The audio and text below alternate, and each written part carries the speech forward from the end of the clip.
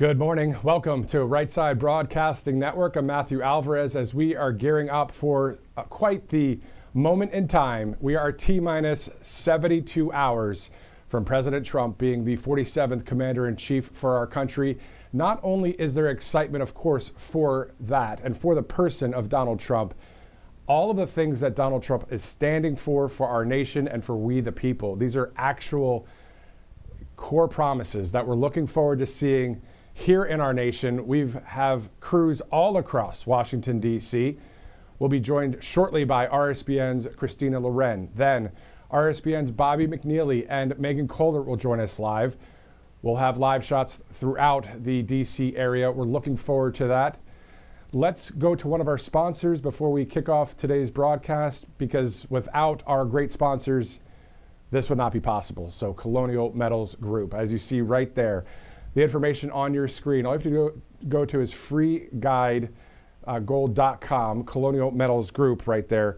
As we know, it's a time for financial situations that are not too good out there, but having a backup plan with this group, Colonial Metals Group, always a great idea. So again, it's freegoldguide.com, freegoldguide.com/RSBN. And that QR code right there, that'll get you right to where you need to go to get that shielding of your savings right now. So Colonial Metals Group, obviously you see right there, Warren Buffett's last warning. Learn more about all of this in the sense of protecting your IRA, your 401k with gold. And that's 100% tax-free, as you see right there on your screen. So a great sponsor here at Right Side Broadcasting Network. So we'll be talking more about Colonial Metals Group in just a bit. Some of the news of the day before we go live to Washington, D.C. Let's go to President Trump's Truth Social. Recently, just within the past 2 hours, President Trump posting this. He said, quote, I just spoke to Chairman Xi Jinping of China. The call was a very good one for both China and the USA. As you read there, it is my expectation that we will solve many problems together and starting immediately. We discussed balancing trade, fentanyl, TikTok, and many other subjects. President Xi and I will do everything possible to make the world more peaceful and safe. So that, according to the president this morning, we know that he was invited, the Chinese leader, to the inauguration. I've seen reports that the vice president of China will be in attendance.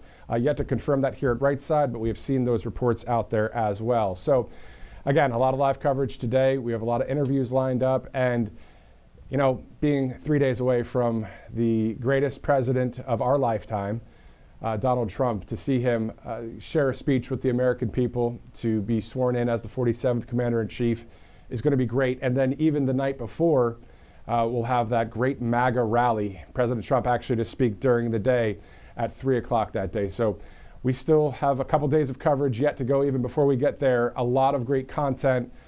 And let's go now to RSBN's Christina Loren, who's live at the Cannon Building Rotunda. Joined us yesterday, gave us that 4-day outlook, Christina, on the weather as well. Christina, how are you, and what are your thoughts and feelings this morning?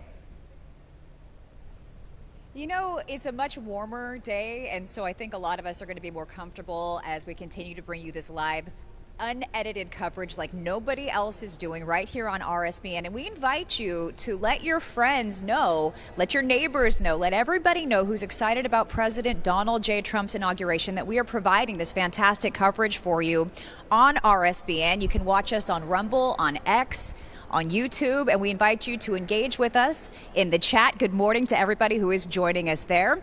You know, you brought up a really great point, and it's the same piece of news that I was very interested in this morning as well, that President Xi Jinping is not going to be coming to the inauguration, but the Vice President of China will be here, and this is unprecedented for a senior Chinese leader to watch the inauguration of an American president is unheard of. And I think with him joining us as well, it's going to make a lot of people in the crowd, the 50,000 spectators who are going to be here, feel even more safe.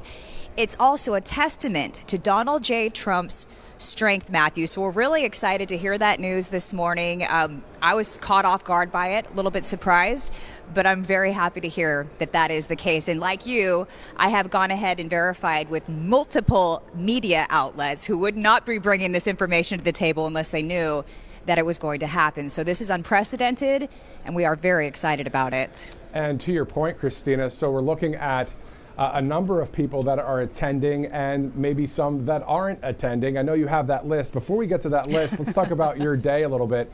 It looks like you'll be there at the Cannon Building and then off to the Supreme Court and the Lincoln Memorial as well. Your thoughts just about, touring D.C. there, interviewing great people, and just bringing the message of hope and bringing the message of President Trump, which is, a common sense and strength message anyway. Just your thoughts about doing that today. You know, what I love about it the most is that I'm in great company. We will tour history together, those who are watching on all of the platforms that we provide this content. And with you, Matthew, and with Megan and Bobby, who are going to be out there. We're going to be bouncing back and forth throughout the day, bringing you this unprecedented coverage and really bringing you here to the nation's capital to show you what it's like ahead of this historic inauguration. We do have quite a day planned. We are expecting to see possibly some protesters in front of the Supreme Court. We could actually get a decision on TikTok today from the Supreme Court. In fact, we are expecting one. We're going to talk a little bit more about that as we head over to that part of town. But what's great about where we're headed, we're going to bring you a shot where you can see not just the Supreme Court building, which is a beautiful marble gorgeous structure. We're also going to be able to show you the nation's capital and a little bit more background. They've definitely built up that platform where President Donald J. Trump will be standing as he gives that historic inaugural address as we head into the 20th. But we're going to be able to show you how progress is being made and just what it takes to put a huge event like this together. Christina, yeah, we're looking forward to that coverage at the Supreme Court, at the Lincoln Memorial, and of course right now here in the Rotunda. Before we get to that, also we know RSBN's Bobby McNeely and Megan Kohler will be near the White House as well. So great commentary with Bobby and Megan just yesterday, touring the entire presidential parade route, which was awesome to see. Awesome commentary there as well. So looking forward to seeing Bobby and Megan a little bit later as well. Christina, why don't we do this? Let's go with the people that are going to attend the inauguration and those that won't. And then if you can go ahead, you'll take away the report. Thanks so much for joining us, and we look forward to hearing your report. Absolutely. You know, it's interesting because this is a list that will likely be changing as we get closer and closer to Monday. But we can confirm that it's normal for past presidents to view the inauguration of the incoming administration. Now, President Barack Obama will be here. George W. Bush will be in attendance. Hillary Clinton and Bill Clinton will be in the audience. But there are some people who will not be attending. For example, Michelle Obama is not expected to attend. She didn't really give a reason why, and that's very interesting. Also, AOC. I know everybody's a little bit disappointed about AOC not going to be here. Just kidding. Let's face it. There are a number of Democrats who will not be in attendance for the inaugural address. However, we do know that Elon Musk is going to be in the audience. We know that tech leaders like Tim Cook from Apple have been invited and will likely be in the audience. We also know that Jeff Bezos is going to be here of Amazon, and Mark Zuckerberg will be in attendance as well. So a lot of people are showing up to show their support for President Donald J. Trump, people who may not have thrown their support behind him just 3 to 6 months ago. So we're excited about that. No matter what, we're going to bring you that live unedited coverage right here on Inauguration Day. Make sure that you hit that bell, that notification bell on YouTube to let you know right when we start our coverage getting into Monday. We love reading your comments. Again, good morning to everybody in the chat. We're going to continue to stay focused on what you have to say, what you're hoping to see as we head throughout the day together. I had an opportunity to walk through these historic halls of the Cannon Building where we have House Representatives' offices located all throughout just yesterday, and we had a chance to catch up with Congressman Keith Self. He has a rich military history. Take a look at what he had to say, especially when it comes to the confirmation of Pete Hegseth as Secretary of Defense. So you have quite a history behind you. West Point graduate, 25 years of service in the armed forces, climbing in rank the entire way. And then you went on to be a judge in your county in Texas. What was it that motivated you or brought you here to serve in Washington, D.C.? Well, I was happily retired for 3 years after I retired from the county judge position. And a group of people came to me after 3 years and said, you need to run for this position. So I considered it and did, and it's a long story, but here I am. And so it was, and frankly, almost after the fact, I realized how important it is to be here at this point in time, at this point in American history, at this point where we are so close to a tipping point as a nation. And then so goes the world, because so many rely on America, and our economy staying strong is important around the world because now we have a global economy. And you see all these things, but you, like President Trump, you could be enjoying your retirement. You're here serving the country. There's a lot of contentious battles that happen. Nonetheless, you have been able to make great strides since you've been here, and named chairman, for example, of the House Foreign Affairs Subcommittee on Europe, a place where you served. What do you hope to bring to the table in that new position? First of all, you forgot to say Texas. As goes Texas, so goes the United States, so goes the world. Very true. So Texas is a vital part of what we do here. What I hope to bring to the subcommittee is a realization that Europe is still important to the United States. There has been some doubt about that. In fact, I think on both sides of the Atlantic. But Europe and the United States still are major economies. The EU economy is not equal to the US economy, but it is more than the surrounding adversaries. And frankly, we need Europe. Europe needs us. We're doing that now in the energy business. We're supplying a lot of the energy to Europe today. In fact, they survived that first tough winter after the Ukraine invasion because of American energy. And so that's what I hope to bring, that we need to reestablish our alliances with Europe. We need to encourage the conservative movement that's happening in Europe today. Yes. And we need to make sure that our alliances stay strong with Europe, because frankly, that's the Western world, or as Churchill referred to it, as Christian civilization. So I'm very honored and look forward to my time as chairman. It's interesting. You brought up before that the timing is so critical. God's timing is everything. And I know that you are a man of faith. How do you rely on your faith when things get difficult here? Because it's not an easy atmosphere to make progress in. Well, as I tell my staff occasionally, no one is dying here.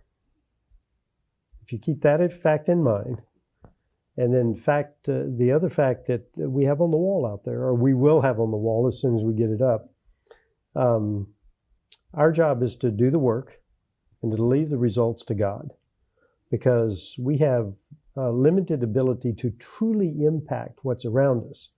Now, we do our work and we impact as much as we can, but we also don't often see the total picture. We see our piece of it, but the total picture is much bigger than what we're doing. We do the work and we leave the results to God and trust that everything works out for His glory. Yes, it's just one piece of a broad puzzle that He sees. That's we right. see that tiny piece. That's right. Tell me a little bit about your meeting with Pete Hegseth. How did that go? And then what are your thoughts on his nomination? How do you think that's going to result? Well, I've never really had a meeting with Pete Hegseth. I met him at the club, the Capitol Hill Club, when he was finishing a meeting on air power, and we took a picture with him. And I had to remind him, as part of a group, that air power doesn't win wars. You have to hold the ground. And so I didn't want the air power guys to make too much of a big deal of air power.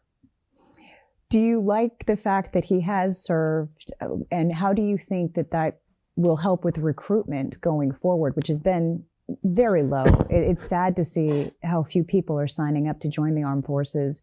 Do you think a man like Pete Hegseth in that position of defense secretary maybe will ignite maybe a wave of people signing up to join the armed forces? I think it will definitely help.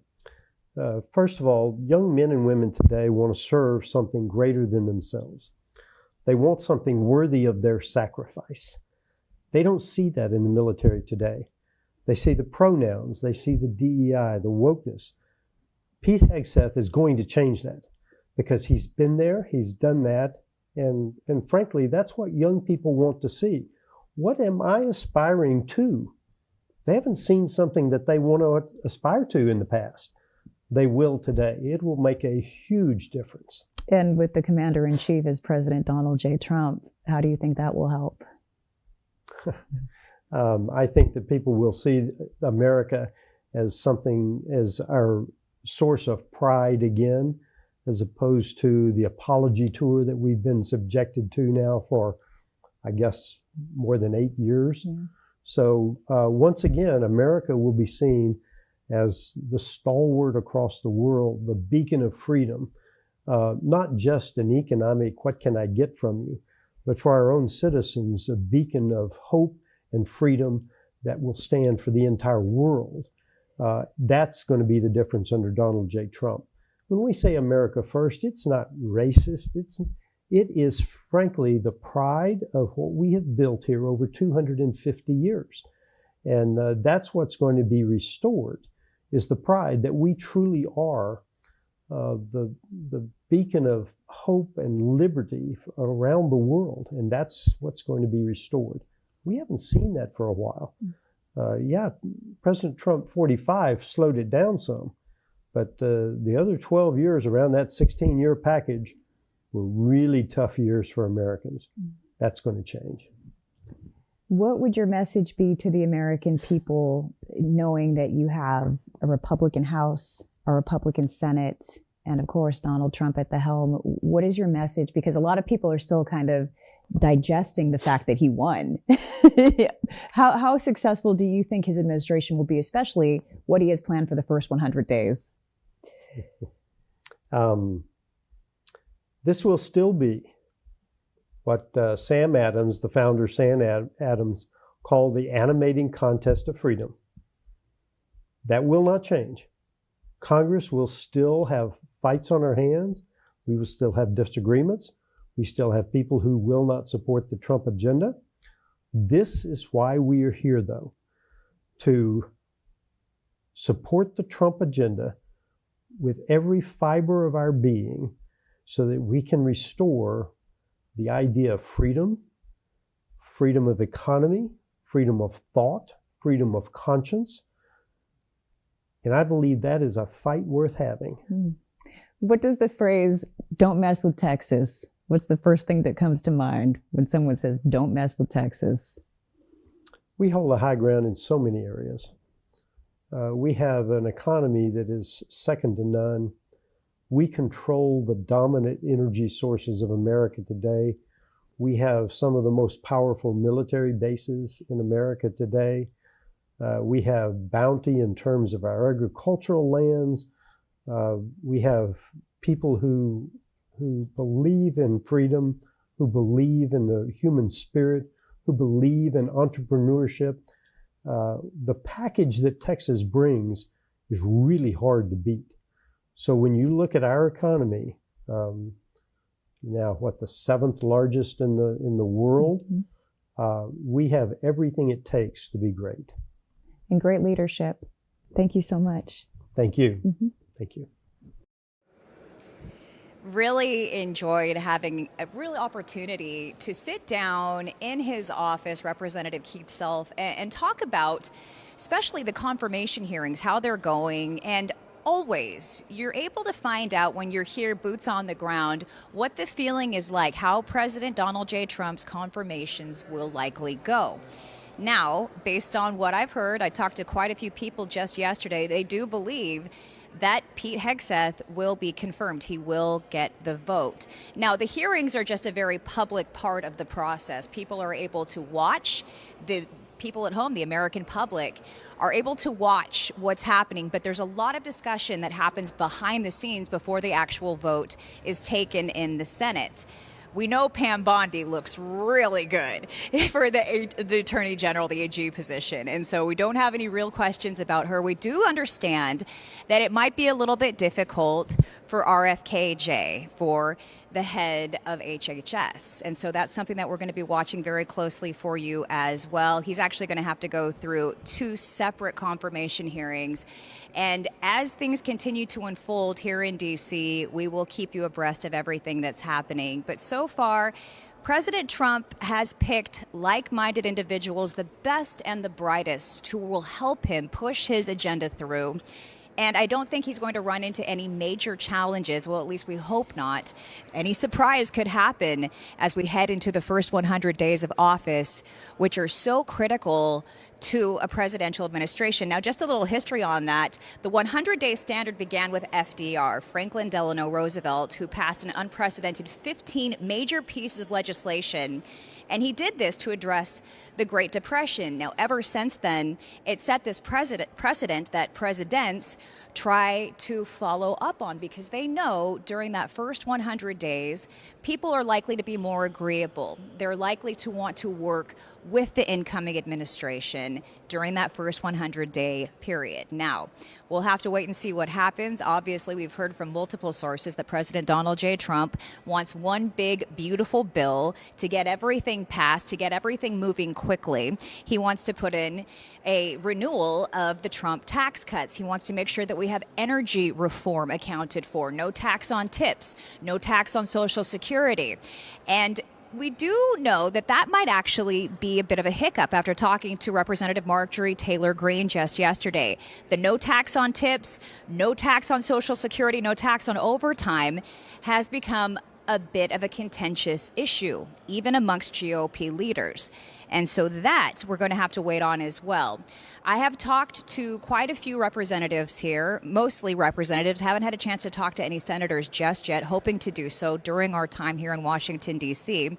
But word on the street from half is that it will be able to pass in one big, beautiful bill. Others think it's more likely to see 2 separate bills. Now, border security is huge. And President Donald J. Trump, on Inauguration Day, after he swears his oath on 2 separate Bibles, last time, and I do think it's going to be the case this time as well, it's not confirmed just yet, but he actually swore the oath over a Bible from Abraham Lincoln and his own personal Bible, a Bible that he's had for many, many years.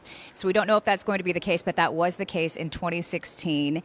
And when you take that oath, it's interesting because in the Constitution, the oath is clearly stated, but that part at the end, under God, that was added by our first president, George Washington. Something else that's interesting about George Washington, you take a look at that historic Capitol building. It's beautiful. The architectural structure harkens back to ancient Greece. It's a gorgeous structure. We're going to take a closer look at it for you today, but he is actually the man who set that first pavement down. He put down the first piece of pavement that has now become our nation's capital. And there's so much history that has occurred right here on this ground that we're hoping to share with you as we go through the day together. Something else that's coming up. I've been contacting Mike Lindell. We've been going back and forth. He's going to be coming into town as we head throughout this evening. And that's pretty exciting news to have an opportunity to talk to him while he's in the nation's capital. We're hoping to secure an interview with him for tomorrow, so make sure you stay tuned to our coverage. But Mike Lindell is amazing. What he was able to do fighting for election integrity, and it's election integrity that we know resulted in this historic win for Donald J. Trump. Many of us were a little uneasy going into election night because we didn't know what was going to happen. We didn't know for sure that integrity would be upheld.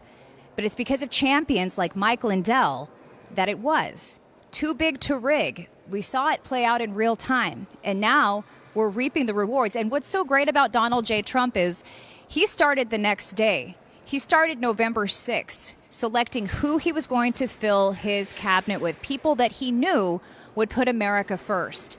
And now slowly but surely, we're able to see people that he selected for good reason, because he's a very smart businessman, getting that confirmation process underway.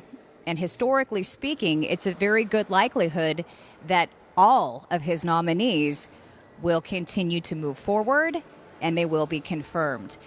To think about having somebody like Pete Hegseth in the role of Secretary of Defense is unbelievable, because he's not just a very smart man, he's an incredibly authentic and very proactive communicator.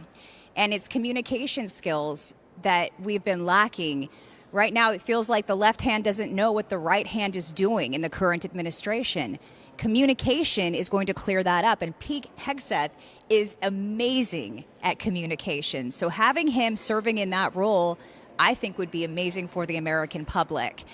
Not only is it important for him to listen to those around him, he's been in the military, he has a very rich history of military experience, so he knows what it's like to listen to his superiors. He's going to take advice from the people who have been doing this for so many years, who really know what that position of Secretary of Defense is all about.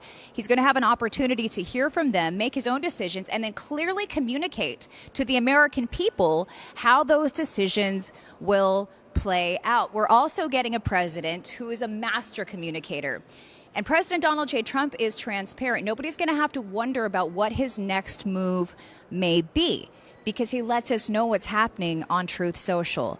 We have been following him very closely on Truth Social, and it's amazing to see when he shouts out RSBN from time to time, and it does happen. We're so grateful to have that relationship with him. And relationships are built over time, and they're built on trust. And so at this point, he trusts RSB and he trusts the work that we're doing. And he said multiple times during rallies that he likes people who like him, and we sure like him. You know that. Now, we'll also be covering the Trump rally that's going to be taking place the day before inauguration. I'm going to be outside with the crowd, and then Megan and Bobby will be inside to cover wall to wall the Trump rally that's expected the day before. And so many people were a little disappointed to see those rallies come to a close, because it's a movement. Following President Trump around was something that people looked forward to. They signed up as soon as they saw where he was headed next. Many actually toured the country following President Trump from rally to rally. I had a chance to cover 18 Trump events over 16 rallies. And what I loved about each and every appearance that he made, each speech, they were all different. He continued to unfold new parts of his plan that he has held true to, even to this moment. As we wait to see him put that hand on the Bible, we're excited about that. But let's be honest, President Trump has been acting as president ever since he won on November 5th. And thank God, because the current leadership that we have, nobody knows. Nobody knows who's in control right now, but it certainly isn't President Joe Biden driving that bus. I think we can all agree on that. Watching his farewell address, he's trying to take credit for a number of issues that President Trump rightfully deserves credit for. And this is just another part of that misinformation scheme that the Biden administration imposed upon the American public. But we see through it now. We see through the mainstream media, and we're going to continue to see through the mainstream media. You have one side that's going to, it seems like, continue to work for the Democrat Party, MSDNC, for example, and then you have another side, Right Side Broadcast Network, where we claim a side. We put our stake in the ground. We are for the right side.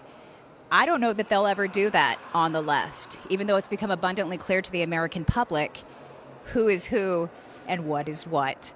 So we do invite you to continue to engage with us as we head throughout the next few days. It's going to get better and better as the days go on. We have a Turning Point USA gala that you don't want to miss. You should see the star-studded lineup. People who are going to be headed out to the red carpet. We're hoping to secure a few interviews. But I can tell you right now, it's not just Charlie Kirk, of course, the front man, the man who built Turning Point USA, and a great, strong, young Republican leader, one that has built a solid relationship with President Donald J. Trump. Donald J. Trump trusts him very much. He will be there. Megyn Kelly will be there. Glenn Beck is going to be there. We understand that Vice President J.D. Vance is going to be in attendance. Vivek Ramaswamy is on the list, and many more. Even Ben Shapiro is going to be there. So we're hoping to talk to some of these people. The best part is we get to bring you with us. They have allowed us to provide you with live coverage during that event. So that is the first gala that we're going to bring you to. Actually, before that, Megan and Bobby are going to be at the Hispanic Gala, and that's going to be amazing as well. Senator Ted Cruz is expected to be there. And so we have a lot of coverage. It all leads up to Inauguration Day. We're going to start, of course, with what's happening from the very early part of the morning, take you into that noon inaugural address. We're going to watch him take the oath. And then the parade begins, and the parade is a celebration of America, a beautiful celebration of military. You're going to hear military bands. You're going to see floats. Of course, again, we're going to show you every second of it. And then the night concludes with a few parties, and we have been invited to the Commander-in-Chief Ball.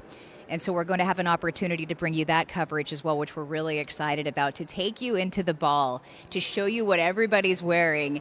And really, it's historic. In fact, if you go to the Smithsonian, they have a virtual tour that you can take of what the First Lady has worn to the inaugural ball. And this goes way back. And so whatever Melania Trump, gorgeous, gracious Melania Trump, chooses to wear, it's going to go down in history.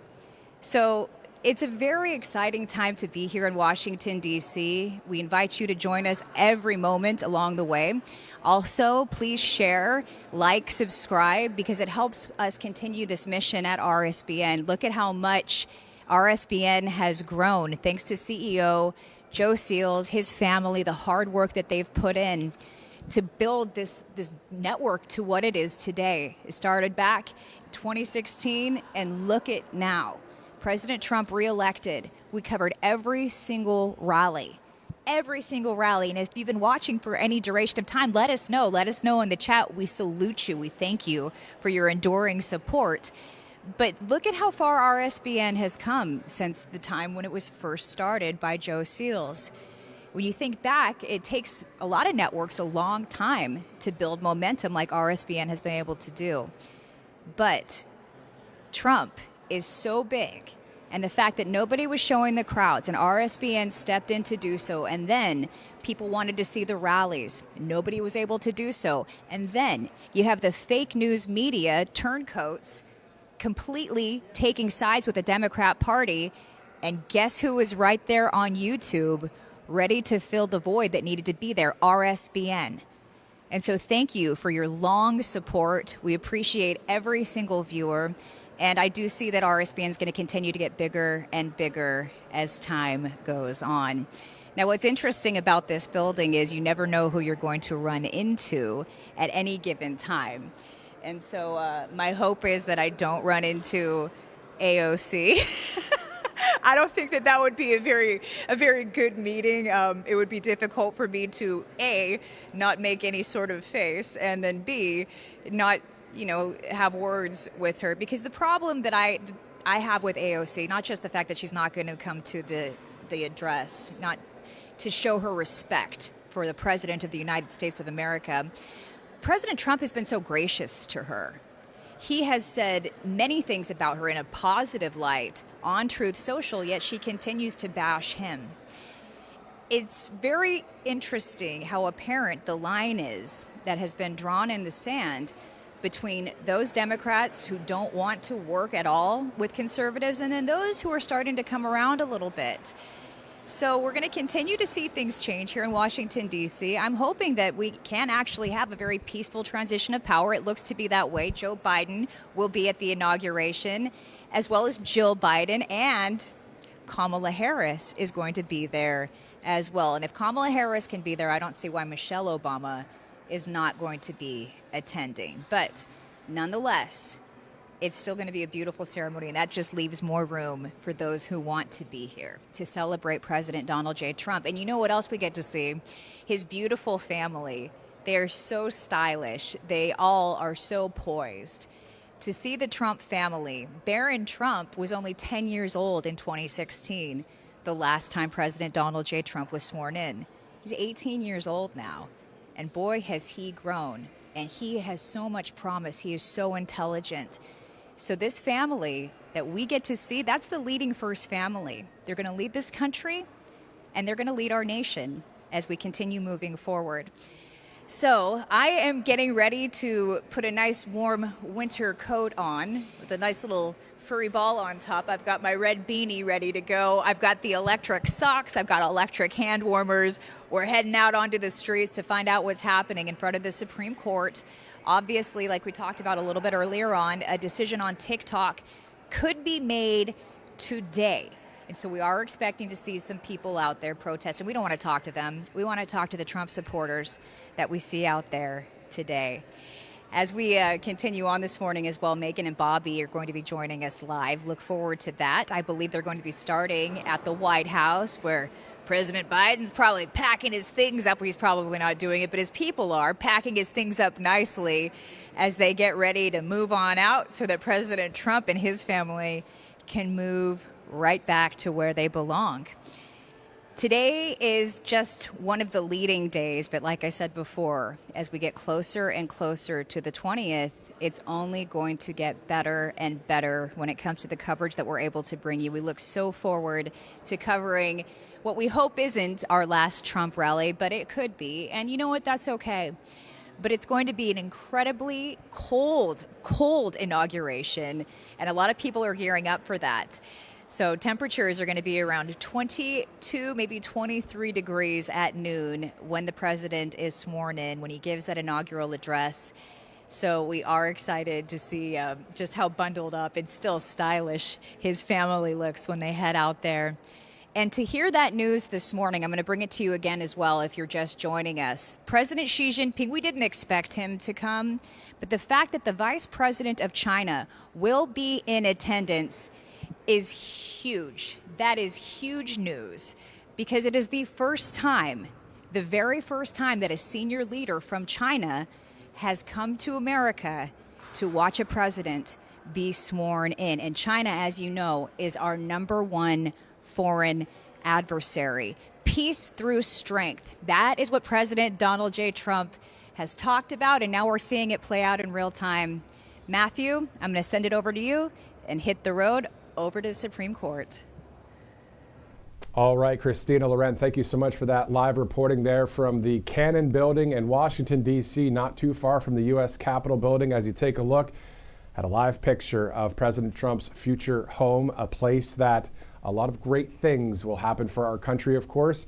Looking forward to that. And also, as you see, it's January. The weather is going to be quite cold, to Christina's point.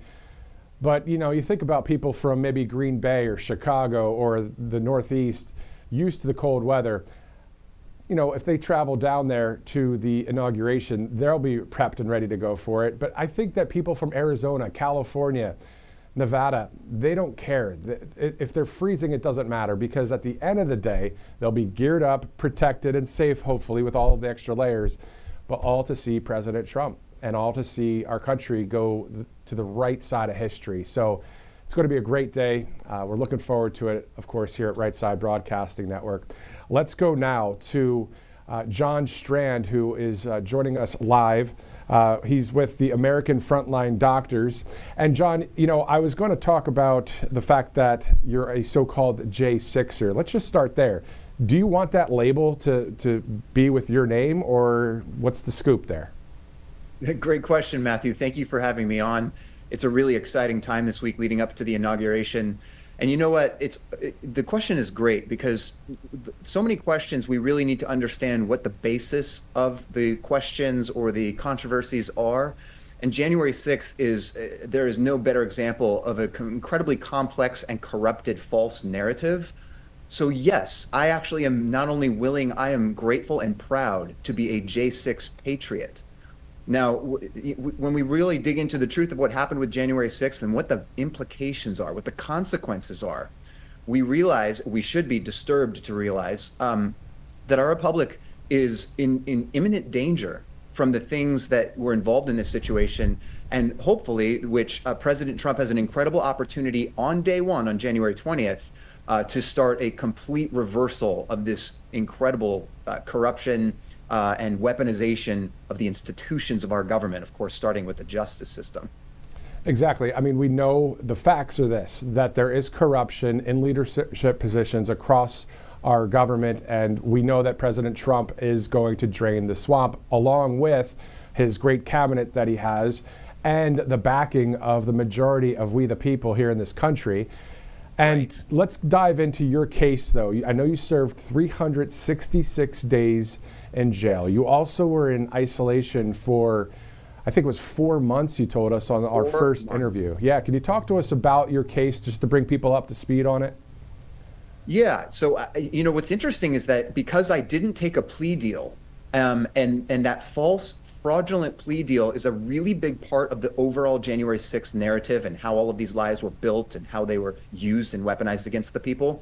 And I discuss all of that in the book that I wrote while I was in prison. It's called Patriot Plea. So I definitely urge everyone to get a copy of that and share it. You can find it at johnstrand.com. But I explain how I knew that plea was a nefarious, false lie and a weapon to build this narrative. So because I didn't take that plea, the immediate consequence was terrible. I was fraudulently convicted in a rigged D.C. court, put in jail for almost 3 years, terribly abused in prison, as I explained in the book. And it's only, honestly, truthfully, it is only the grace and strength of Almighty God that preserved me through that hell. It's quite an incredible story, and I'm grateful that God led me through that. But on the other side, now I have an opportunity to be completely vindicated legally, even before a pardon, because I have a live appeal. I was vindicated and won at the Supreme Court on the felony, and I intend to vacate the remaining misdemeanors with the new incoming DOJ. All right, so specifically, though, can you walk us through J6, you know, the Cliff Notes version, if you'd like? Yeah, basically, there's plenty of evidence to indicate that the government was nefarious. They actually had ill or malintent in terms of a lot of different steps that were taken, whether it's Nancy Pelosi declining National Guard, whether it's U.S. Capitol Police and a lot of corrupt activity in terms of communication, lack of communication. Certainly, police officers on the ground who may not have had nefarious intent, but clearly violated established regulation and law, terrible abuse, obvious actions that caused a violent riot when that never should have occurred. At most, you might have had a couple of Antifa or military insurgents, whoever they are, they're in black clothes and never identified. So you might have had those people breaking the windows, but you would not have had a crowd riot event except for the police abuse of use of force protocols and other things that they did. So there's plenty of evidence to show how this happened. It was not the fault, by and large, of innocent patriot citizens who were there to exercise their First Amendment. And then over the next 4 years, we have seen this unprecedented, absolutely historic DOJ witch hunt, an assault on the American people and a betrayal of the people by their government that we've never really seen at this scale, particularly against a political class. So there's so much to dive in there and address in terms of President Trump taking the stage on January 20th and saying the lies must be torn down and the truth must be established and declared as such. And then we must proceed with a justice system that is based on truth as well as the equal upholding of the rule of law. And that has not happened for the last 4 years, and it must be reset. And on top of that, the speech on J6, he said peacefully and patriotically, but then on top of that, you know, when you see the video, I mean, when Tucker Carlson showed some of it as well, I mean, people were walking through the Capitol. You know, it wasn't this wild scene, except for, to your point, I remember seeing some raw video of outside the Capitol when a lot of the patriots were just saying, Antifa, Antifa, like they were slamming, you know, and they were trying to make them stop doing these actions. So what a wild situation. And you, of course, a nonviolent offender, but you say, hey, you know what? Even those that got into scuffles should be pardoned. So can you share that part of it, John? Absolutely. So again, starting from a basis of the truth, which is so essential, we need to realize that the government was the criminal. So the protesters, even those that got caught up in scuffles and may have engaged in violent action in that moment, they are the victims of a government crime. Okay? So if the government comes into my house and starts abusing my mother, I'm probably going to get involved in an action which you could say that was violent and you could try to call me a criminal. But I'm not a criminal for defending my mother. Those people were not criminals for exercising their First Amendment rights and then reacting in self-defense to police assault. And there's many, many, many examples of that. So you have to understand that context. But then in addition to that, Matthew, it is very simple to make this clear and incontrovertible that every J6 case must be nullified. Now, in my case, I don't even think I'll need a pardon. I think I'm going to legally be exonerated in the judicial system because of a unique set of circumstances. But those who were forced illegally and maliciously, unethically, they were forced to take a plea deal when they were innocent. They might not, the pardon is the constitutional remedy to rectify the fraudulent use of the justice system against them. But every single one of them should be exonerated and or pardoned. Every J6 case should be nullified, no matter what the individual citizen did or did not do. And the reason for that is incredibly simple. The Constitution is the supreme law of the land. It either rules supreme or it is irrelevant. It is a dead letter if we do not uphold it as the supreme structure by which our government is oriented and to which we constrain government force, which is fearsome, as President George Washington warned us. So every J6 case, without exception, was tainted, irredeemably tainted by selective prosecution on the part of the Merrick Garland and Matthew Graves DOJ, and it must be nullified on that basis alone. As well as every single case was forced to be adjudicated in the District of Columbia. That is a clear violation of the Sixth Amendment guarantee of impartial adjudication. On top of all of that, when you hear that President Trump would be on stage at a rally and he would play the J6 anthem, the choir there, what was that like when you heard about that happening? What was your reaction to that? I mean, Matthew, let me tell you, when I was in D.C. for my sentencing, so I'd already gone to trial knowing it would be rigged. I'd already been fraudulently convicted. And then upcoming this sentencing, knowing they were going to put me in prison for years, that was intense. That was a difficult situation that I had to continue to remember my principles, remember the truth, even though there were so many lies swirling around. I was in D.C. on Freedom Corner across from the D.C. Gulag, where patriots have held a vigil every night since J6 happened. It's incredible. I was brought to tears hearing the actual J6 hostages inside the DC jail singing at the top of their lungs that anthem. I joined in singing that anthem with them. And then I went into prison. And every night at 9 p.m. Eastern in prison, the prison inmates came to know this as a recurring event, and they actually started to sing along. I would sing the national anthem out loud in the prison building. It became quite a thing, but it was just really exciting for me to hold fast to that moment and know that, you know, all of these citizens believe in not only President Trump, but in our constitutional republic. On the right side of the screen there is the White House. How excited are you that in 72 hours from now, President Trump will be the leader of the free world? He has been the leader of the free world, in my opinion, since 2015, even through the Biden administration. Your thoughts, sir? I mean, Matthew, you're right. It is an incredible, historic moment. And I just want to emphasize the importance, the urgency, and the opportunity that we have. President Trump is our fearless leader. He is a great man, but he's just one man. America is about all of us. The whole point is to recognize the sovereignty that Almighty God gave each and every one of us, and that we have a responsibility that coincides with the liberty that is our unalienable right, as the Constitution recognizes and protects. So we will not have a constitution or a republic unless every one of us takes hold of that civic duty, that responsibility as a citizen. It's my patriot plea to the nation. That's why I wrote that book in prison. And I also want to urge everyone hearing this, please visit wearej6.com. That is a strategic alliance or a free speech association of real J6ers and the entire nation. Everyone hearing this can register to support this movement. We need to have a public demand for restorative justice that can begin on January 20th, but it will take time and effort from each and every one of us as Americans, and it's time to unite the nation and find national healing in terms of January 6th, but also the catastrophic damage of the Biden administration for 4 years, which now we get to restore and resume our republic. Yeah, exactly. We're looking to see that reformation of our country in a positive, great way. So we're looking forward to that, of course. And John, I know you're with American Frontline Doctors. You also have quite the resume when it comes to acting and modeling, that kind of thing. Do you have any friends or colleagues from the past that are in the Los Angeles area dealing with the wildfires out there? And what are your thoughts about that as well? Wow, yes, I do, and we're very concerned as a country about California. Of course, the incredible tragedy of the destruction there and the deaths. I think it's appropriate and necessary for us to really make the point that the blood is on the hands of Gavin Newsom, Karen Bass, and the entire Democrat cartel of leadership that has held a supermajority there for decades.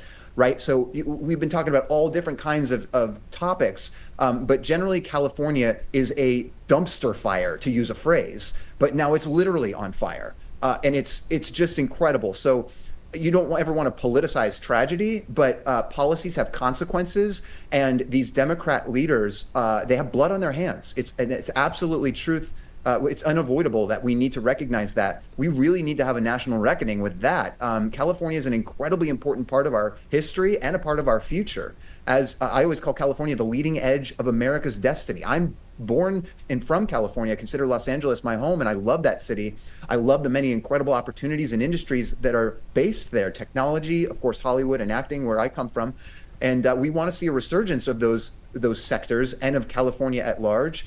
And so there's an incredible opportunity with the incoming Trump administration and really just resetting the narrative, turning the tide back towards liberty, constitutional integrity, and just a foundation of truth. There's been such a lack of truth in all of these conversations, and certainly in our corrupted leadership. So we need to recommit to truth and transparency in our country and certainly in our government. John Strand, thank you, sir, again for joining us here on Right Side Broadcasting Network. We look forward to speaking with you again soon. Also, are you going to the inauguration? What are your plans coming up? You going to go to the rally, anything like that? Man, I'll probably be on TV continuing to raise the rallying cry for restorative justice, urge people to support wearej6.com, because the January 6th defendants, it's easy to forget them and leave them in the dust, but they're heroes, they're patriots, and we need to recognize what has been done to them, restore them, and make sure it never happens again. Many political prisoners, I agree with you right there, 100%. John Strand, thank you again for joining us here on Right Side Broadcasting Network. It's an honor. Thanks for having me, and God bless the United States of America. Amen. God bless the United States.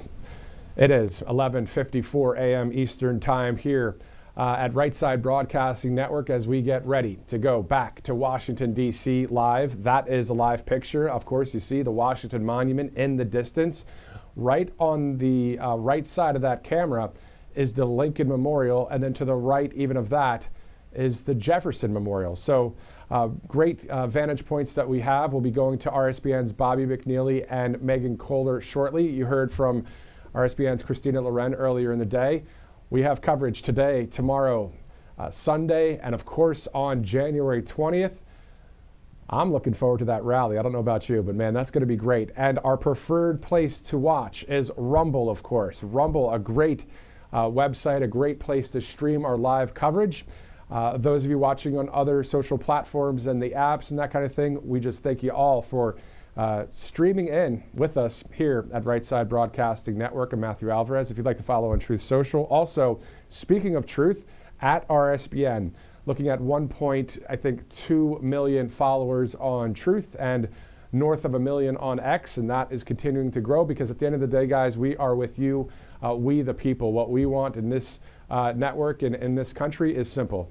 The Constitution of our land, and of course, the truth to be shared with you, the people. So let's go to Tax Network USA, the great sponsor, Tax Network USA. You can see that number right there, 800-357-1415 is the number. So if you have any back taxes or you missed a few filings, well, I know that's not the best plan, but you can get some help there. 800-357-1415, Tax Network USA. Great people ready to take in those calls. And also, you can go to tnusa.com/RSBN as well. We are approaching the top of the hour, getting ready to go to Bobby McNeely. I was going to call him Robert McNeely, which is his full name.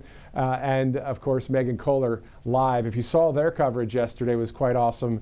The presidential parade route and then also being outside the White House. And then on top of that, they'll be in the arena on Sunday for President Trump's huge Maga victory rally, which is going to be absolutely awesome. And I know that I'm echoing a lot of patriots across this country and we the people, because that's what we want. Common sense and strength returning to the White House, and it's happening. It is actually happening. So it's great to see that happening here in about 72 hours from now, to have that place as President Trump's home at 1600 Pennsylvania Avenue. Getting ready to go to Bobby and Megan here shortly. Of course, you just heard from J6er, who says he's proud to be called a J6er. John Strand, who also works at American Frontline Doctors. All right, so what to expect over the next 72 hours. Of course, we'll be live today, live tomorrow, again Sunday the rally, and then the inauguration on Monday the 20th. Now, shifting quick gears before we go to Bobby and Megan, we will be going to a commercial here in just a second, but when there's a problem, it's up to us to find the solution, right? The problem is the left wing is a party of taking from us, taking our freedom, our money, our safety, and our country. But the America First Party, the Republican Party, is all about giving you freedom, giving you less government, giving you lower prices, giving you your country back. And the mainstream media, it's the same thing with that. We're looking for media reform for our country. The mainstream media, of course, is taking and hiding the truth from us through various tactics, right? Conservative media gives us common sense and truth.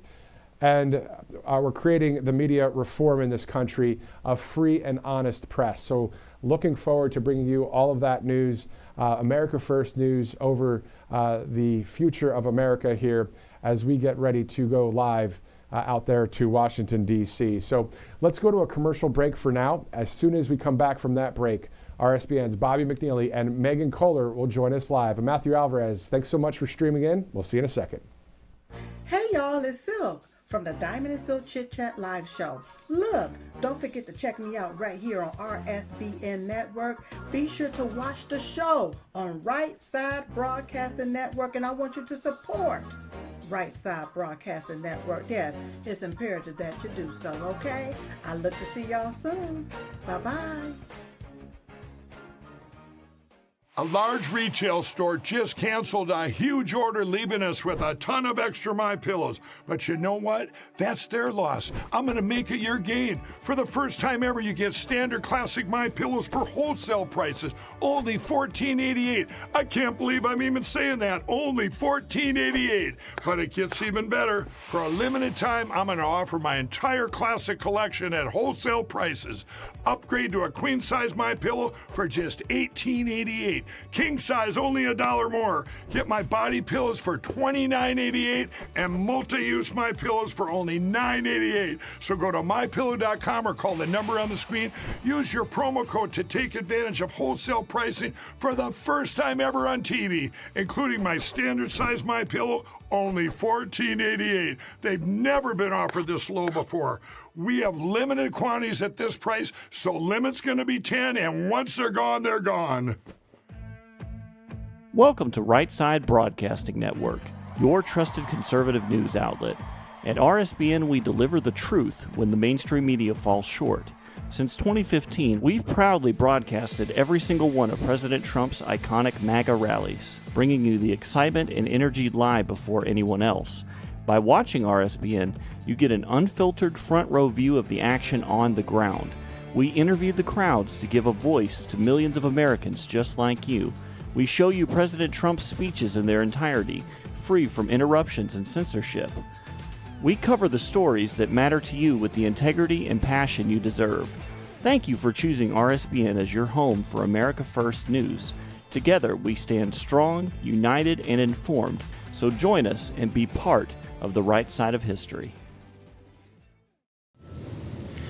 Welcome back to Right Side Broadcasting outside of the Washington National Monument. I'm Bobby McNeely with Maha Megan Kohler. Welcome back, RSBN viewers. We're so excited to show you what we see on the ground here in Washington, D.C. today. We are actually just near the south lawn of the White House, and Secret Service came by and said that the park was now closed, and we had to make our way over here to Washington Monument. Along with the Department of Homeland Security Police, sometimes that does happen. We were hoping to have a nice shot for you on the south lawn of the ellipse, but unfortunately that will not happen. But we did see Marine One practicing just over my right-hand shoulder as they go over the Potomac just south of our beautiful Washington Monument. And lots going on today here in Washington, D.C. The Senate looking to vote on the Laken-Riley Act, the House version of that bill. Of course, slightly over 1 hour ago, the Supreme Court of the United States upholding the TikTok ban, which the 118th Congress passed and President Biden signed into law. right after that ruling happened, the White House Communications Office saying they will push that decision onto the next administration. So if you've been following the TikTok story, the President of the United States roughly has 90 days to really alter that law, put it up for a potential sale, and get away from ByteDance, the Chinese communist regulated and owned company that oversees TikTok. So somewhat of a complicated case, and really interesting because Mr. Wonderful Kevin O'Leary talking about that he believes TikTok is worth around $20 billion and giving hints that he actually might purchase it himself. So this will be an ongoing story over the next couple of days. And wouldn't that be great if Mr. Wonderful went ahead and purchased TikTok so that we could still use that here in America, because that is a huge part of American business and influencers, and a lot of people use TikTok, and I do think it had a positive impact on this past election when we elected President Trump. Huge for President Trump's campaign, and he has actually spoken to Premier Xi on the phone apparently this morning in regards to TikTok and how that will be moved forward. So it's interesting to see people's perspective on this because it is a free speech case, but also the Chinese Communist Party obviously has been using that to spy on Americans. So this could potentially be completely shut down. 180 million Americans use this, mostly young people as well. But as you said, Megan, huge to President Trump's re-election campaign. So we'll see how this can be changed over the coming days, weeks, and months. And the CEO of TikTok is invited to President Trump's inauguration, just a few short days away. And a note on that, I have an inauguration special for all of our RSBN viewers. So listen to this. Our sponsor, Patriot Addict, just made their all-time top-selling Trump knife deal even better for Inauguration Day. So for a limited time, they are offering an additional 10% off for RSBN viewers and giving you guys a total of 30% off. Use coupon code RSBN30 to get 30% off for their Inauguration Day special. So make sure you go grab your Trump combat knife today. These are super high quality knives that you can add to your collection or gift it to your loved ones this season. So get yours today for 30% off and use coupon code RSBN30. Visit their website, patriotaddictdeals.com. Again, that's patriotaddictdeals.com, and use coupon code RSBN30 for 30% off. So check it out for this Inauguration Day special. Megan, I have to stay away from that website because I always purchase something when I go on there. They have such high quality products. Well, you are Patriot and addicted to these deals, so how about that? Patriot Addict Deals. And it is as true as the title. So much going on in our nation's capital today, with Kristi Noem currently in her confirmation hearing not far from us at the U.S. Capitol, really finding out how she will lead the Department of Homeland Security. Of course, Secretary Mayorkas has been a disaster on really both borders, the southern border and the northern border of the United States. Of course, that border might change to the north of us as we passed the Canadian embassy yesterday on Pennsylvania Avenue, and there's discussion whether or not Greenland, Canada, and perhaps the Panama Canal will once again come into the United States, part of President Trump's foreign policy, and he's teased on True Social that Canada is going to be the 51st state and that Governor Trudeau will be able to, lead this beautiful province or state in the next several days before he resigns. It seems as though the people of Canada have rejected the far-left radicalism of Justin Trudeau, of course, and the people in Canada want freedom. They want prosperity, just like the United States. So I would be in favor of acquiring Canada as a territory, along with some of these other places that President Trump is talking about. Of course, the Panama Canal, calling the Gulf of Mexico now the Gulf of America. We love to see that. And President Trump knows what he's doing. He's a businessman, and he understands foreign policy very well. So we'll see what he does next. Well, the Trump effect is in full swing. We are now down to roughly 72 hours until President Trump takes that oath of office, along with Vice President-elect J.D. Vance, as they look to become the 47th and 50th president and vice president, respectively. The inaugural holders of these offices, George Washington, the father of our country, and John Adams back in 1789, but they were inaugurated in New York City, as that was our nation's capital at that time back in the 18th century. The same words will be used as they take that oath of office. The interesting note is that President George Washington added the "So Help Me God," and that tradition has gone on for now decades. This is the 60th presidential, and centuries really, this is the next 60th presidential inauguration, and we were outside of St. John's to end our telecast yesterday, if you were with us, and every president since James Madison has been there to worship in a service or just for solemn prayer and personal time with Jesus. And in celebration of almost 250 years of the United States of America, we're here in the new capital, Washington, D.C. I've been thinking a lot about the founding fathers breaking away from the tyranny in England, and now looking to what is happening in America right now with the January 6th prisoners. They did not have the 6th Amendment of the Constitution right to a speedy trial. So let's talk about that. What are your thoughts on what's going on with the January 6th political prisoners? Well, they will also see freedom in a few short hours here, and that's right, Megan. That is a cornerstone of our constitutional republic. You are due that due process, so you're presumed innocent unless or until proven guilty. These people have not had their moment in court. They have not been judged by a jury of their peers. And President Trump has committed to commutations and or pardons of these gentlemen and ladies who have are in solitary confinement simply because they were at the Capitol on January 6th. And we saw from the video that former Speaker Kevin McCarthy released to our friend Tucker Carlson and showed that video of people walking in, or even police officers and security letting people into the Senate, for example. So you have a situation that people did not receive their due process constitutional rights, and they will now be seeing freedom. So I think right after President Trump takes that inaugural oath, he will go into that Senate cloakroom, a tradition started by President Reagan, and sign those executive orders. Operation Aurora, securing the border, moving that on that immediately, and then also I believe the pardons and the commutations of the J6 prisoners will happen immediately after his inauguration.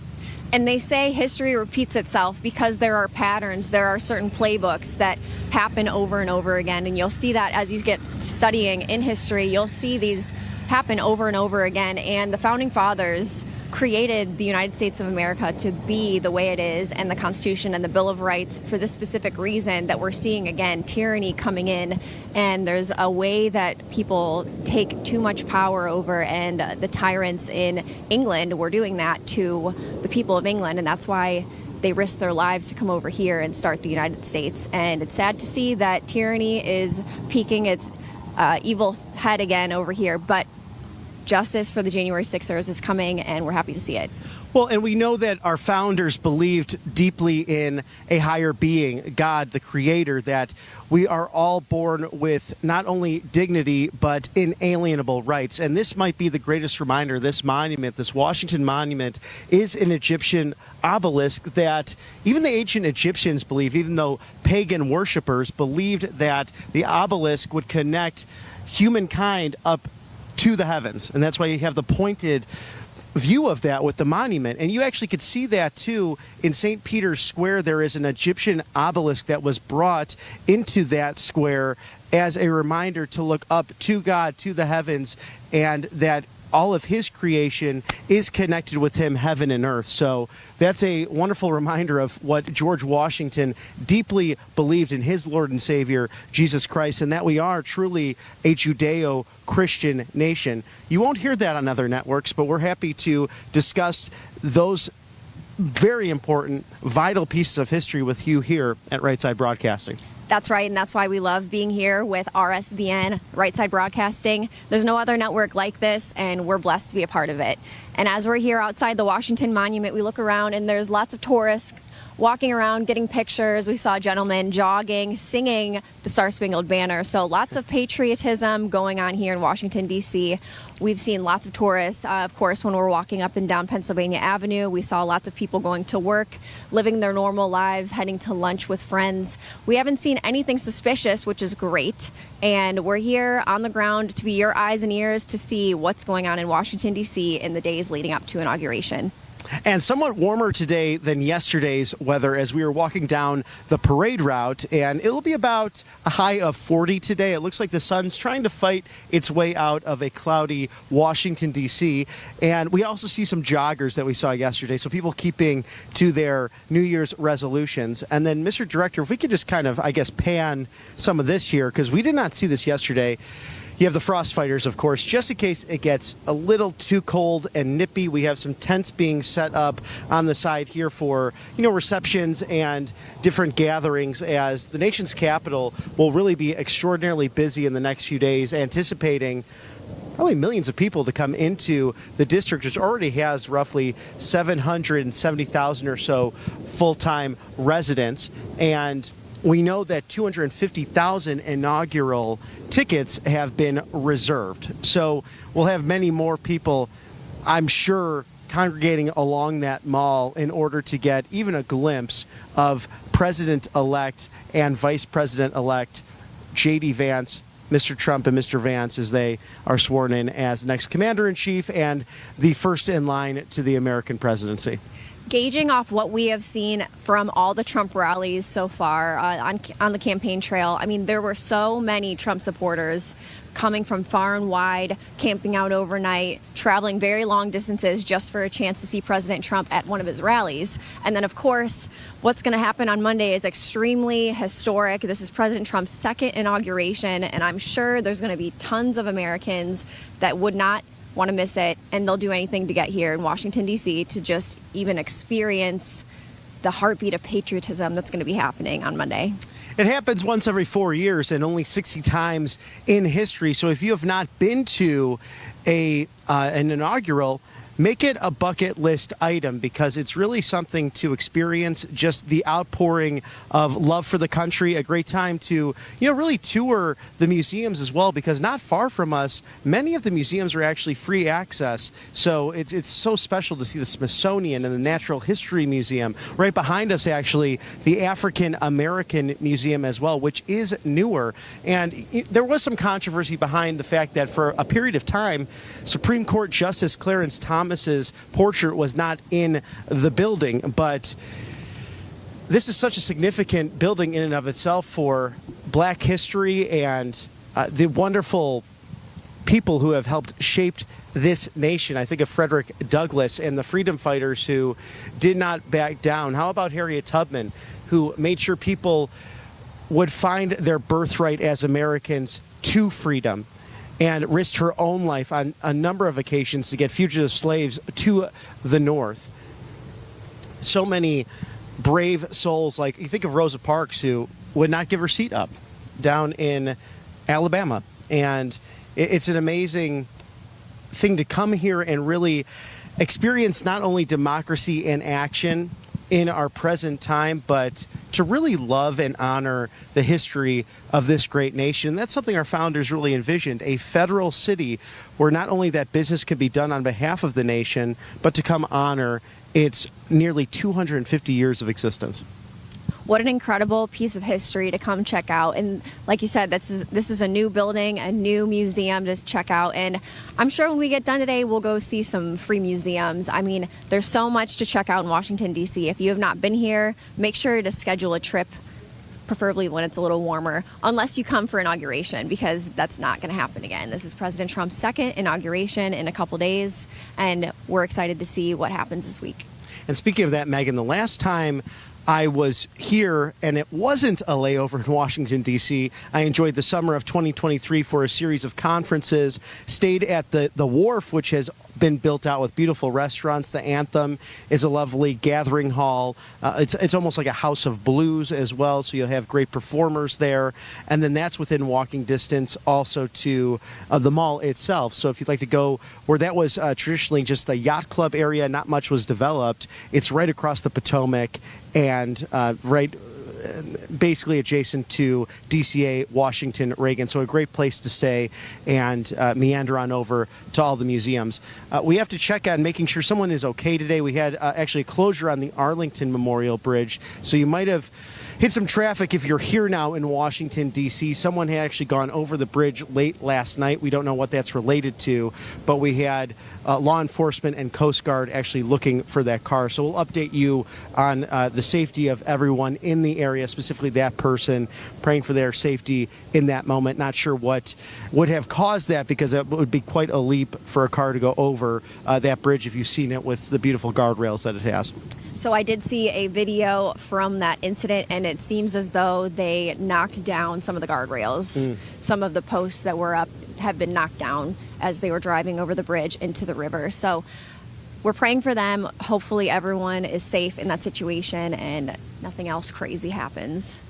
Absolutely, and that's why security making huge strides here to work with federal, state, and local authorities to make sure this is a beautiful inaugural ceremony. And we can see so much of this set up still with different barricades, from the anti-scaling fences, as we've seen here, to the different concrete barricades as well.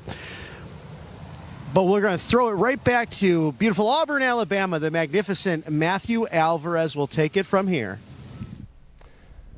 Bobby and Megan, thank you so much. We have breaking news here at Right Side Broadcasting Network. As you may have seen on social media, President Trump saying the inauguration will be held inside the Capitol building on the 20th. So the inaugural address. Here's exactly what President Trump said moments ago. Therefore, I have ordered the inauguration address, in addition to prayers and other speeches, to be delivered in the United States Capitol Rotunda. Let's stop there. This is because of the weather, according to the president, in context, as was used by Ronald Reagan in 1985, also because of the very cold weather. The various dignitaries and guests will be brought into the Capitol. This will be a very beautiful experience for all, and especially for the large TV audience. So that is breaking news right now. As you see at the bottom of your screen, President Trump orders the 2025 inaugural address to be delivered inside the Capitol Rotunda. So the U.S. Capitol building, inside there, that's where President Trump will be sworn in. He'll do the oath of office, he'll do the speech, and all of the prayers, and even the speeches, and I believe the singing as well will be done right there inside the Capitol on January 20th. So this is breaking news to us here at Right Side Broadcasting Network. Obviously, we have crews in Washington, D.C. who will share their commentary about this. We're going to be live outside the Supreme Court, the Capitol, the White House, and even today, as you saw Bobby and Megan there along the Washington Monument. So again, if you're just joining us right now on Right Side, breaking news is that this inauguration on January 20th will be inside.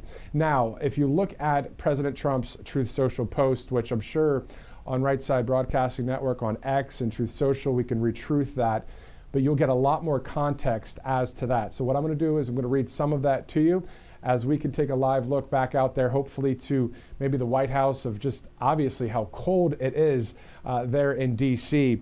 As President Trump made this announcement just a few minutes ago, specifically at 10:55 a.m. Central, so 5 minutes before noon on the East Coast, saying, quote, January 20th cannot come fast enough. Everybody, even those that initially opposed a victory by President Donald J. Trump and the Trump administration, just want it to happen.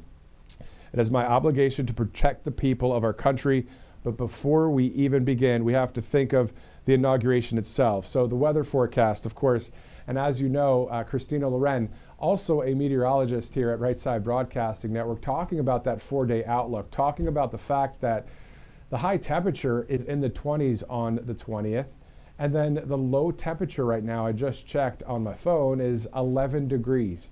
So the protection of the people, but also the right decision there by President Trump to have the inauguration inside the Capitol building. You can continue on there if you'd like on Donald J. Trump's Truth Social account, also for Right Side Broadcasting Network, as we are obviously reporting to you this news as we speak. This all broke just about 26 minutes ago. So yeah, some big news there. Of course, we've been talking about, the outside temperatures and all that. Well, that's not going to be any effect for the president, but also for all of the people that are to show up outside the Capitol. Now it's going to be inside. So, of course, a large, as President Trump said, TV audience. We're talking tens of millions of people, if not nearly 100 million and more. I mean, who knows when it comes to streaming plus, TV and cable. We know that broadcast and cable, those numbers are going down because of the fake news on that side. So a lot of people to watch streaming right here on Right Side Broadcasting Network. And obviously there are other conservative media outlets, but at the end of the day, we know since 2015 that we've covered every Trump speech as possible and rally out there. So 9 years in running.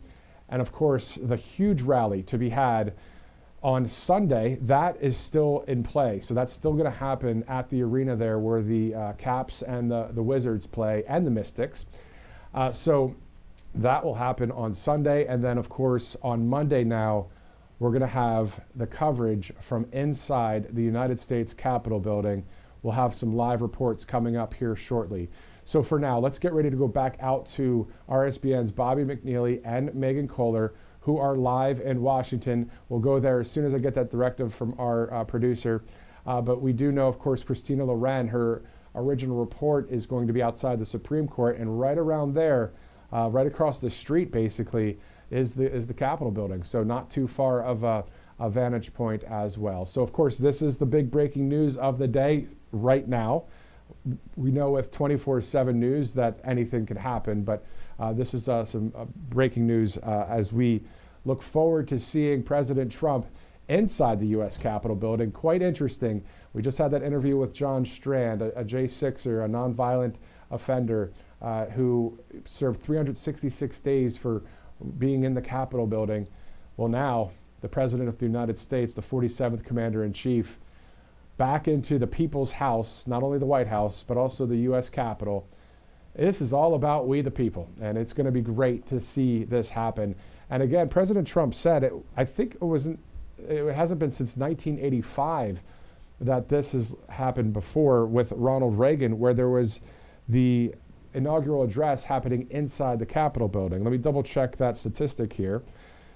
It does, okay, yes, so all of it to be delivered in the United States Capitol Rotunda, as was used by Ronald Reagan in 1985. So here we are in 2025, President Trump going to be the 47th Commander-in-Chief inside that U.S. Capitol. So let's go now to RSBN's Bobby McNeely and RSBN's Megan Kohler, who are bringing us this live coverage. I'm sure they'll share their reaction and commentary to this breaking news here on Right Side. Thanks so much for watching, staying with us. We have a lot of coverage coming up. Let's go to Bobby and Megan. Welcome back to snowy Washington, D.C.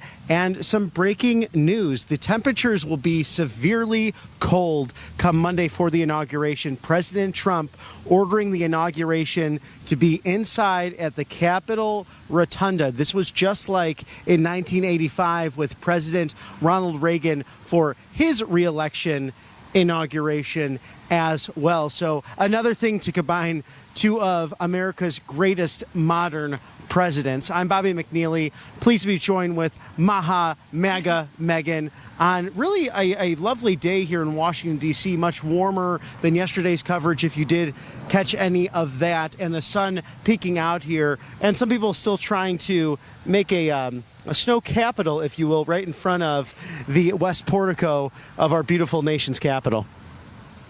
What a lovely day today. The sun is shining, and we just had that breaking news that the inauguration ceremony will be held in the Capitol inside, and there will also be a viewing party at Capital One Arena. So if you want to head over and watch the inauguration ceremony in there, it will be much more comfortable, better temperatures. And we'll give you any updates on parade routes or what time those doors will open specifically on Monday. Regardless, dress warm, as President Trump mentioned on Truth Social, but get there as early as you can. But with both events, we'll update you on the change of dates and times. Now, with the Sunday event, the rally, those doors will open at 1, just as a traditional rally that you might have been to in the past during the campaign. Make sure you get there as early as you can for the best seats. And then that rally scheduled to commence at 3 o'clock on Sunday. But nice to have Capital One Arena in addition for Monday, so you could go there inside, view that, get an up close of what will happen inside of that beautiful Capitol Rotunda. And typically NBA arenas hold about 20 to 25,000 seats, and I'm sure they'll be setting up additional seats as well. So we'll be having a sizable amount of the crowd available to go sit in Capital One Arena to watch the ceremony. An exciting time, as we are now roughly less than 72 hours until President-elect Donald Trump and Vice President-elect J.D. Vance will take that oath of office, becoming the 47th president and 50th Vice President of the United States. An exciting time, as this is the 60th time that this has happened, this peaceful transition of power. So much in the news over the last, really this morning, with the TikTok ban. The Supreme Court, just on the other side of the U.S. Capitol, has ruled that the ban of TikTok can be upheld. So you have a couple of situations that may happen. We heard from the White House, from their communications department, that President Biden will be leaving this for President Trump and the new administration to make specific decisions on if they will look for a new buyer so TikTok can still exist in the United States and divest from the Chinese Communist Party as a result. Perhaps the Chinese Communist Party will simply turn off TikTok in the United States. That could happen. Here's what's ironic, Megan. Children in communist China are not allowed to have TikTok. So I find that to be somewhat of an interesting dichotomy. That would be a great setup to be able to spy on another country while at the same time not allowing freedom of speech in your own country, which goes right along with the Chinese Communist Party. The CCP has done things like this in the past. They do not allow social media platforms in China. When I actually went to China back in 2015 with the partnership with the NBA, we were not allowed to use Facebook, Instagram, Twitter, anything like that. But they do have VPNs and ways to get around with firewalls and such. So they are technically not allowed to use any kind of social media in China, the people of China, but there are ways to get around it. But it's illegal, so you got to be very careful with that stuff, or else they will come after you for that. So the people in China are definitely controlled heavily by their government. The Chinese Communist Party has lots of control over their people. They have government overreach. Everything is monitored. Everything is censored.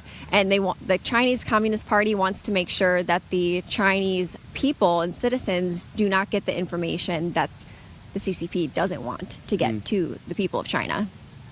Communism really is that great threat, that red dragon that we once squashed in the evil empire of the USSR, but now the Chinese Communist Party, thanks to people like Joe Biden when he was a United States Senator.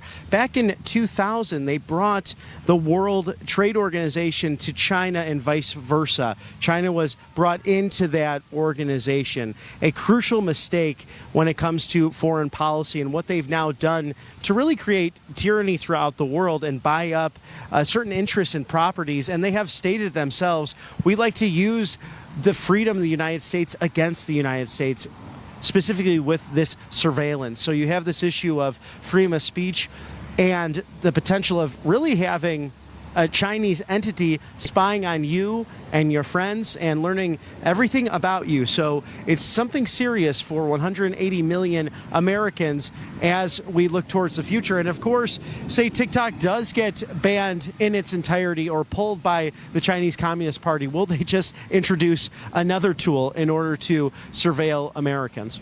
And another interesting fact about TikTok is when it first came out, it completely failed. It flopped and it didn't take off in the United States.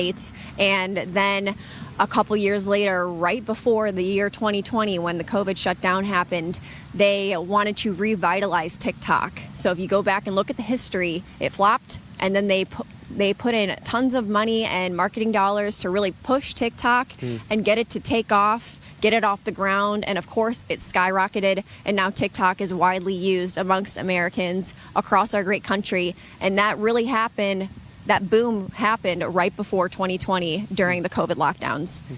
Very interesting history on this application, and we'll see what happens in the coming days, weeks, and months of the new presidential administration. We do know that President Trump was on the phone with Premier Xi this morning discussing what had taken place with TikTok up until this moment. So very interesting breaking story. The Supreme Court of the United States upholding the ban that was passed by the 118th Congress, signed into law by President Biden, and the White House now saying we will leave this to the Trump administration to handle.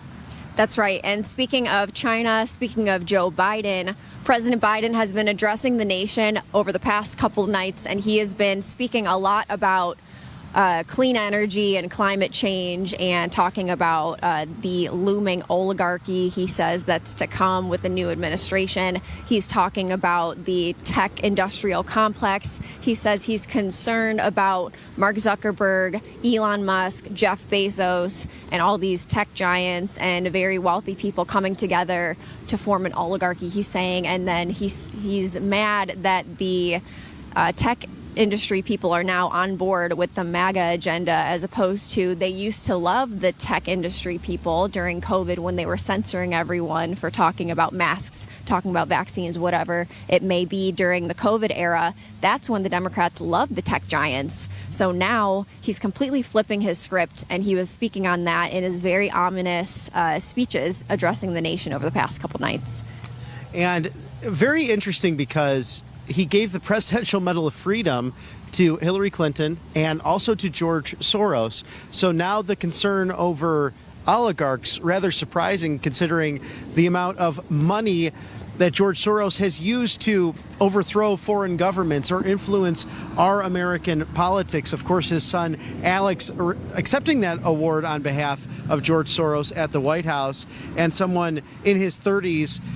Scary to think that he will be continuing the legacy of the chaos that his father has done through philanthropic means in order to push a far left oligarchy in his own right. This conversation, Megan, has come into play with Lee Zeldin's hearing to be the EPA administrator, and Mr. Bennett over to be the Treasury Secretary over at that department. So interesting, both gentlemen noting to the Senate committees that there really is not a green energy race with the Chinese versus the United States. The Chinese want to build more and more factories and continue to pollute. They're not interested in geopolitical saving of climate change, whether or not that does exist. So it's really a race of we win, they lose. That's how we have to address this, whether it be at the EPA, whether that be at the Department of Treasury, and especially if it's at the Department of Homeland Security, where Governor Kristi Noem, the nominee for President-elect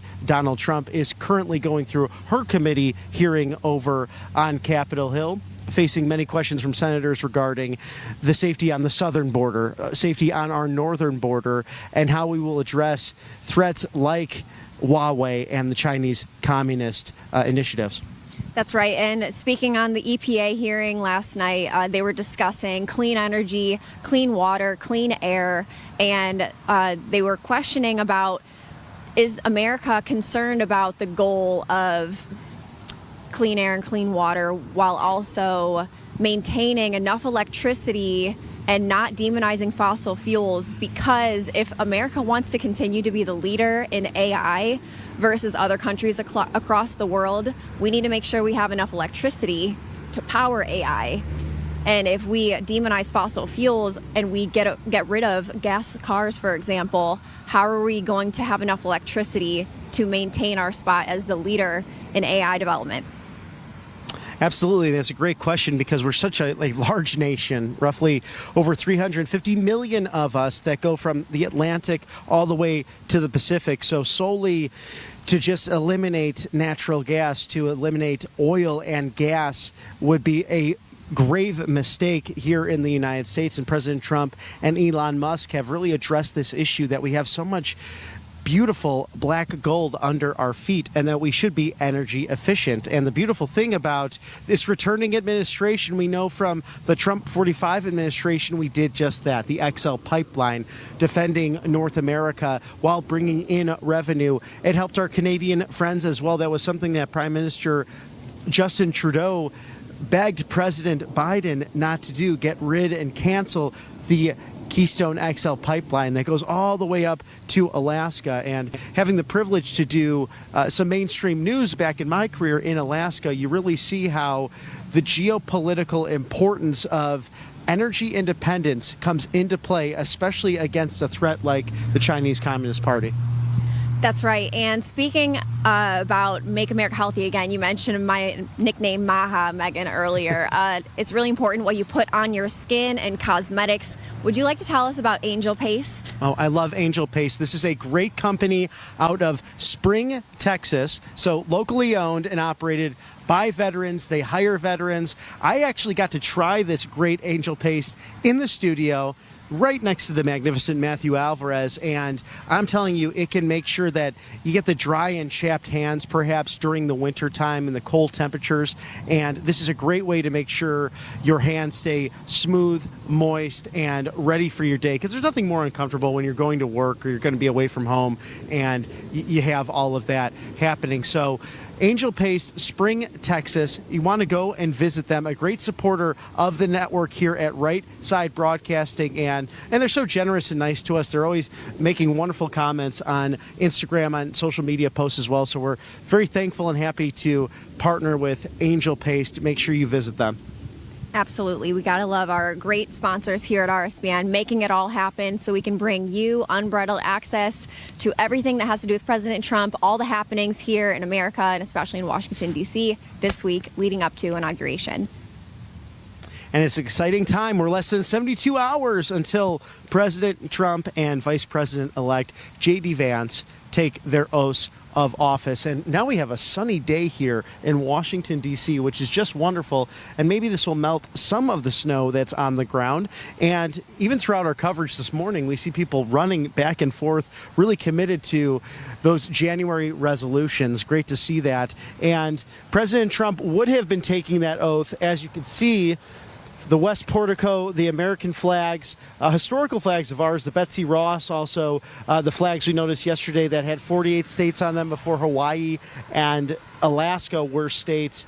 He would be doing that there, but if you did not see his True Social post a few minutes ago, they're moving that inside on Monday to the Capitol Rotunda, just as President Ronald Reagan did in 1985 due to the temperatures. And we will be updating you on the parade route if anything does change.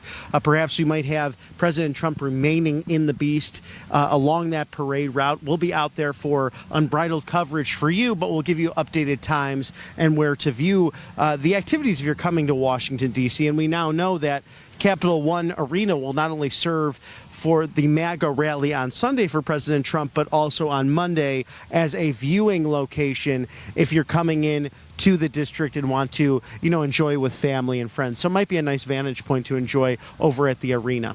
And if you are planning to come to Washington, D.C. to view the inauguration and the parade, make sure you dress in layers, dress warm, hand warmers, foot warmers, multiple layers. Definitely have some gloves. Cover your ears. Yesterday, I was getting very cold because I didn't have a hat on. Today, I'm okay, though.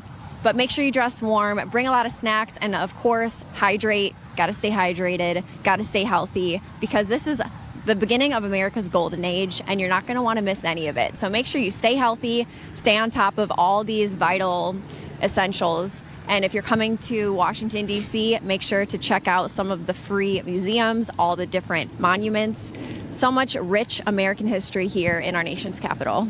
And we're on standby as well because we were actually moved earlier, roughly 45 minutes ago, from the ellipse where we had a nice shot of the White House, but DHS and Secret Service actually kindly asked that we move. It's now a restricted area, so that might mean that President Biden is on the move to another location, whether that be by car or by Marine One. We saw the Marine One helicopters practicing over the Potomac just a few minutes ago, so we'll bring you that live coverage if we can catch those helicopters going to the White House. It's quite a sight to see if you have not seen it in person, and one of probably the greatest rides you can imagine in all of American history, to have a helicopter come pick you up, especially when it's the Marines.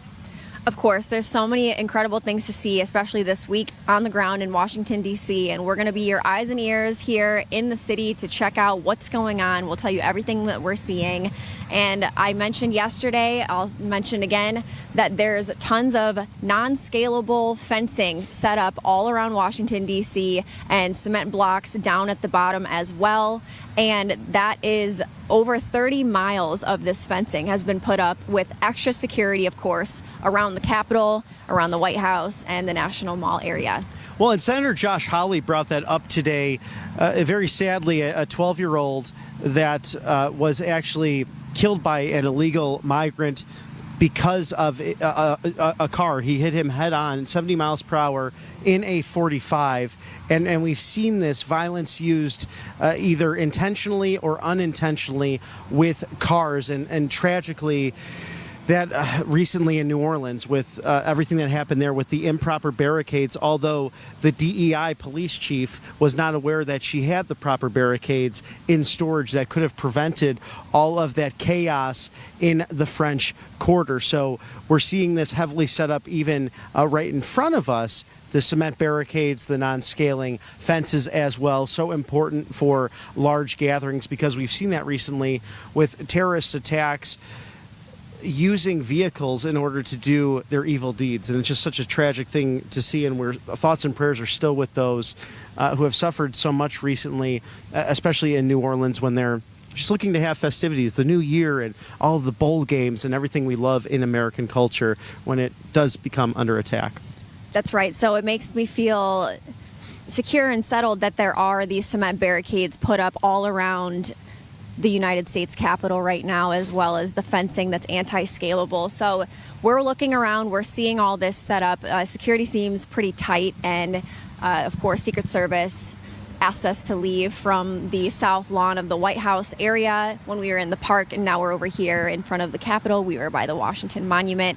So that's the area of D.C. we're in right now, and security is one of people's main concern this inauguration week here in Washington, D.C., and many, like Jan Bongino specifically, have been saying that drones are their top number one concern as far as security is concerned here in Washington, D.C. So it would be interesting to see what the Secret Service and FBI have put together in terms of if they see unidentified drones, who is flying the drones? What are they doing with the drones? What's the plan to get the drones down? What are they going to do about that? And the company that creates the drones is based in China, Doji. They have actually removed geofencing around our nation's capital, around the White House, specifically over here. So that's a bit concerning that they removed the geofencing, because now the drones can fly over here. So we need to make sure that there's a plan in place to take the drones down if they're flying this week. And where we're standing is actually technically a no-fly zone, which went into place after 9/11. So even if you see the planes taking off from DCA and Washington Reagan, it will take another route away from the mall, away from the White House, because it is a strict no-fly zone. And we've seen this problem, Megan, with these white balloons that were coming over our country, and specifically within the western mountain states, and we're allowed to really fly over the country, and it was confusing, and we found that had Chinese involvement. So this will be an ongoing problem, and President Trump, fortunately, having those strong, solid relationships where he can talk to friend and foe in order to implement American domestic and foreign policy. That's right. So we are hoping and praying that the Secret Service and FBI have put together a solid plan for security during this inauguration week here in D.C. And it makes me actually very happy to know that the inauguration ceremony will be taking place inside the Capitol. And of course, we're going to be a lot warmer. We won't be standing outside very long compared to if the ceremony was taking place outside here. Of course, it's iconic and it's beautiful to see the scenery in this area. But like you said, it also echoes President Reagan's second inauguration as it took place inside the Capitol as well. So much in common between those two gentlemen. You might have seen the iconic meme of when they did meet back when Mr. Trump was in his 30s and President Reagan was in office, and many from Turning Point USA and different organizations and such sharing that meme of the moment when the two greatest presidents met each other. So very interesting there, but we'll still be around the parade route for you. We'll give you every update in case that does change on Pennsylvania Avenue, but still looking very likely where President Trump will take that inaugural oath along with Vice President-elect J.D. Vance, and then their families will come down Pennsylvania Avenue, even if it is simply in the Beast and related limos.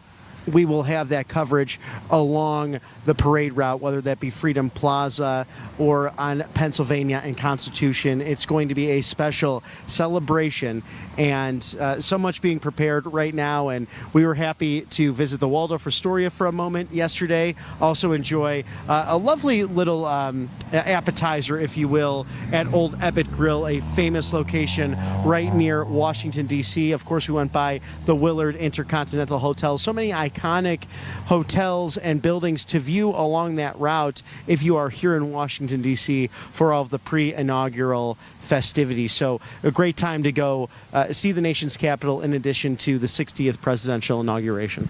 And if you are heading into Washington, D.C. to witness this iconic moment in history, just note that there will be a lot of road closures happening over the next couple days, parking restrictions and things like that. Thinking back to Milwaukee, Wisconsin, when I was at the RNC this summer, for several blocks around the convention center, these streets were closed off and nobody could come in and out, not even to walk, let alone driving throughout those streets. You had to go through security just to get into the area that was fenced off around the convention center. So I would assume something similar to that will be happening here in Washington, D.C. over the next couple days, but we'll give you any updates that we get on that.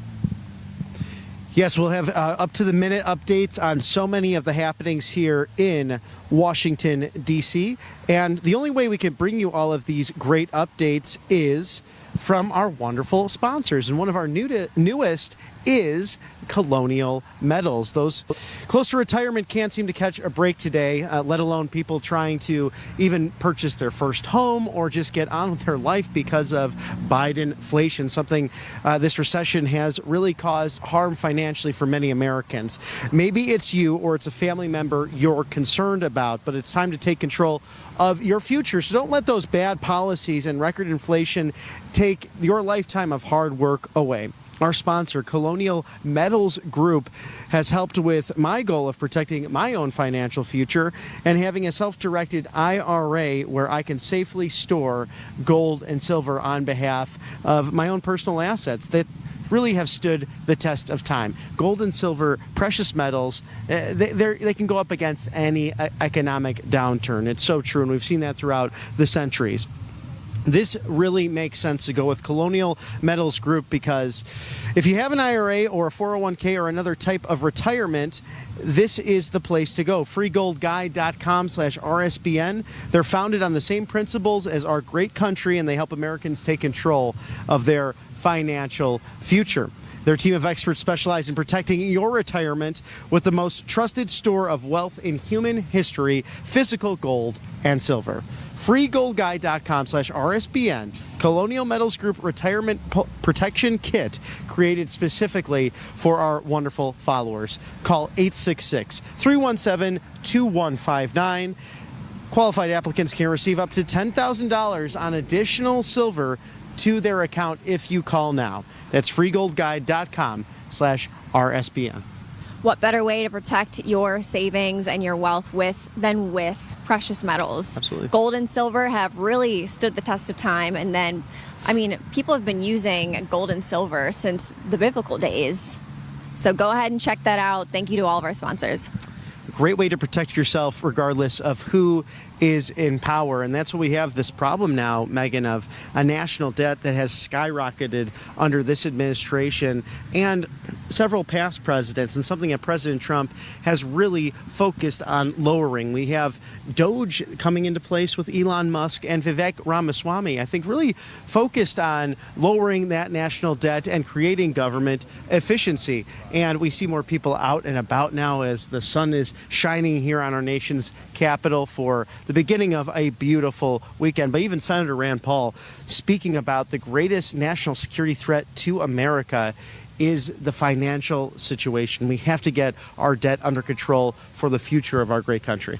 And if you look back at President Trump's 2017 inauguration speech, he was discussing how the wealth of the middle class in America has been ripped away and redistributed across the world. So, of course, that has been leading to our national debt when we have so many problems and things that we need to address here in the United States. And then President Joe Biden is just giving money away to Ukraine and other countries, and with China, whatever his partnership is with them. So they're basically spending money on all these other countries, trying to be worried about everyone else across the world. We need to focus on America first. We need to focus on taking care of everyone in the United States, all of our citizens here in America. That should be our number one priority, and that's what President Trump is going to do in his second term. Well, and that's where we've seen the FEMA failures, Megan, with Western North Carolina, Eastern Tennessee, even in parts of Alabama and Georgia, when it comes to the billions and billions that have been given over to the Ukrainian war effort. And look at California and the mismanagement of the forest situation there, and then not even having proper water reserves ready to go with all of those wildfires. So our thoughts and prayers still with many Americans whose lives have been altered or changed forever because of mismanagement and the lack of government focus, whether it be local, state, or federal, but especially federal in these last few days. And to your point, so important that we put Americans first once again. If and when President Trump, President Trump's going to be in office, but if and when they do get federal funding that President Trump gives them for rebuilding California, I know that him and Elon Musk and Doge is going to be on top of it, and they're going to say, with stipulations, we'll give you this money, basically to make sure that they're actually spending it properly. They're not taking the money and doing whatever Gavin Newsom does with his extra money. He's not taking any of it. They have to show what they're actually doing with this money. And actually, I hope that they are bringing in people from the private sector, people who build and do construction as their business, rather than the government trying to take over and rebuild it, because time and time again we've seen government waste over and over again, using our tax dollars improperly. And then people like President Trump, and there are so many people in construction and real estate development that can do things efficiently. So I think if President Trump gives them federal funding to rebuild California, he's going to be very involved to make sure that they're using the federal dollars properly. And we're also going to toss to Matt in the studio. Matthew Alvarez is going to be taking over, and we'll be right back. Megan and Bobby McNeely. An absolute wonderful time here in Washington. Pleasure to be here with you, Megan. And we know that President Trump focused on that, speaking to those points you made on Joe Rogan, in fact. So we'll send that back over to Auburn, Alabama. The magnificent Matthew Alvarez will take it here from us in lovely Washington, D.C. Bobby and Megan, thank you so much for the live reporting out there, of course, in the cold right there. But of course, the big breaking news of the day so far is the fact that President Trump has ordered the inauguration inside that building right there, the U.S. Capitol Rotunda. On top of that, then there's a watch party over at the Capital One Arena. So where the Capitals play, the Wizards and Mystics, there's about 20,000 seats in the arena there, and maybe with some floor seating. So maybe around 22,000 people can actually watch the inauguration from Capital One Arena on Monday as well. As to specifics of if anybody's allowed inside the Capitol, the Capitol building on the 20th, I don't think that is the case at this point. We'll see if there's any reports about that, but definitely following this breaking news story here at Right Side, as we know that President Trump will be sworn in as the 47th Commander-in-Chief on the 20th inside that building right there. Other stories we're following here out in Los Angeles, as Bobby and Megan were just talking about Southern California a bit there. The Palisades fire is still only 31% contained. So obviously Southern California going through it right now. Very terrible situation. As we know, President Trump blaming the governor there in California, and of course others blaming the mayor as well. So a terrible situation. We're with the people of California here at Right Side Broadcasting Network. If you are wanting to help them out, give, send, go, GoFundMe, whatever you can do to help out the people of California. Once again, we know that we are now 3 days from the inauguration and 2 days from the Maga victory rally on Sunday. So Capital One Arena is going to be used on Sunday and now Monday. So the huge rally where Bobby and Megan will be there live inside that arena, bringing us all of the speeches and any performances there. And then, of course, the keynote delivery by President Trump around 3 o'clock on Sunday. We'll have all of that live coverage as well. So we'll be live tomorrow too. So there's a lot of live programming here at Right Side Broadcasting Network, even into next week and on, as we cover America First News and things that resonate with you, we the people. We want to cover what is going to affect you, and also we want to see those 20 core promises that President Trump and the RNC and his team have put out for this country, leading off with defending our Constitution at number 7, but also sealing the border at number 1, and many other great promises there. So the reform of America, of course, is at hand. We're looking forward to seeing that. We'll also be going live to RSBN's Christina Loren, as well, as she is also a meteorologist. When she worked in the mainstream media, worked in the Bay Area out in California, is from Southern California as well. If you missed any of that commentary from her yesterday, we were talking about her being from the LA area and knowing some people that are down there dealing with the terrible wildfires. And then on top of that, having that experience as a meteorologist, talking about the 4-day outlook that we talked about yesterday in Washington, D.C. So again, the temperatures on Monday in the 20s, and then the low around 11 degrees. So not since 40 years ago, where Ronald Reagan had his inauguration inside the Capitol because of cold weather. It's happening again. Quite the great president right there, Ronald Reagan. Also, of course, Abraham Lincoln and Thomas Jefferson. I bring them up because we will be having a live report, most likely from outside the Lincoln Memorial a little bit later today as well. So looking forward to seeing President Trump in Washington, D.C. All right, so let's go now to shifting gears a bit. Let's stick with the LA theme real quick, as we will be going back out there live to D.C. to talk a lot about the pre-inauguration coverage we have. But President Trump talking about Los Angeles as well, not only with the wildfires, but with Hollywood. Take a look there. He says, "It is my honor to announce Jon Voight, Mel Gibson, and Sylvester Stallone to be special ambassadors to a great but very troubled place, Hollywood, California. They will serve as special envoys to me for the purpose of bringing Hollywood, which has lost much business over the last 4 years to foreign countries, back bigger, better, and stronger than ever before. These 3 very talented people will be my eyes and ears, and I will get done what they suggest. It will be, like the United States of America itself, the golden age of Hollywood." How awesome would that be to have that happen here in this country? As you've seen, Sylvester Stallone live in various places, including Mar-a-Lago. And speaking of great actors who are conservative and outspoken on Truth Social, on X, the great Kevin Sorbo joins us live right now. Kevin, thank you so much for joining us here on Right Side Broadcasting Network. My pleasure. It's good to be here. Thanks for having me on. Definitely. Can you talk to us about your thoughts about that post by President Trump the other day?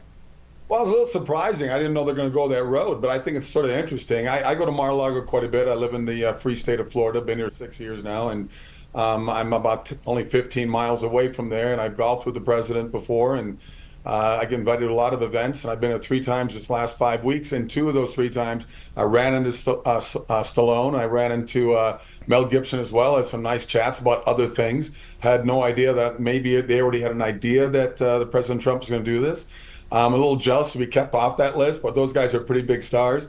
And I don't know. I mean, if you're going to have those kind of big guys go after it, they're the guys that get it done. But the reality is, I don't know what Hollywood's going to do, because they always fight back, right? I mean, everything you do is they're going to say the opposite, even though it's going to benefit them as well. Hollywood hurt themselves many years, decades ago. I mean, everybody used to shoot in LA. Everything was shot there. Pretty much it's just sitcoms that are there now.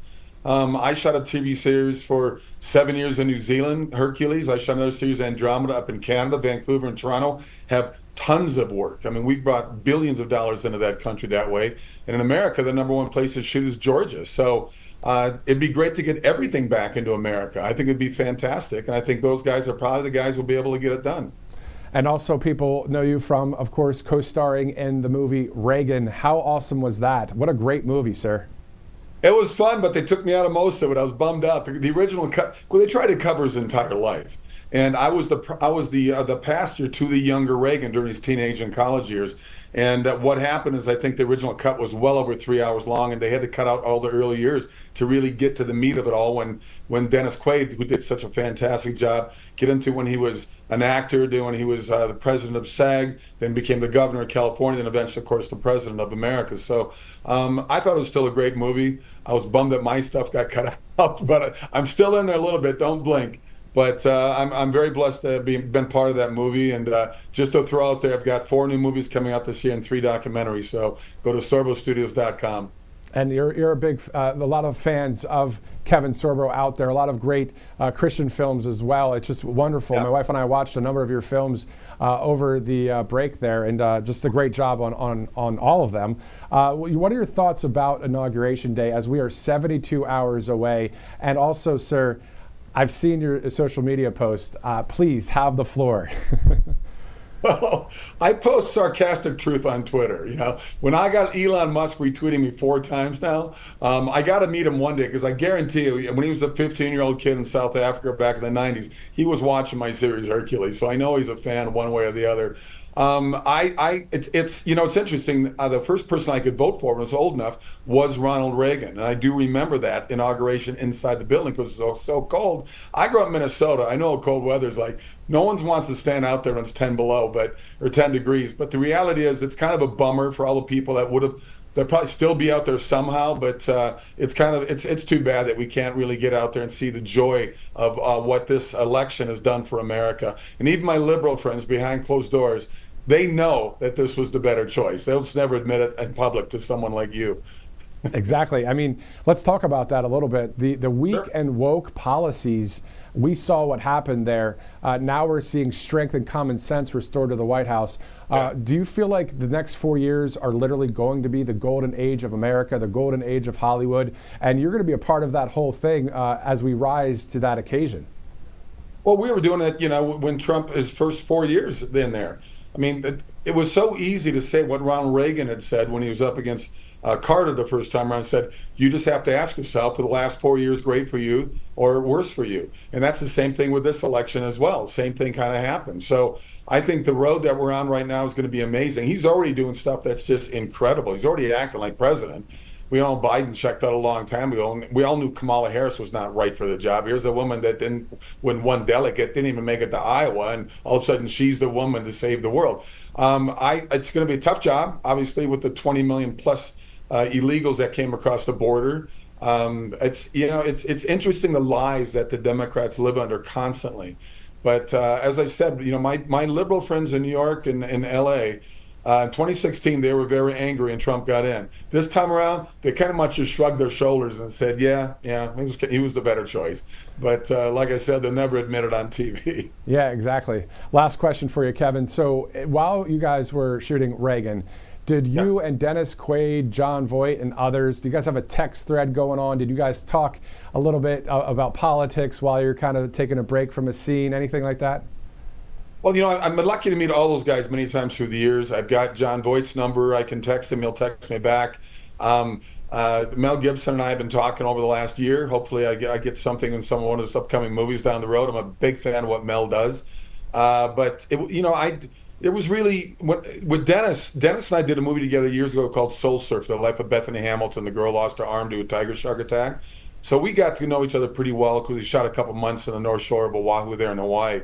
This time around, I only ran into him one day on the set because all of my scenes were with the younger actors, David Henry, who played the younger Reagan. So I had no scenes with Dennis this time around, but I love that Dennis is he's been a very strong voice. I think he's another guy that they should throw in the ring of actors that along with those other three guys and make them the Four Musketeers. I think it would be a good idea. That would be. What is it like to see this, Kevin, unfolding before your eyes? All these industries, including here at Conservative Media, Right Side Broadcasting Network, yourself, and other conservative actors, all of the upswing of conservative industries, no matter what industry it is, across this country. I mean, this is really happening. Well, you see all these big hotshot guys like a Zuckerberg all of a sudden just doing a 180 and backtracking everything he said before. So I wish I could be there. My wife is there right now. We get invited to all these amazing parties in D.C. I'm on the road. I'm in my hotel room here in Albuquerque, New Mexico. I've got an appearance here I got to do, so I'm going to miss all the fun out there in D.C. because I've already committed to this event. But my wife's going to give me a play-by-play report of all the fun that I'm missing. Well, I hear you. Thanks so much, Kevin Sorbo, the great actor, for joining us here.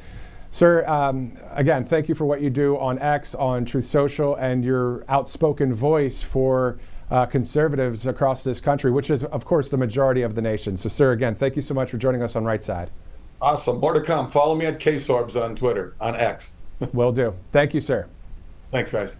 All right, so there you go. Actor Kevin Sorbo joining us live here on Right Side Broadcasting Network as we follow the big breaking news of the day, of course, where the inauguration will be inside the U.S. Capitol building. As you take that live look on the right side of your screen, it's about 1:08 Eastern Time as we are getting ready to go live to a number of our great RSBN hosts that are there in Washington, D.C.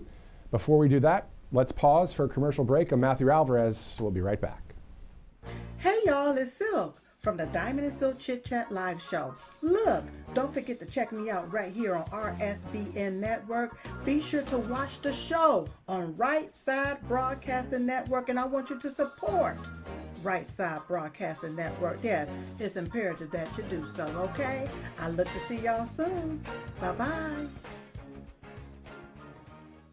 A large retail store just canceled a huge order, leaving us with a ton of extra My Pillows. But you know what? That's their loss. I'm going to make it your gain. For the first time ever, you get standard classic My Pillows for wholesale prices, only $14.88. I can't believe I'm even saying that. Only $14.88. But it gets even better. For a limited time, I'm going to offer my entire classic collection at wholesale prices. Upgrade to a queen size My Pillow for just $18.88. King size only $1 more. Get my body pillows for $29.88 and multi-use My Pillows for only $9.88. So go to mypillow.com or call the number on the screen. Use your promo code to take advantage of wholesale pricing for the first time ever on TV, including my standard size My Pillow, only $14.88. They've never been offered this low before. We have limited quantities at this price, so limit's going to be 10, and once they're gone, they're gone. Welcome to Right Side Broadcasting Network, your trusted conservative news outlet. At RSBN, we deliver the truth when the mainstream media falls short. Since 2015, we've proudly broadcasted every single one of President Trump's iconic Maga rallies, bringing you the excitement and energy live before anyone else. By watching RSBN, you get an unfiltered front row view of the action on the ground. We interview the crowds to give a voice to millions of Americans just like you. We show you President Trump's speeches in their entirety, free from interruptions and censorship. We cover the stories that matter to you with the integrity and passion you deserve. Thank you for choosing RSBN as your home for America First News. Together, we stand strong, united, and informed, so join us and be part of the right side of history. We are out here live now in front of the highest court in all the land. Another landmark decision coming out of the Supreme Court regarding TikTok. We're going to talk all about that in just moments. First, I want to tell you about Tax Network USA and introduce you to some amazing patriots who we were able to see just walking around here as they're visiting the sites, getting ready for President Trump's historic inauguration, which we now know has been moved indoors. So, first and foremost, we couldn't be here without our great sponsors, and Tax Network USA is one of them. Although President Trump has proposed making sweeping changes to the IRS, we're very happy about that. It's going to take him some time to execute his vision. So it's critically important to be on guard in the event that you may owe back taxes. You could face wage garnishments, frozen bank accounts, or even property seizures if you don't take action. This is not something that you want to take your mind off of. Tax Network USA has helped taxpayers save over $1 billion in tax debt, and they've filed over 10,000 tax returns. They specialize in helping people just like you. If this pertains to you, don't wait any longer. Visit tnusa.com/RSBN or call 1-800-357-1415. Take control today by visiting tnusa.com/RSBN. Again, we're back out here live in front of the Supreme Court. And we just found out some pretty big news that President Trump's historic inauguration is going to be moved into the rotunda. And that means the 50,000 spectators that were hoping to view it outdoors, although we do know it's going to be frigid, things have changed. And so I want to ask you gentlemen who happen to be from Auburn, Alabama, the home of RSBN, how do you feel about this news? What's your name, sir, and how do you feel about this news? Hey, my name's Greg Peoples. I'm pretty bummed about it. We wanted to come up here and see the renewal of Making America Great again, but, you know, I guess we'll just have to watch it on TV or just watch all the festivities, you know, from the outside, not see the actual swearing in, but at least we'll be here for this historic moment. You know, President Trump, he loves his supporters. He knows how many people are coming out here. I wouldn't be surprised if they put some viewing areas in nice warm locations, possibly with some heaters to make sure that people like you are able to see it. Nonetheless, he is going to be sworn in, and that is historic news. How do you feel about it, especially for the next generation? I think it's fantastic. I mean, finally get America back on track again, get rid of Biden and start turning things around, close down the borders, etc. Down the border is one of his first executive orders. He's going to use that pen, sign it probably tomorrow to make some big changes to border policy, which we desperately need. You brought your son. What's your name, sir? Hunter. Hunter. What a bonding experience for the two of you. What were your thoughts on election night going into it before everything even started, before the votes started being tallied up? Did you think he was going to get here today? I did. I thought that the way the economy was going and the way that things were headed, I figured that we would see a switch. Every so often, typically swings one way or another, and I had a feeling that it would probably swing back towards Trump this election. Very poised, well-spoken young man you have here. And I hear you had to miss the game. Well, Auburn plays Georgia. We hate Georgia almost as much as Alabama. So I guess he's a Georgia fan. Our cameraman, James, is absolutely a Georgia fan. Come on, we lived in Loganville, right? 30 miles from Athens our whole life, and we dealt with their wrath for many, many years. So we skipped going to Athens to come up here. At least we're on the same page with Trump. So I mean, that's the page. Enemies on the court, but not in life. So this isn't going to come to blows, gentlemen. You know what? I'm thankful to you for coming out here. It's a long trek from Georgia. It's a big weather shock as well. God bless you for taking your son on this family trip. Yes, ma'am. Thank you. Thank you. All right. Thank you, guys. Enjoy.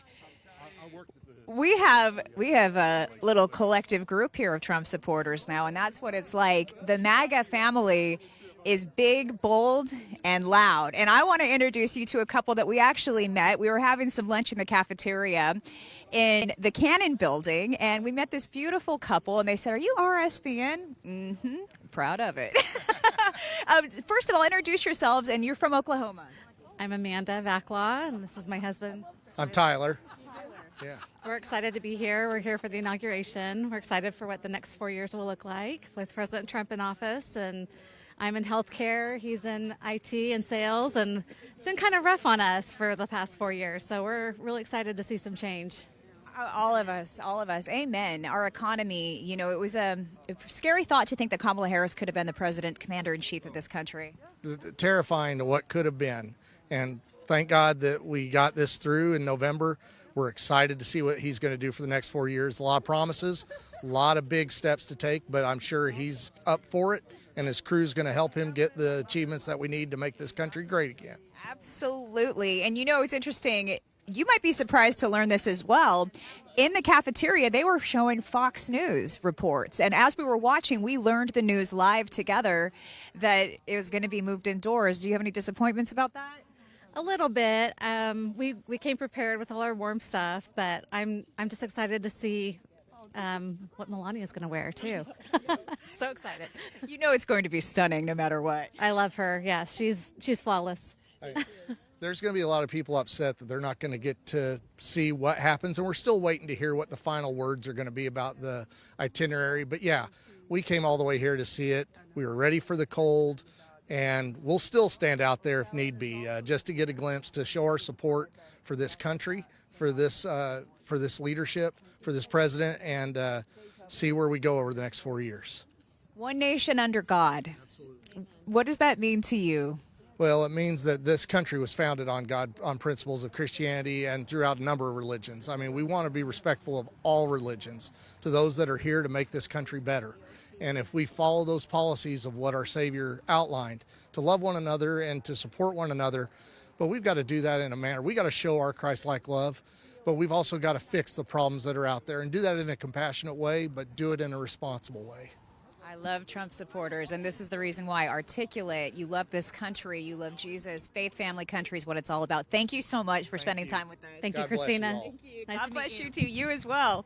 All right, let's come on over here where we have another group of MAGA supporters. Oh. From Oregon. Well, this is interesting here. And he's from California. San Francisco. You're from the Bay Area. I am. It's great. And you are a Trump supporter. Oh, yeah. There's actually a lot of us in California, but I'm very lucky because getting tickets through my congressman was easy. He's a Democrat. They were very nice to give me this. This young lady gave me a coin from 1984 when Reagan was reelected in a dominant fashion like Trump was, and his inaugural was indoors as well, which they've just announced it's going to be indoors, but it'll be great. It's a warm feeling out here, and it's a lot of fun. It's a beautiful day and just fantastic. For that second Reagan inauguration, the temperature was 7 degrees. That was the high that day. Yes, it was so cold, and it's cold today, but it's great. But it's so warm to be around so many great people, and I feel bad for a lot of the people from the red states because they're out here and they can't get tickets because they're just the congressmen, the senators are just inundated with tickets, and they're looking for tickets. So, I'm not going to sell mine. I'm very lucky. So for the first time, it's a great thing to be a Californian. Yes, for the first time, it is a great thing. I'm a Californian as well. Of course you're a Californian, so we can joke about it. And I did weather. We love California. I do. We love California. And I know things are going to get better. I'm not leaving. And a lot of our best have left, but they've gone to Nevada, they've gone to Idaho, they're in New Mexico, Arizona. But I think things are going to turn around, I hope, but it is kind of nice to be out of this state for a little bit and go back with all the sad stuff that's happening back in California. What part of the Bay Area are you from? I'm from just south of San Francisco, so yeah. Well, it's very hard to live. You have to work like 3 or 4 jobs because it's very expensive. I live on the runway of SFO, so I have a little house and the planes fly through my living room. But as long as I get cable, I'm good, right? It's good and it's great. And Daly City? Yeah, that's right. That's correct. Yeah, you know me, girl. I do. I got you pegged. You got my back. You got my back. San Francisco. Yeah. I love it. I did weather there for who? Who did you do weather for? NBC Bay Area. You did not. You did not. I did. NBC San Jose? Oh my God. With Raj, Raj? Coolest guy. Went to my high school. Raj Mathai from Los Altos. But you know what? I couldn't be as bold about my conservative values when I was there, surprisingly. No, you can't. But you must have been amazing. How could I have missed you? Were you in the mornings or the night? Mornings. Yeah. Because, because it's so PC or it's so woke in California. I only watch the local news for weather. I don't even watch for sports anymore. So I know all the weather people because you got to have weather. If I'm going for a bike ride, if I'm going skiing, I got to know the weather, right? Absolutely. So what's your name? I'm Vince. Vince, Christina Loren. Nice to meet you. Wait, you're Christina Loren. Christina Loren is famous. I know you. I know when you used to do weather. Well, but now I'm with RSBN, and I love You RSBN. didn't do weather that long ago because you were doing it just recently. That's true. Oh my gosh! Can you imagine? I'm a very open Christian, and I am a very open conservative, and it didn't go over as well as I would have liked it to. Did you ever get into it with Scott McGrew? Oh, don't get me started. I actually love Scott McGrew, but I see what he's like posting. He's the political guy. Yeah, I know. He's the political guy on KRON. Yeah. He'd be thrilled to know that we were talking about him. He would just be so, he might come out here with his, he doesn't wear a tie. Okay, I got to ask you, because you're an anchor woman or TV, what do you think of, it really bothers us, maybe because I'm an old school guy, when the anchors don't wear ties? What do you think about it? Now, you're young, so you're part of that, but it just bothers me. I see him with this kind of like no tie, like I'm a Silicon Valley guy, I'm hip, I'm cool, I don't need to wear a tie. I mean, wear a tie. Or am I wrong? What do you think? I mean, you're fashion because you're on TV. You've got the tie on, the beautiful red and blue. Let me tell you about my tie. This is a tie from the George W. Bush Museum in SMU. Because we're in a new conference and we got to play SMU. And I went in there to the presidential library and there was W. He said, come on in. Get a tie, Vince. Put a tie on. How do you like me now? How do you like me now, Christine? You're a great W. Thank you very much. Well, let me tell you something, Christine. Let me tell you something about this weather girl. I like weather girls because I'm Bill Clinton and I love it. Did you see that funeral the other? Did you see where they put him? They put me at the end while Barack and DJ were talking, laughing it up. I was with Hillary, and let me tell you something. I wanted to get up there and talk about number 39 and what a great president. And I want to say, but no, they stuck me at the end. Like when I spoke about Willie Mays. That's wrong. That's wrong. But I like you. Yo, you're good. He's got talent. Who are these beautiful ladies you brought with you? She is amazing. She's giving us these coins. There's one for you, Christine. Thank you. They're from the GOP in 1984, and so they found them recently in some of my mother-in-law's things. So we're from Oregon. We're three sisters. Yes, number 3 sisters. 6, 7, and 8 in their family. So there you go. Yeah, we're from the left coast. You're from Oregon, you said at the beginning. Right. Yeah, what part of Oregon are you from? She's from Medford, and we're from Salem. So I'm in Republican country, Bence's office, and they're in the other part of the state. Other part of the state. The other 1/4 of the state. Well, law and order is something that's so important when it comes to living in states like Oregon and hoping that things will feel safer and get back to as they should be with President Trump. What are your thoughts on just general safety with him returning to the White House? When he got elected, I put Christmas socks on because that's what it felt like. It was Christmas. And I just am hopeful, but I still have a little chicken little, because is he safe? Is he the man safe? And that worries me, and I pray about it. I do as well. I think it worries all of us. I mean, two known attempts on his life. Those are the ones that we know about. We know information about neither one of those people. One being cremated immediately, having no autopsy done. There's been no information out about it. So hopefully that will happen. And I think that as long as we get a decent FBI director and we can stop some of this lawfare that has been happening, it's been way disappointing. I'm almost 74 years old. And you look great. Thank you. But it's the first time that I virtually have no respect for the FBI management at all. But let's remember that there's more to federal law enforcement than the FBI.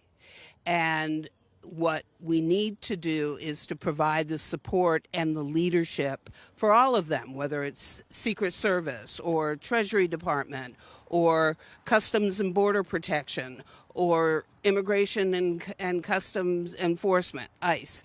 All of them have a role to play and a critical role to play. We are not just FBI country, although they do provide a leadership that is critical for the safety of this country, and they need to get back to business. Kash Patel is the guy. I mean, I don't know that there's anybody better. President Trump knows who he's nominating, who he's putting forth, and hopefully we won't have any problems. I just feel like he's, you know, you talk about the swamp, but that's an alligator swamp. And will they allow him to move forward? You know, I worry about all these people. That's, you know. You care about your country. You know, you care about the next generation and the country that we leave behind one day. And we grew up that I say there's certain things that we grew up believing had our best interests at heart, and I don't feel that anymore. One is the medical establishment, one is the Catholic Church for me, and one is our government. When you can't find truth, but let's just, one more thing to say. Open the alien files. We're all interested in that. The JFK assassination. I want to know. And the Trump assassination attempts, for that matter. It all needs to come out. The Epstein list, the P. Diddy list. We deserve, what's happening with the drones over New Jersey. Engineering. It was just up there. We need to know about all these things. Now, what I love about leaving the Bay Area, working for RSBN now, is the fact that President Trump often watches our coverage, and he has been known to post truths about it. So if you had his ear right now, I'm going to give you all an opportunity, because you are so passionate about our president, the people's president stepping back into the White House. What would you say to President Trump if he could hear you right now? Christine, I like you a lot. You are good. Good. We've got a position. Well, we're not hiring right now, but I'm thinking about you. I like you a lot. A lot. Huge. It's big, big, big, big. Watch out for she's doing. It's unbelievable. I love these. I love these. The sisters. We are family. And there's the Trump family. And the 3 rules, Trump family: no smoking, no tattoos, no drinking. Good rules. Good rules. I like all of them. A lot. But they better do their job or they're fired. Thank you. That was very good. Very well done. Now, do you want to do it for real? Well, yeah. This is just fantastic. It's just so great to be here. I think that it's going to be an interesting 4 years, right? I mean, it's the greatest comeback in political history, right? Outside of Nixon, right? That was before your time. Oh, they won't have me to kick around anymore. And I came back. CIA involved with that. Let's open up the files, shall we? What would you say to President Trump, knowing what he's been through, knowing what he's gone through for us? I would tell him to expand the Abrams Accord in the Middle East and to, if necessary, stop Iran. We have to be on guard with all of our foreign adversaries. Iran's a big one. I would say, it's not advice, but I would say that number one thing I appreciate about President Trump is his love of this country. And I don't see that in any other politician. I just don't see it. I see it here, but I feel it with him. Sometimes I want to say, slow down, stop talking, but you love this country, and that just comes through. So, keep loving, and your wife is lovely. Spectacular. She's been getting a lot of love today from all of the people that we've talked with. Tell me a little bit about what you would say to President Donald J. Trump. Say he was standing right here before you. I'd say, A, watch your back. B, it's nice to see that you, this time around, have surrounded yourself with people who support your agenda, not the other way around, where they wanted you to support their agenda. I would also say, please take a look at the Constitution, support the Constitution.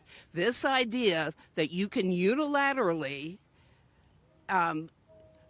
put put in an amendment to the Constitution, which is what Biden just said he was going to do with the ERA. I'm just going to do it. That's not the way our country works. There are checks and balances, and we need to not only recognize that, but to support the differences. Support the differences. You know what a fun group. What a beautiful way to celebrate. This is the best group you've had all day. Yeah, on I'm this going to show. be honest. I really like you. I really like you. This is the best group you've had on this station all day. Yeah, no, right? it's true. Because these are the sisters. Thank These you. are the I sisters. We will see him. No, that's for you. I get to keep this? Yeah. Oh, thank you. I will keep this and treasure this forever. Thank you very much. You're welcome. God bless you. And thank you for being transparent, open, honest. And I hope that our audience enjoyed hearing from you as much as I did. Thank you all so much. Thank you, Christy. Great that you're doing so well. Thank in you. D.C. Washington, D.C. It's the place to be right now. Thank you so much. Bye. Angel Paste Cream. I want to tell you about one of our sponsors. We love all of our sponsors. This is a sponsor, though, I can really relate to. Angel Paste Cream can transform the health of your skin naturally, allowing you to put your best face forward.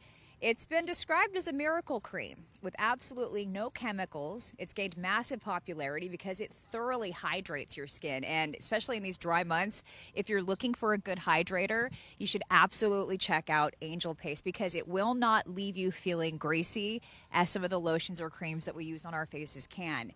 It is fantastic. It's actually made in the USA in Spring, Texas, which is located just outside of Houston, and they believe in America First values. Go to angelpaste.com and use that promo code RSBN, angelpaste.com with the promo code RSBN for great savings coming your way.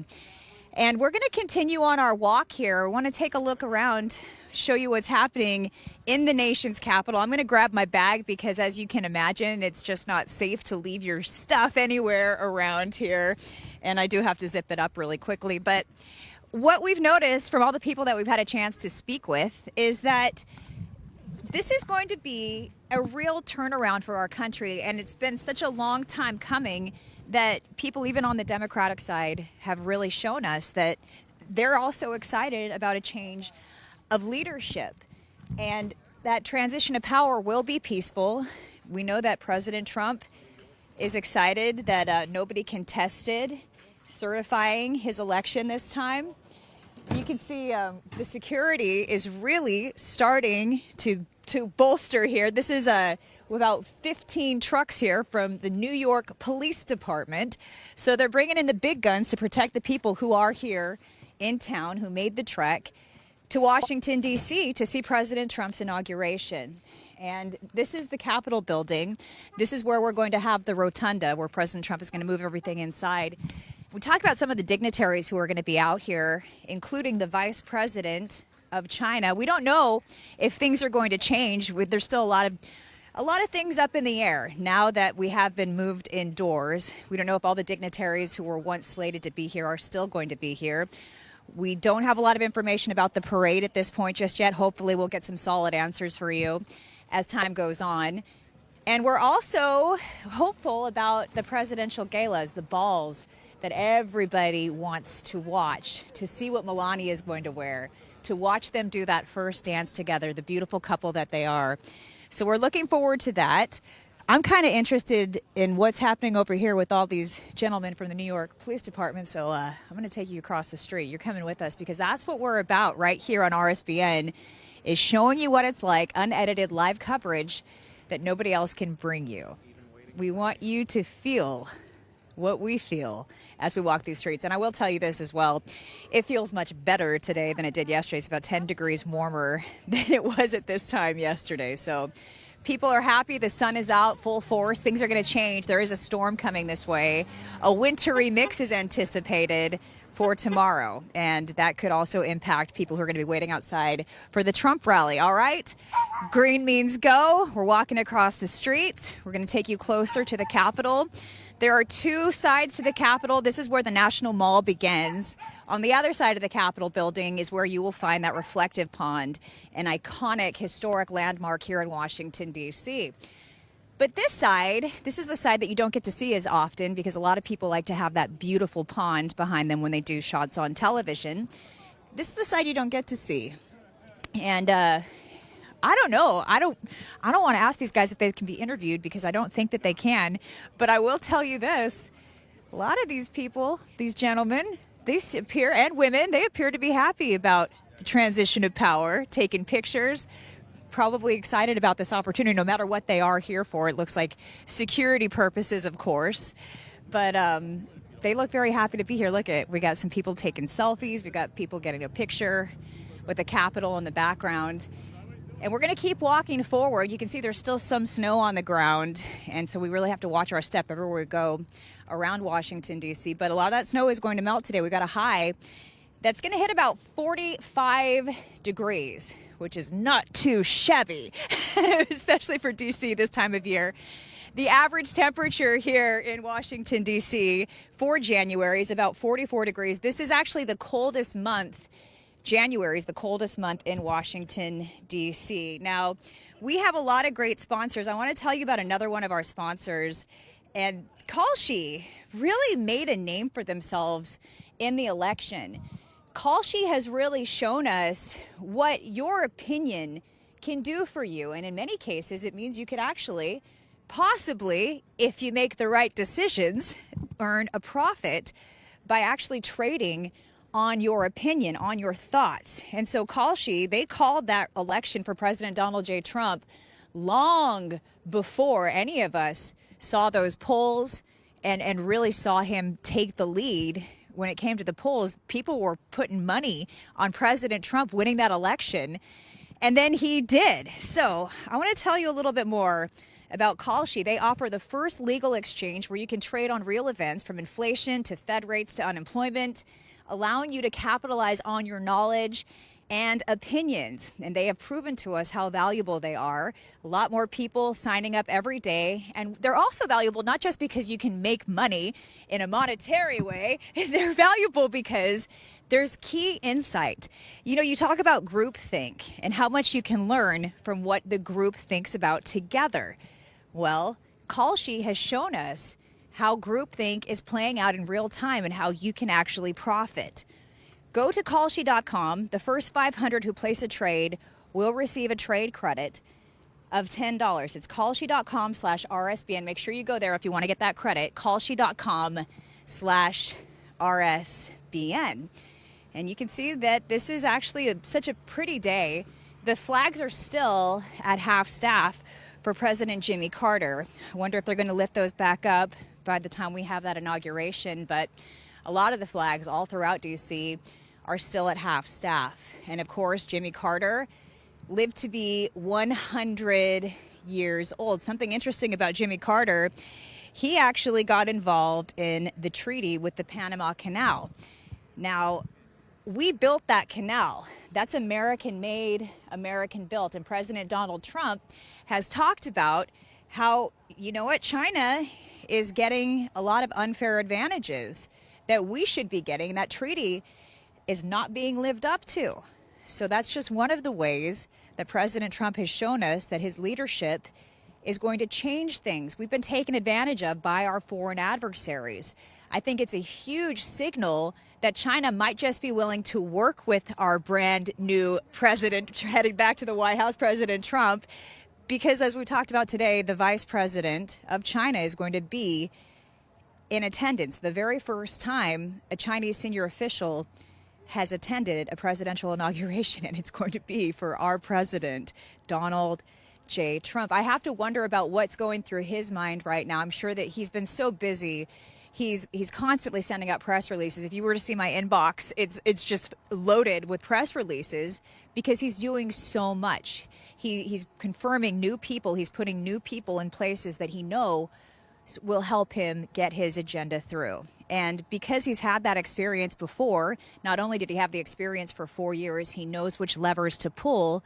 In addition to that, he's already been working. He's been working so hard in advance so that things can run smoothly for that first 100 days in office. Now, I'm going to take my backpack off here. I think this is a good place to kind of post up for a moment and see if we can talk to any more of these great patriots, but we sure did find quite a few in front of the Supreme Court. And just to talk a little bit about what happened today at the Supreme Court, we were at another historic landmark decision location today in Washington, D.C. Things are happening second by second, minute by minute. And so we know now that the Supreme Court has ruled that either China has to sell TikTok by Sunday, or it could possibly, in theory, go dark. So it's interesting. President Trump sent out a Truth Social on that matter. I'll let you go to check out his Truth Social and see what he had to say about it. But I will tell you this, there are some very interesting people who could buy TikTok, one of which, Kevin O'Leary from Shark Tank. We also have heard Elon Musk floated around, and Mr. Beast. The famous YouTuber, Mr. Beast, has also put his hat in the ring to potentially buy TikTok. So we'll see what happens, but we're watching history unfold, and we're walking through history together on RSBN. I'm going to send it back to Matthew.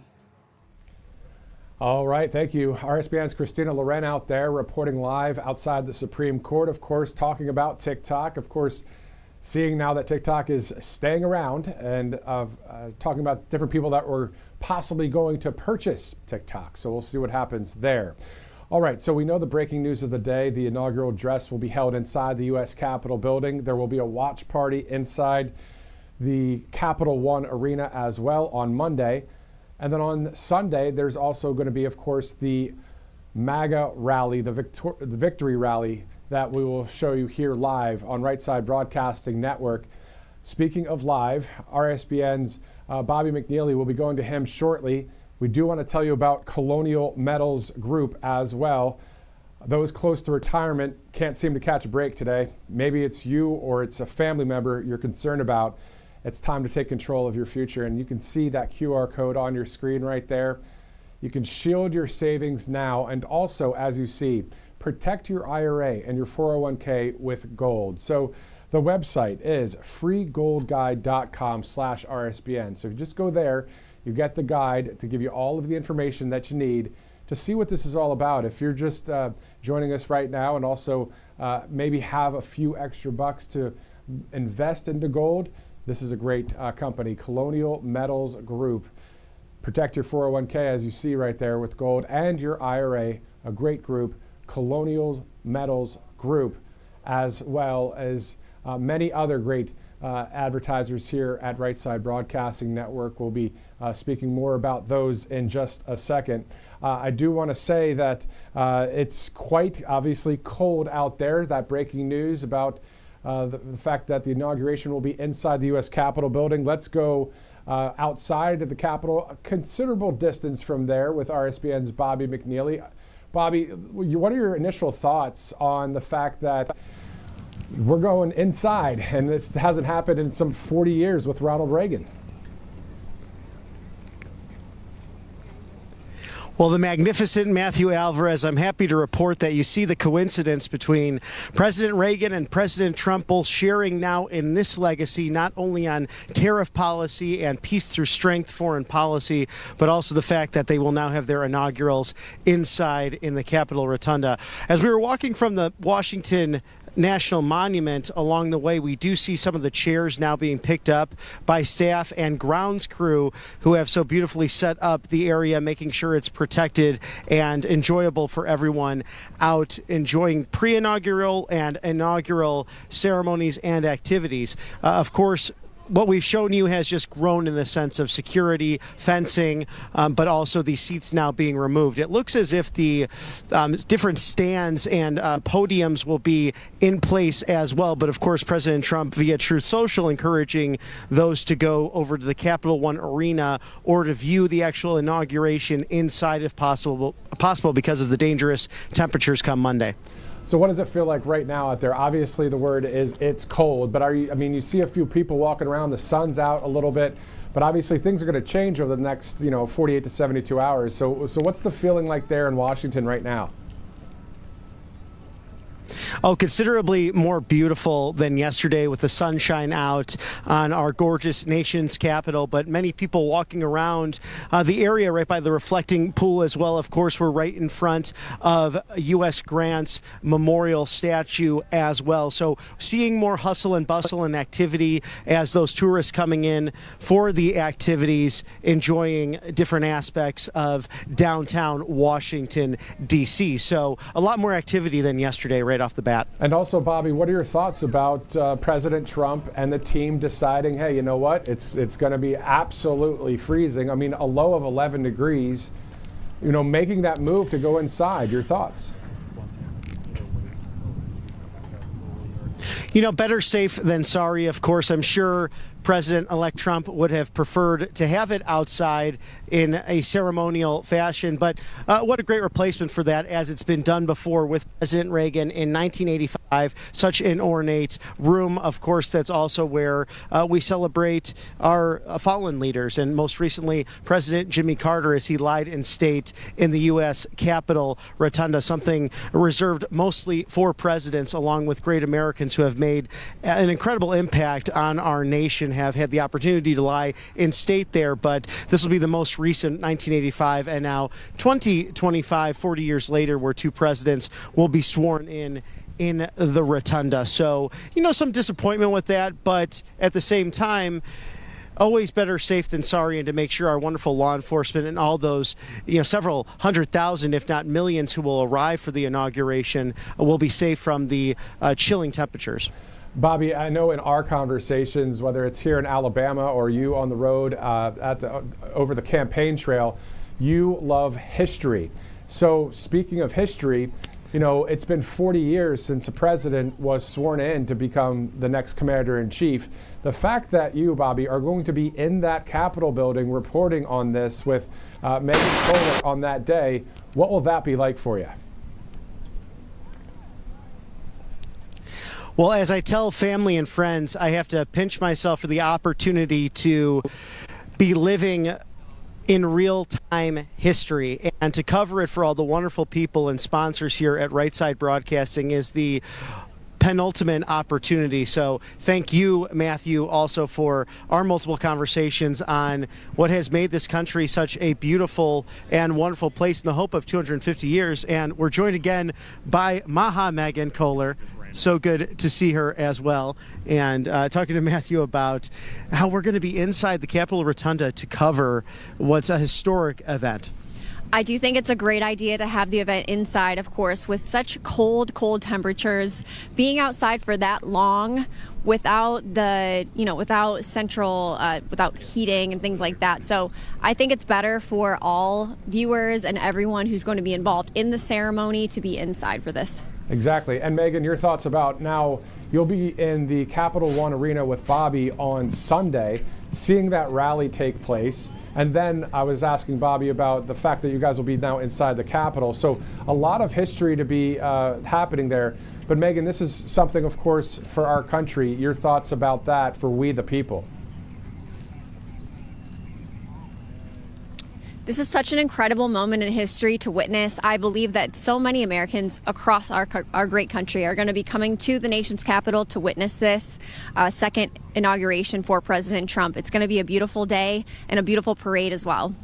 So we're definitely looking forward to that. And Bobby, also, I'm seeing some news, some reports that Vivek Ramaswamy will run for governor of Ohio. I want to get your guys' thoughts on a move like that. He'll still be involved with the Department of Government Efficiency, as you guys have been speaking about as well yesterday in your commentary.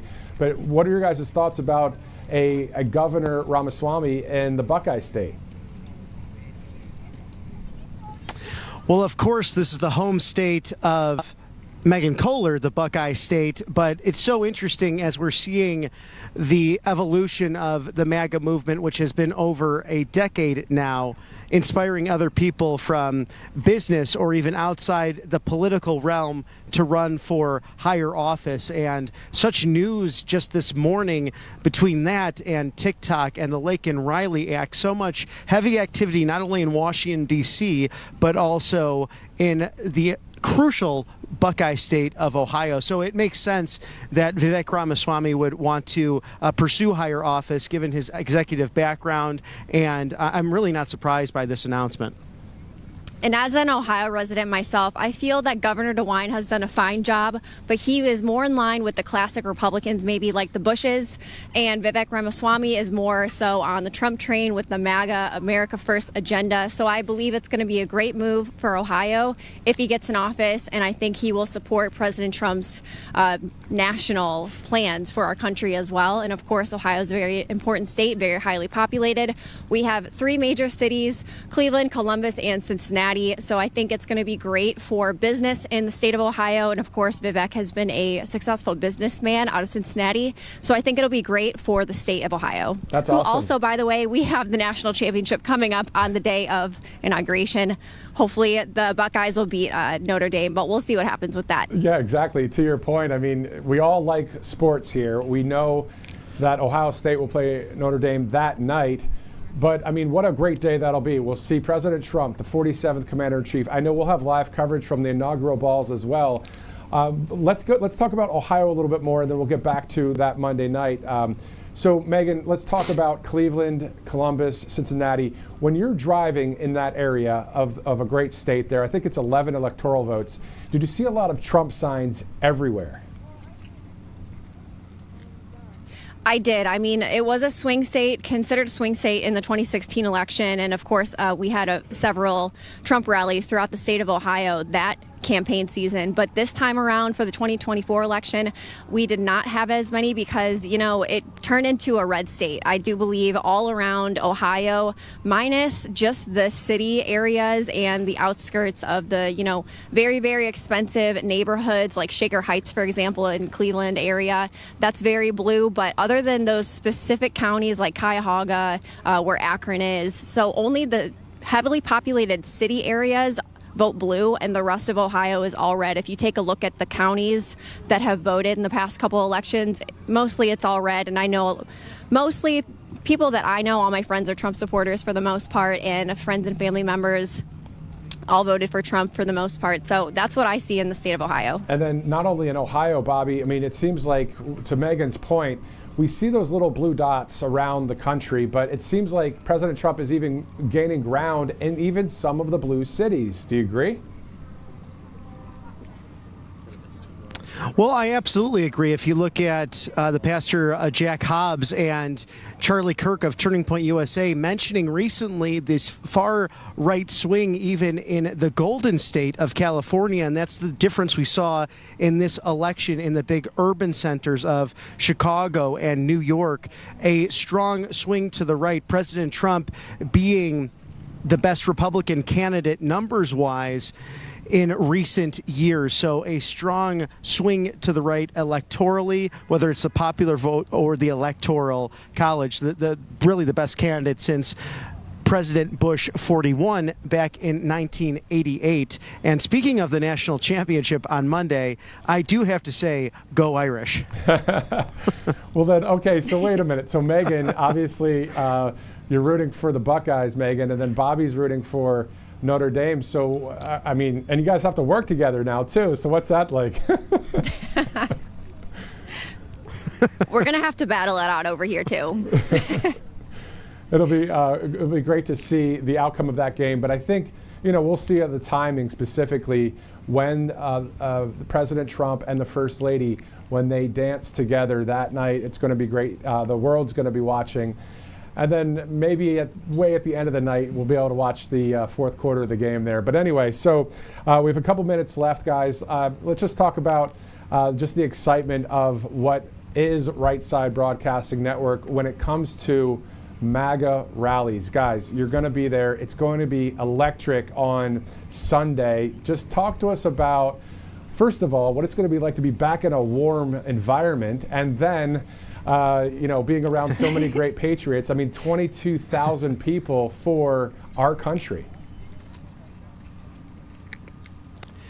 Well, Matthew, it's so iconic, and really here at Right Side Broadcasting, as our viewers know, we bring you unbridled access to everything that is President Donald Trump and surrounding events. And as we shift now towards a second term, perhaps he will have these periodic rallies, which will be a lot of fun and harken back to what took place on the campaign, including yesterday where we were out here walking the entire mall. If you caught any of our coverage, we will show you everything going on up to date on the ground. We're now starting to see some other media outlets, including international outlets, to your point, Matthew, how important that the world is watching. But I'm hearing that it's very possible President Trump will harken back to coming down that golden escalator with beautiful First Lady Melania Trump as a tribute to this entire decade of what has been the MAGA movement to celebrate right before the inauguration.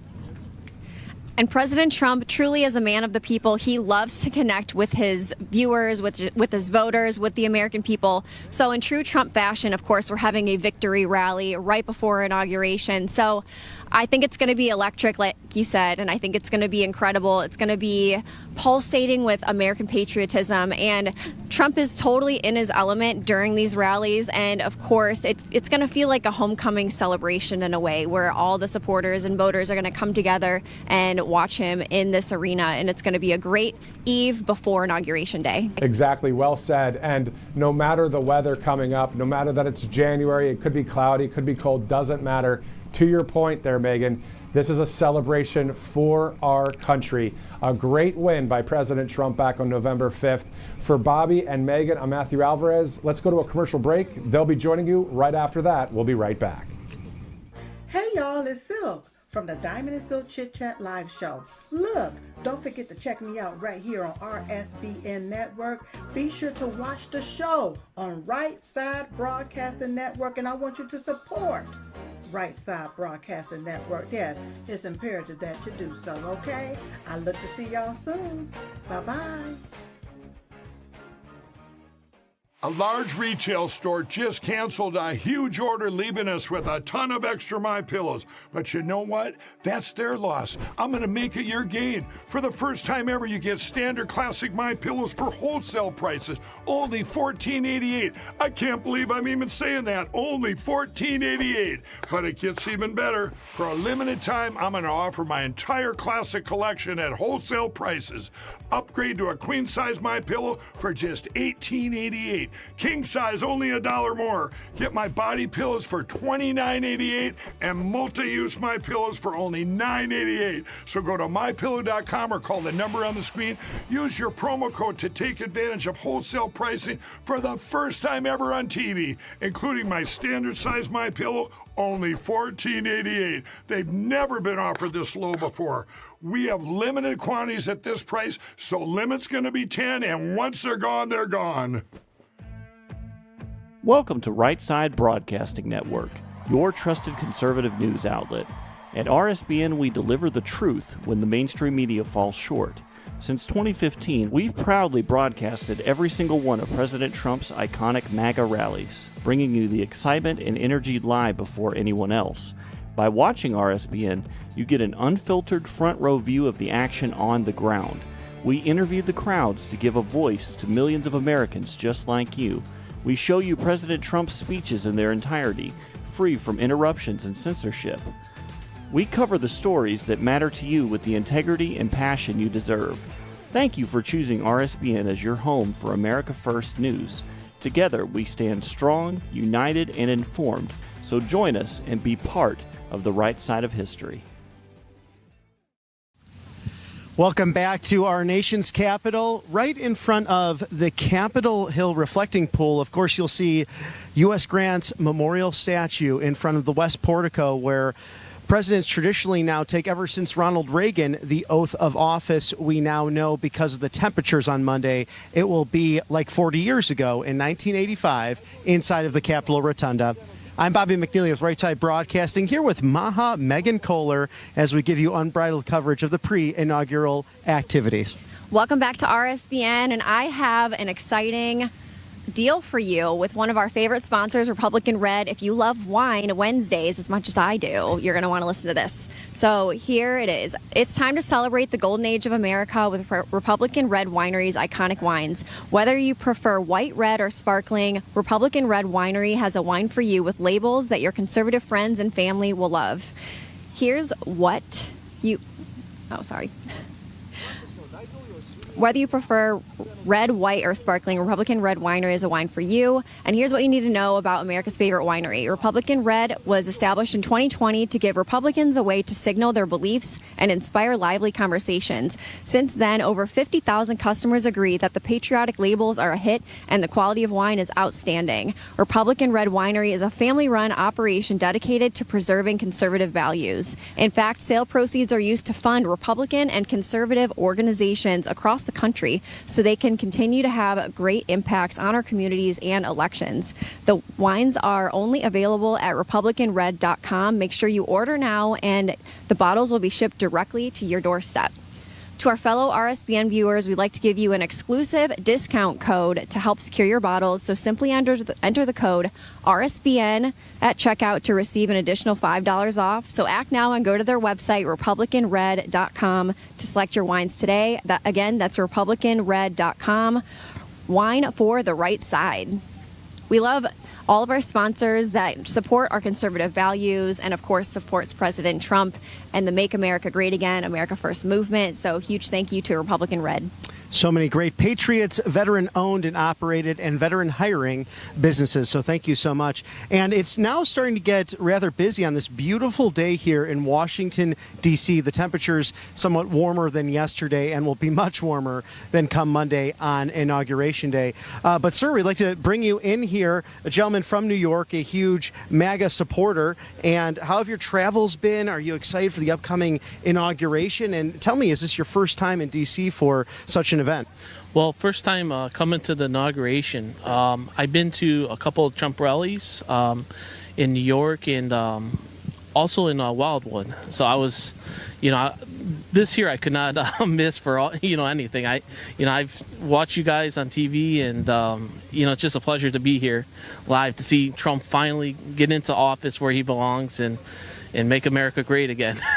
Now, and tell me about the Empire State. Are you more in New York State or closer to New York City? What was it like with your neighbors regarding this past election? Yeah, I live in New York City, and I attended both the Madison Square Garden and the Bronx rally. Great. And it was mind-changing, actually, to see fellow New Yorkers come out with their red hats and everything, and it was and actually it was a very nice time. I mean, it was peaceful, and Donald Trump really performed great. Now, what are your thoughts, too, because incoming borders are Tom Homan and President Trump have had some really good dialogue with Mayor Eric Adams regarding illegal immigration and the crime specifically in New York City and how they can work together. What are some of your thoughts on how they can collaborate in a bipartisan manner? Yeah, I mean, Tom Homan, he sounds really good, and I'm definitely glad that we have somebody like him. New York City has really changed, under Biden for the worst, and it's very unsafe for people on the subway, even in broad daylight. So we need to really crack down on that and make the subway great again as well, because I mean it's just horrible, the stuff you see every day, and I don't know how people do it, or like even myself, I don't know how we do it, but yeah. Well, it's still the media capital, and you have so many people who go to New York for different dreams, like the fashion industry, being models, and we know that beautiful model was literally lit on fire by an illegal alien, and how horrible that was. So I guess what's your biggest anticipation come Monday and the first 100 days of the Trump administration in regards to urban safety? Well, I mean, yeah, I did catch that. I was just blown away that even happened, and the individual who did it, he was just sitting there, and it's just shocking. But I know Donald Trump is going to clean that up. I mean, he's a New Yorker, even though he's based in Florida now, he's still a New Yorker. He's not going to let the city go to hell in a handbasket. So I have a lot of expectations, and hopefully he can clean up the streets and get rid of a lot of illegal stuff that's happening in broad daylight as well. Now, a lot of news has broke the circuits today and this morning. Vivek Ramaswamy, who's running Doge with Elon Musk, has now announced he will pursue the governorship in the Buckeye state of Ohio. Do you think President Trump, with his effect on Washington, D.C., has inspired not only a new generation, but more of that Maga Republican movement that's more of a populist movement and truly not so much Republican versus Democrat, but rather we the people versus bloated government bureaucracy? Yeah, I definitely see the change in, the base of the Republican Party. I mean, Donald Trump is not your regular Republican. He's MAGA, and you see a lot of people coming up through the ranks, and Charlie Kirk and his media as well, and a lot of people are wanting change, and they're tired of the same old. It's not Democrat versus Republican. We got a lot of different issues that are changing the landscape of everything. Mm-hmm.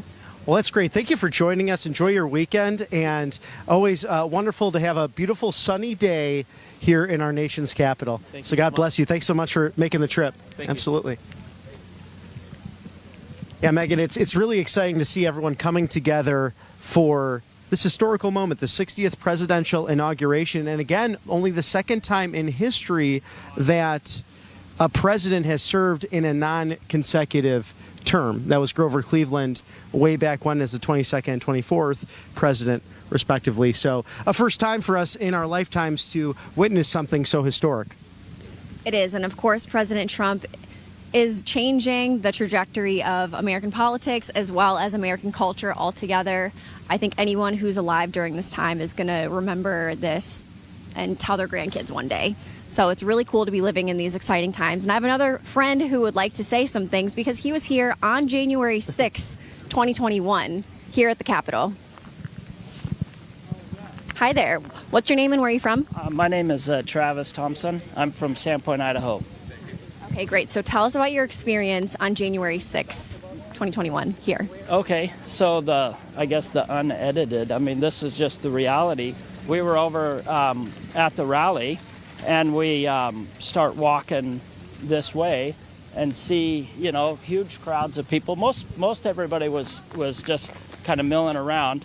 And I got a call from my congressman's office. They're like, hey, what is going on out there?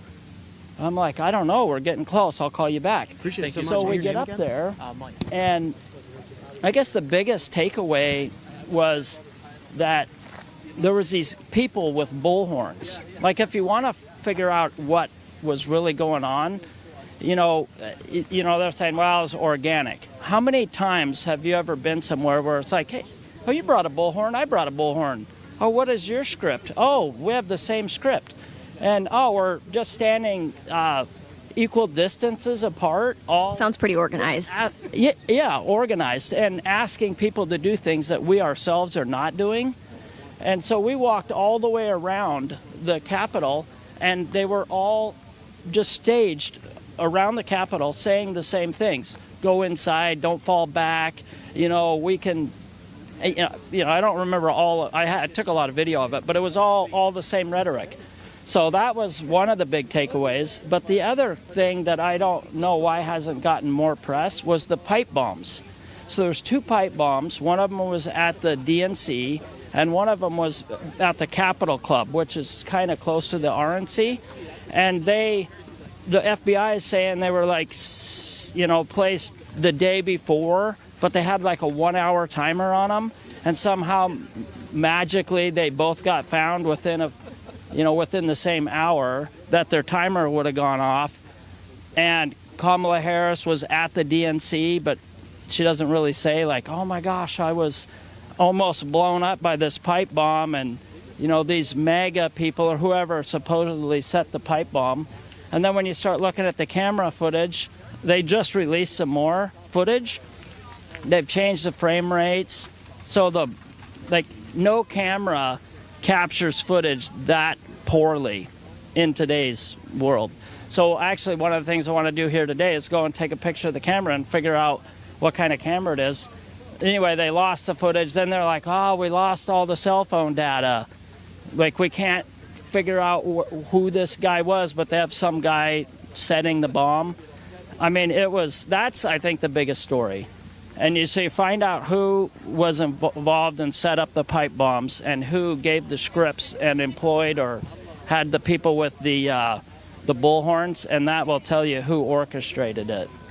Well, it's great to know stories that people like yourself were here on the ground seeing it with your own eyes versus what the media, the mainstream media, has told us about January 6th. I still think there's so many mysteries to be uncovered about that day that the American people have not been made known about. Yeah. Oh, absolutely. And then when I was there,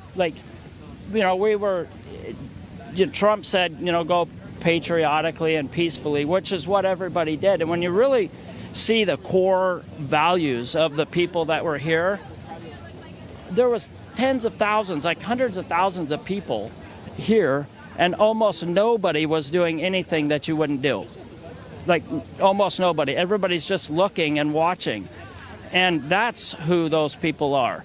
And you could buy any sort of Trump gear. They're all over. People are selling it all the time. And so it doesn't matter who you are. You could go and put the Trump gear on and then act like, oh, I'm a Trump supporter. But if you're breaking things, if you're going places you're not supposed to be, almost no chance that you're an actual Trump supporter. So that was the thing but when you look at it, there's 99% of the people were just watching. And a few people, the other weird thing, if you watch the video, you'd see people, they're like having the gate like this, and they're just acting like they're trying to get through. And there's a security guard standing right there, and you could just step over the gate. And there's nobody on this side, there's nobody on this side. And you got the cameras. We talked to some of the media there. Like, why aren't you guys interviewing anybody? We don't need to. Yeah, because you just see all the colors. You see all of this, and that's all you need. That's what tells the story. Wouldn't you want to talk to somebody, be like, hey, what are you here? Why are you shaking that gate back and forth and creating a scene when you're just standing we could be right here? And it would be like, oh my gosh, the guy's trying to break in. No, he's not. He's just making a scene. So anyway, that was my take on it. Historically, we've seen something like that happen before where people were planted in a George Bush rally dressed up as KKK members to try to make it look as though KKK supports Bush for president, because they just want to get the headlines, they want to get pictures, they want to get that photo to show KKK and Bush together, even though those people were not, in fact, members of the Ku Klux Klan. They were just dressed up as the part. So it seems similar as far as trying to make Trump supporters look bad, may have been orchestrated and choreographed ahead of time. Oh, yeah. And then, like you said, anyone could put on a Trump hat or shirt and go do something crazy. And maybe that happened on January 6th as well. Oh, absolutely. 100%. It was completely set up. And figuring out who, and the other thing, whoever set up those gallows, like, how many people are like, oh, I'm coming and I'm going to bring a set of gallows? What? It's ridiculous. So I forgot about the gallows. Whoever set those up, whoever set the pipe bombs, and whoever orchestrated with the bullhorns, those would be the people that were behind it. And everybody else was just part of they were just here to see our government process work. Did you see anyone getting arrested on that day, because there are still political prisoners from January 6th? I don't remember if I saw anybody getting arrested, but there are a lot of them. And the other interesting thing, so the FBI would normally, if there was an event, from what I understand, they would just set one, like, oh, you're part of this one case. And instead, every single new person is a new case. So that's from what I understand. Now, of course, I'm here. I didn't get arrested, but I didn't go inside. But even people that went inside, people were opening up the doors. But I thought, well, if it's not normal for you to be able to go in there, then you shouldn't go in, right? Because you have to get a tour, right? That'd just be the polite thing. But I can totally see that, if people are opening up the doors and letting you in, why would you not go in? But there was, from what I understand, even somebody 2 or 3 weeks ago was arrested for it. And they want to make all of these cases. It's like somehow they have this quota. We need cases for this, and then they're going to round up as many people as they can. So Oh yeah, it's crazy. So the American people were clearly seeing how suspicious the 2020 election was, and they wanted to come to the Capitol to make a stand and make a statement on that day, January 6th. And then, of course, the radical left would somehow twist it and choreograph something to make the Trump supporters look bad. So there are definitely still a lot of things about January 6th that we don't know yet, but at least you came on today to tell your experience, so thanks for sharing that. And is there anything else you want to say to the American people watching RSBN today? Well, I guess I would say, too, you can see patterns. And so if you look at every single election and the number of people that showed up for the election and then put it on a graph because it's easier to see that, you'll see this line. And then in 2020, it goes like this, but then it goes back down. Well, you got to ask yourself, where are all those other voters? And I think that's what the people in 2020 are like, well, this is weird. Why do we have this massive uptrend in voters with one particular party? You know, that's a good question, and nobody seems to be really talking about that either. But yeah, well, I appreciate the opportunity, and I'm gonna definitely. I don't know. We'll see. I'm excited to be here, and we'll hopefully we can get some more answers. That's right, and it's going to be an incredible week here in Washington, D.C. Thanks for coming on and sharing your story. And I'm sure when President Trump gets in office, he's going to give the American people some of those answers that we're looking for. That's what we're hoping for. All right, thank you. Thank you. Appreciate it. Have a great day. All right, you too. So I do believe there is so many uncovered mysteries about January 6, 2021 that the American people don't know about yet. And when President Trump gets into office, he will be hopefully sharing some of that information that we have not gotten yet. Yeah, really a great interview, Megan, about the injustice of what took place there. And I think that's what I'm personally most excited about come less than 72 hours from now is the pardoning or commutations of J6 prisoners, because as you mentioned earlier, that is guaranteed in our Sixth Amendment, the due process to a fair and speedy trial from a judge or jury of your peers, and we're seeing less and less of that in America. In fact, I think that's why you saw so many disaffected Democrats or people who would have traditionally supported the Democrat ticket turn against Kamala Harris because of what she did as a DA in San Francisco, putting so many people in jail for low-level crimes of marijuana use. This is back in 2004, and then she goes on Charlemagne the God's podcast and laughs about how she enjoys some of that herself. So what incredible hypocrisy when she put people in jail who could not afford the proper attorney. That's right. So we'll see what happens with that as soon as President Trump gets back in office. I'm sure that's going to be one of his top priorities on his agenda. Of course, day one, he's got plenty of executive orders to sign, and of course, justice for the January 6th political prisoners. So an exciting time to come Monday, even though it will be frigid cold outside.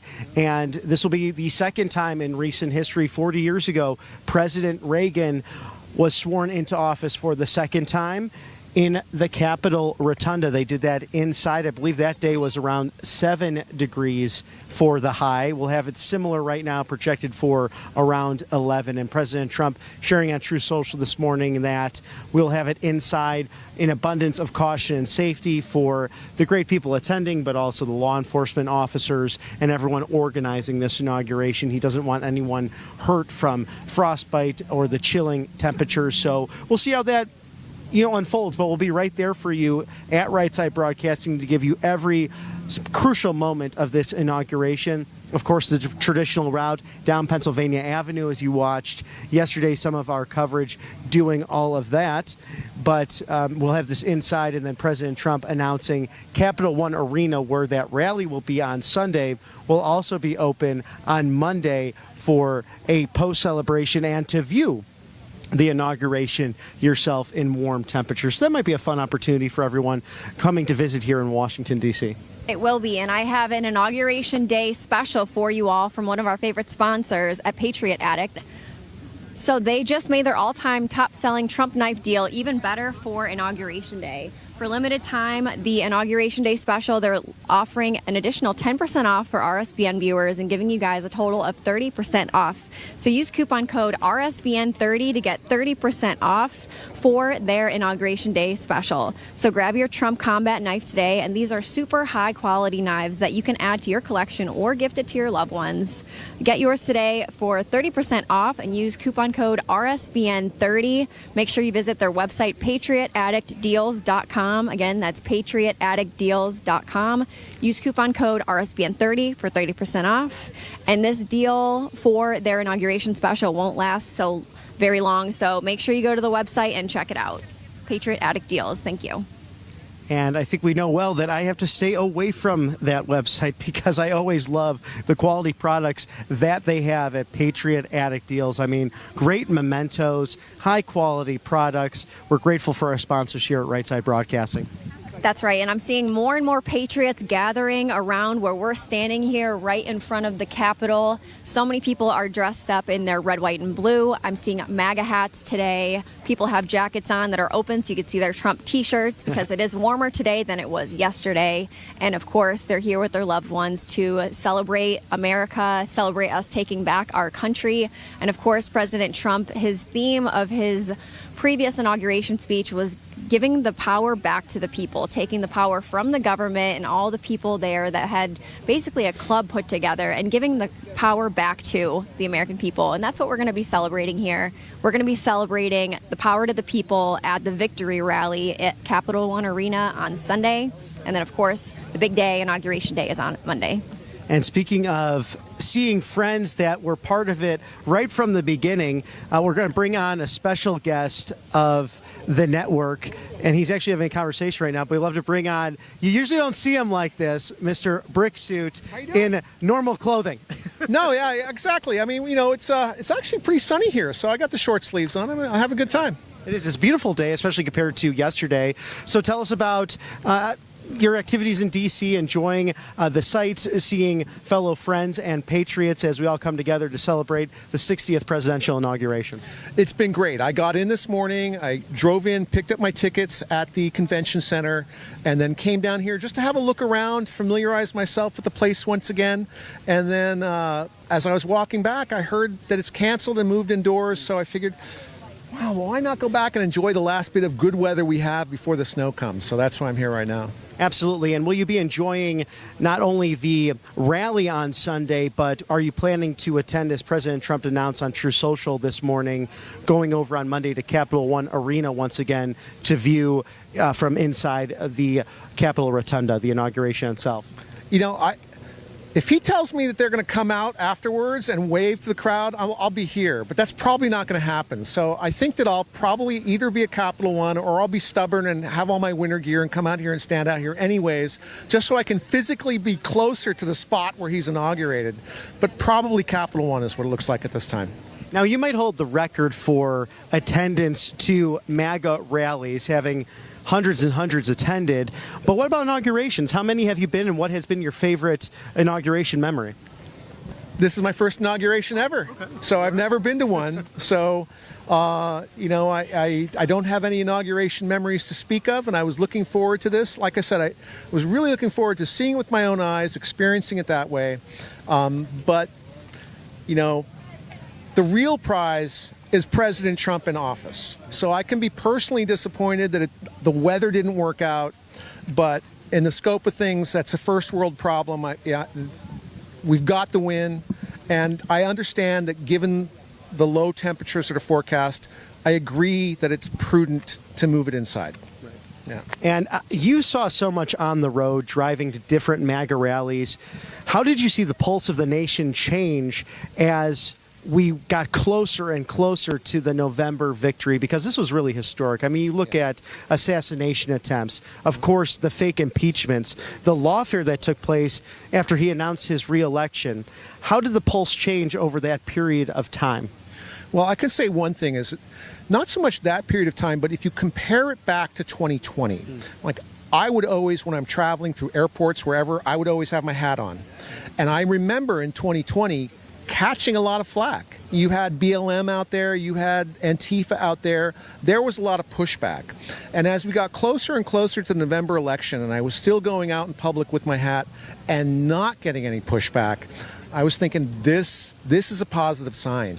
You know, so as we got closer and closer, and of course when they had to take Joe out and put Kamala in as a last-minute substitution, you know, she had a little blip there for a while, but everybody knew quickly thereafter that she was an empty suit, so to speak, even worse of a puppet than Joe. And as we got closer and closer to November, I was very optimistic because I went to those swing states and I didn't just go to the rallies too. I would go out and I'd talk to people, and I'd go to like the truck stops and order food and just talk to the people who were working back there. People were pumped for President Trump. And I'm not seeing that negative pushback. I was very optimistic going to November. Well, it's exciting, and we have the tech CEOs actually joining in the inauguration and the celebrations this week, some of them even donating to the inaugural committee, as you mentioned, back in 2020 with BLM, and then leading up to President Trump's initial exit from office, then being banned on Facebook, banned on Twitter, to see how True Social has launched, Elon Musk coming in with X, and now the free flowing and sharing of defending the First Amendment online. What are some of your thoughts from the Supreme Court ruling this morning regarding the future of TikTok?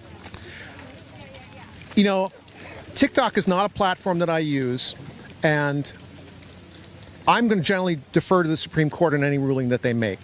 But one thing I can say is that there's still some, deservedly so, some bitter feelings that people have towards some of these CEOs, particularly towards Facebook.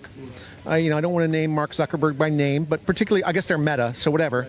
But they were very instrumental in censorship of people that was happening in 2020. However, I still think that it behooves us to give them a chance to come back onto our side in terms of supporting free speech. Right. What are we going to do? Just permanently ban them to the wasteland and never give them a chance to change their mind?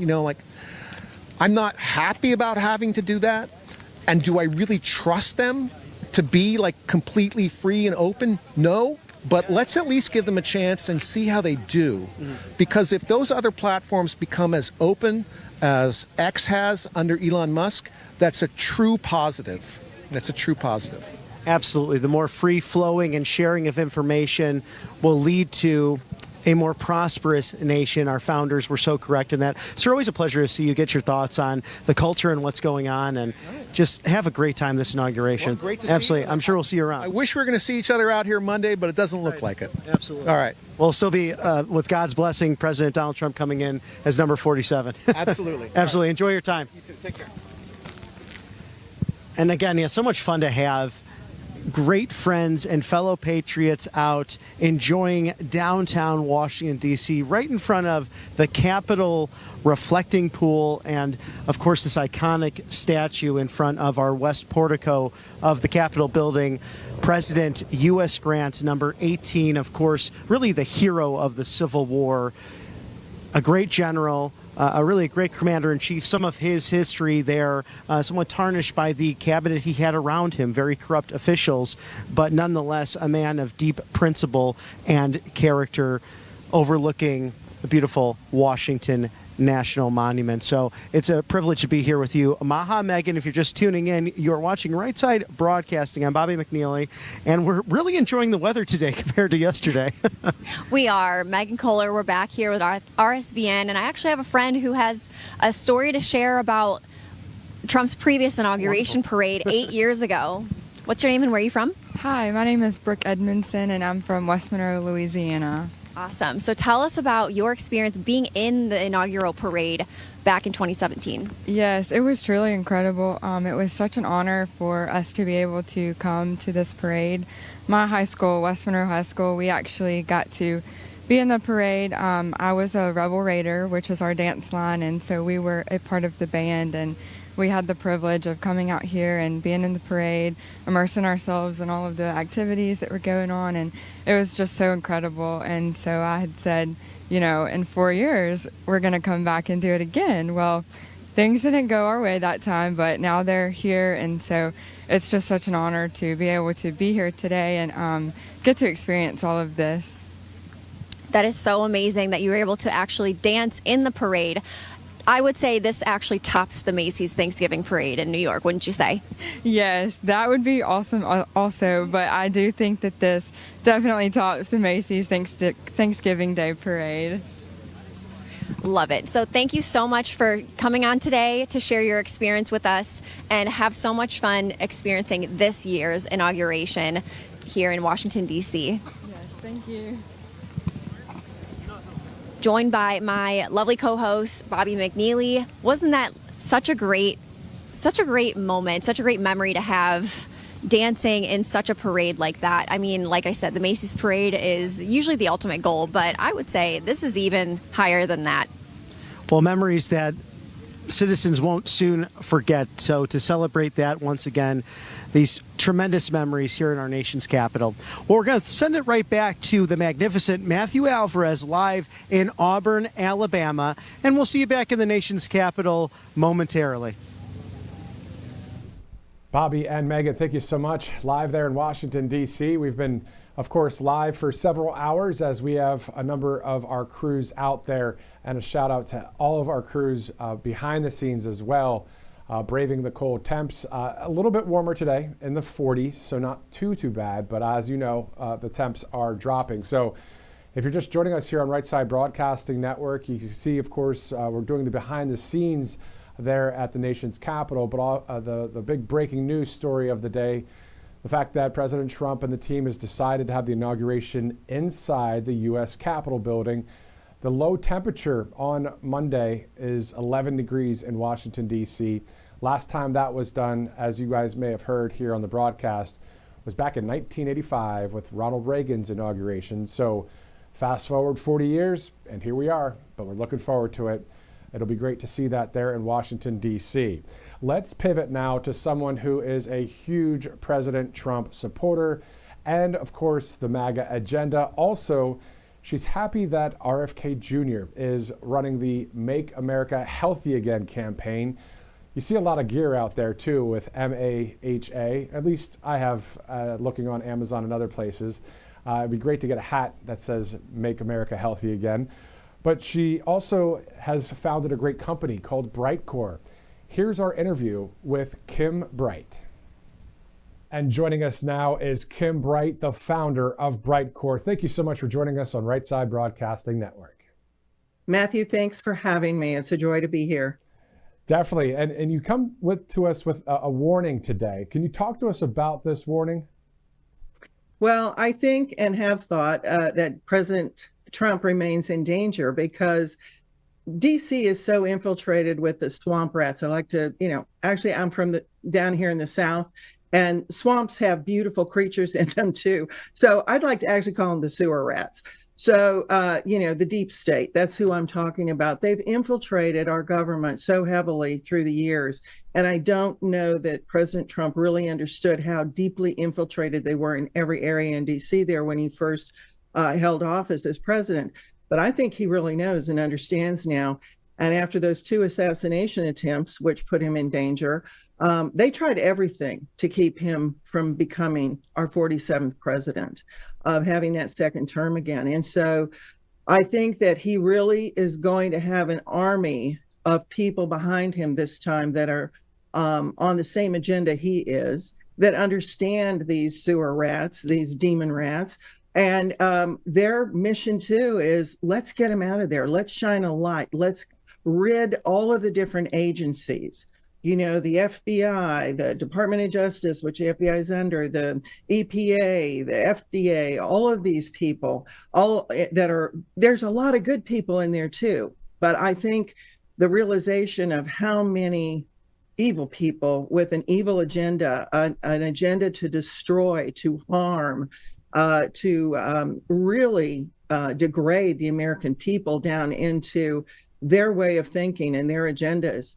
I think we're coming up out of that, and with his help and his army of good guys behind him, the white hats riding in, there's a lot of hope in me, and I think in a lot of us in America these days, that we are going to rid these different agencies and get back to basics, to the core values of what they were set up. Because I believe these agencies originally were put in place to protect and help the American public have better lives and keep the criminal elements and the bad elements out of our food supply, out of our environment. And so let's put back those values and get people in there of a higher moral content, let's put it that way.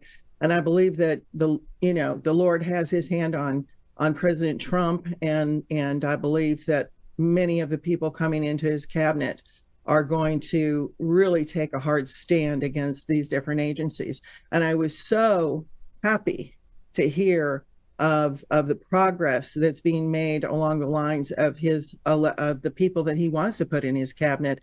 And they are making an incredible show and stand for truth, transparency, and they're not putting up with anything from these sewer rats. Exactly, 100%. I agree with everything you said there. And also on top of that, the amount of the word that I look to is corruption. The amount of corruption in the FDA and many agencies, mainly from the top leadership positions. To your point, there are people there that want to do the right thing, but if you've got the wrong leadership, it's corrupt. So let's look into the FDA a little bit, because we know the toxins in our food supply and that kind of thing. Can you talk to us about that? I know you've got more than 50 years of health expertise. Well, let's say it's just about 50. Let's not make me older than I am there, Matthew. All right. But yes, I have an extensive background, first for my own health and then helping others. But the FDA, when I first got involved with this, looking into these different agencies and why people were remaining sick, again, it goes back to the corruption. It goes back to the infiltration that has occurred into these government agencies, because I believe they were set up with good intentions. Abraham Lincoln actually got the ball rolling for the FDA when he put in place in 1862 a chemist. I think his last name was Wiley.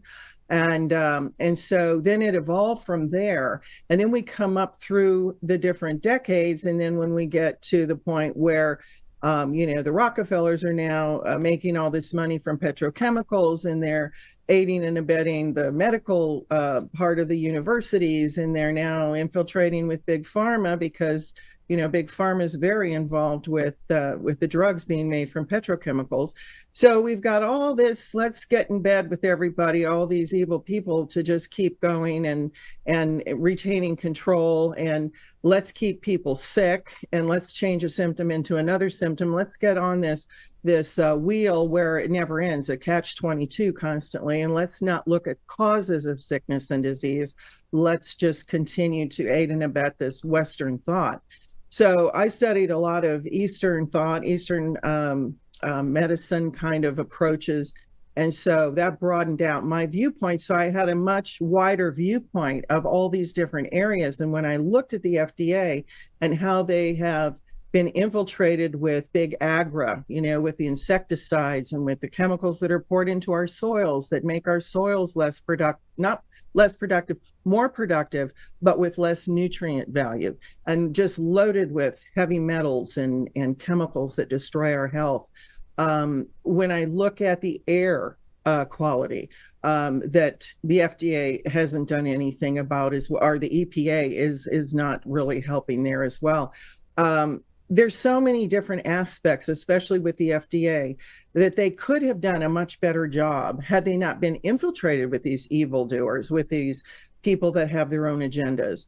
And so therefore, we got to make a change. And I believe with RFK Jr. coming in, especially yesterday when we heard that already there's a big win with them removing the red dye number 3 off the list of being safe. We've known that it causes cancer for over 50 years. It was taken out of cosmetics decades ago, but yet they allowed it to remain in our foodstuffs.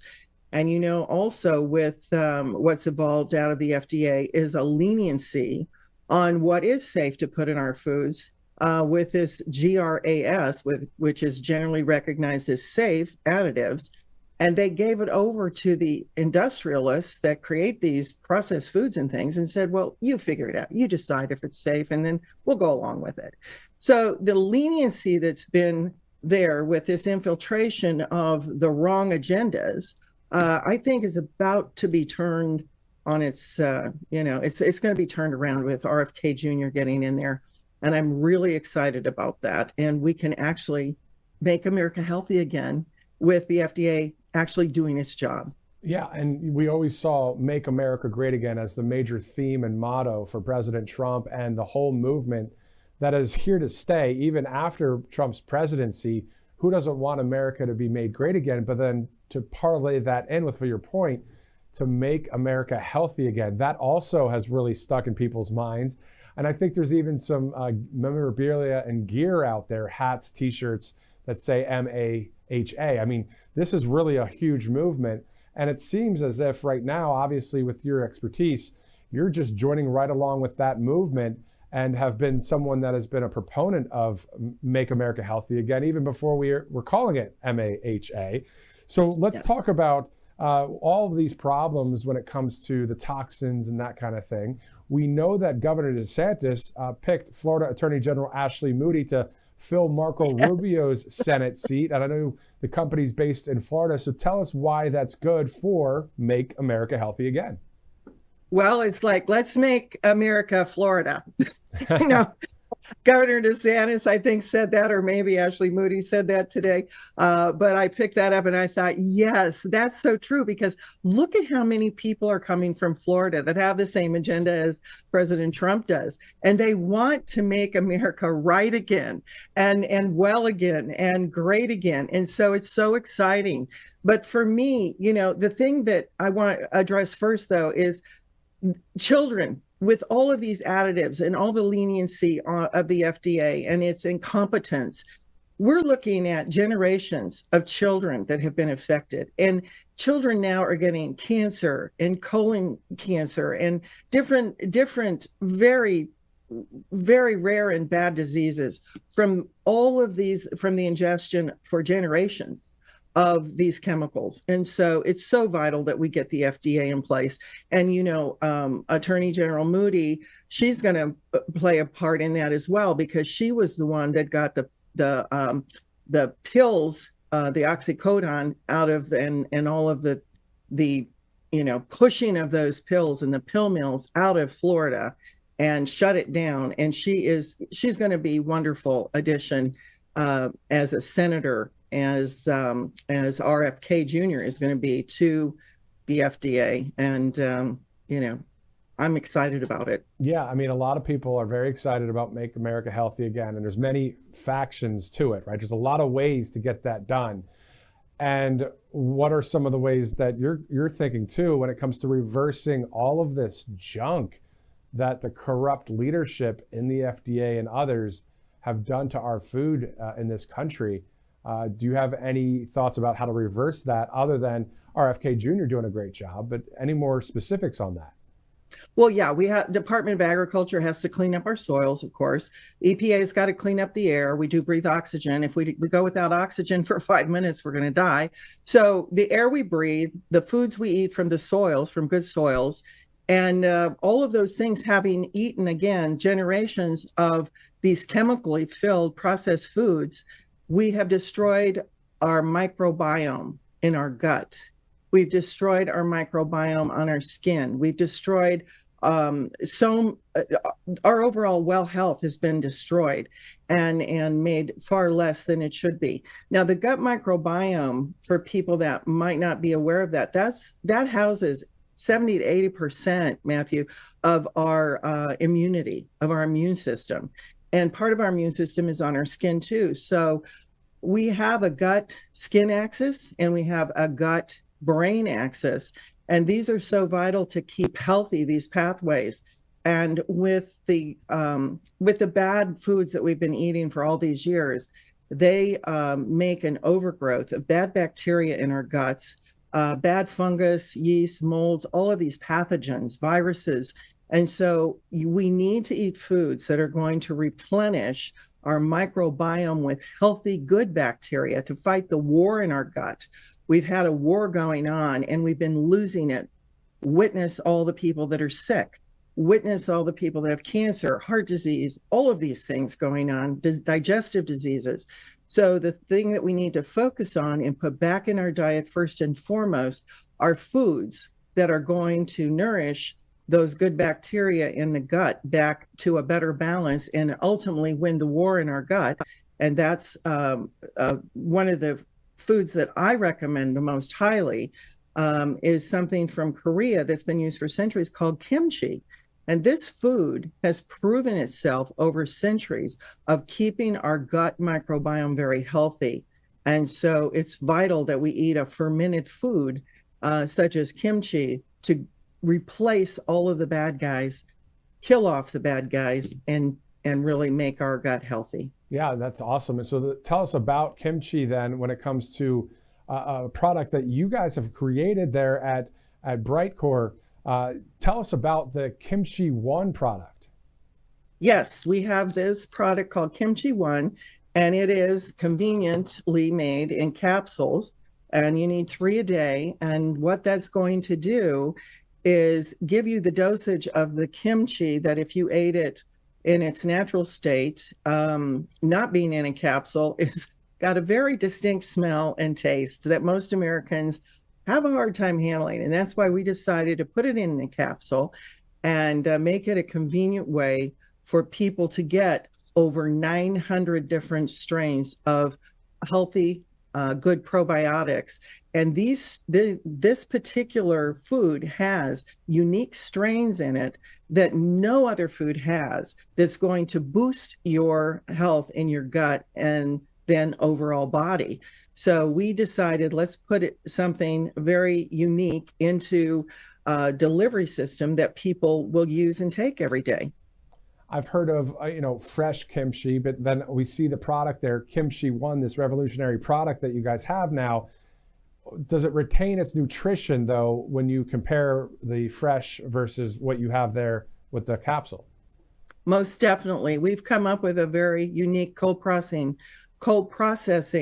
a methodology that allows all of those live good bacteria to remain very vibrant and available. And so by putting it in a capsule, you get the benefits that you would get from eating fresh kimchi without the smell and the taste that a lot of Americans don't appreciate. Right. And so taking this 3 times a day, if I were to do that morning, afternoon, and before I go to bed, and will I see instant results, or is this something that takes a while? And what kind of things will really happen for me?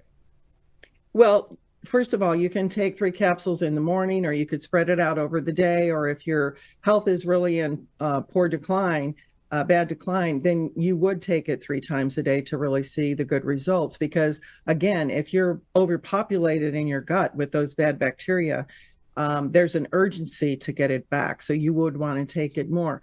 But you're going to see results in days. You're going to see digestive results.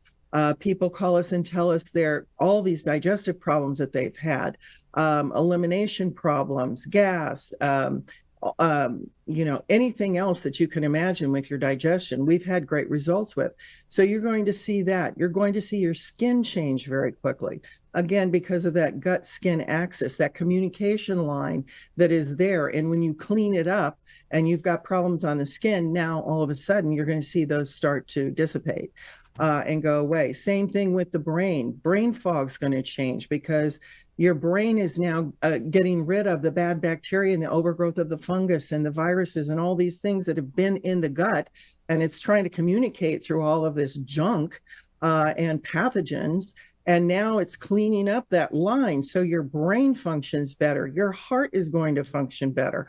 Your overall body is going to see changes. And this is why this is such a miracle, wonderful food. That's awesome. Looking forward to trying this, because at the end of the day, you're right. The toxins in the food supply and all the corruption with the FDA, and working alongside Make America Healthy Again with the Kimchi One product sounds like a great plan to me. Also, for our viewers right now, Kim, can you talk to them about any offers that you guys have for our viewers?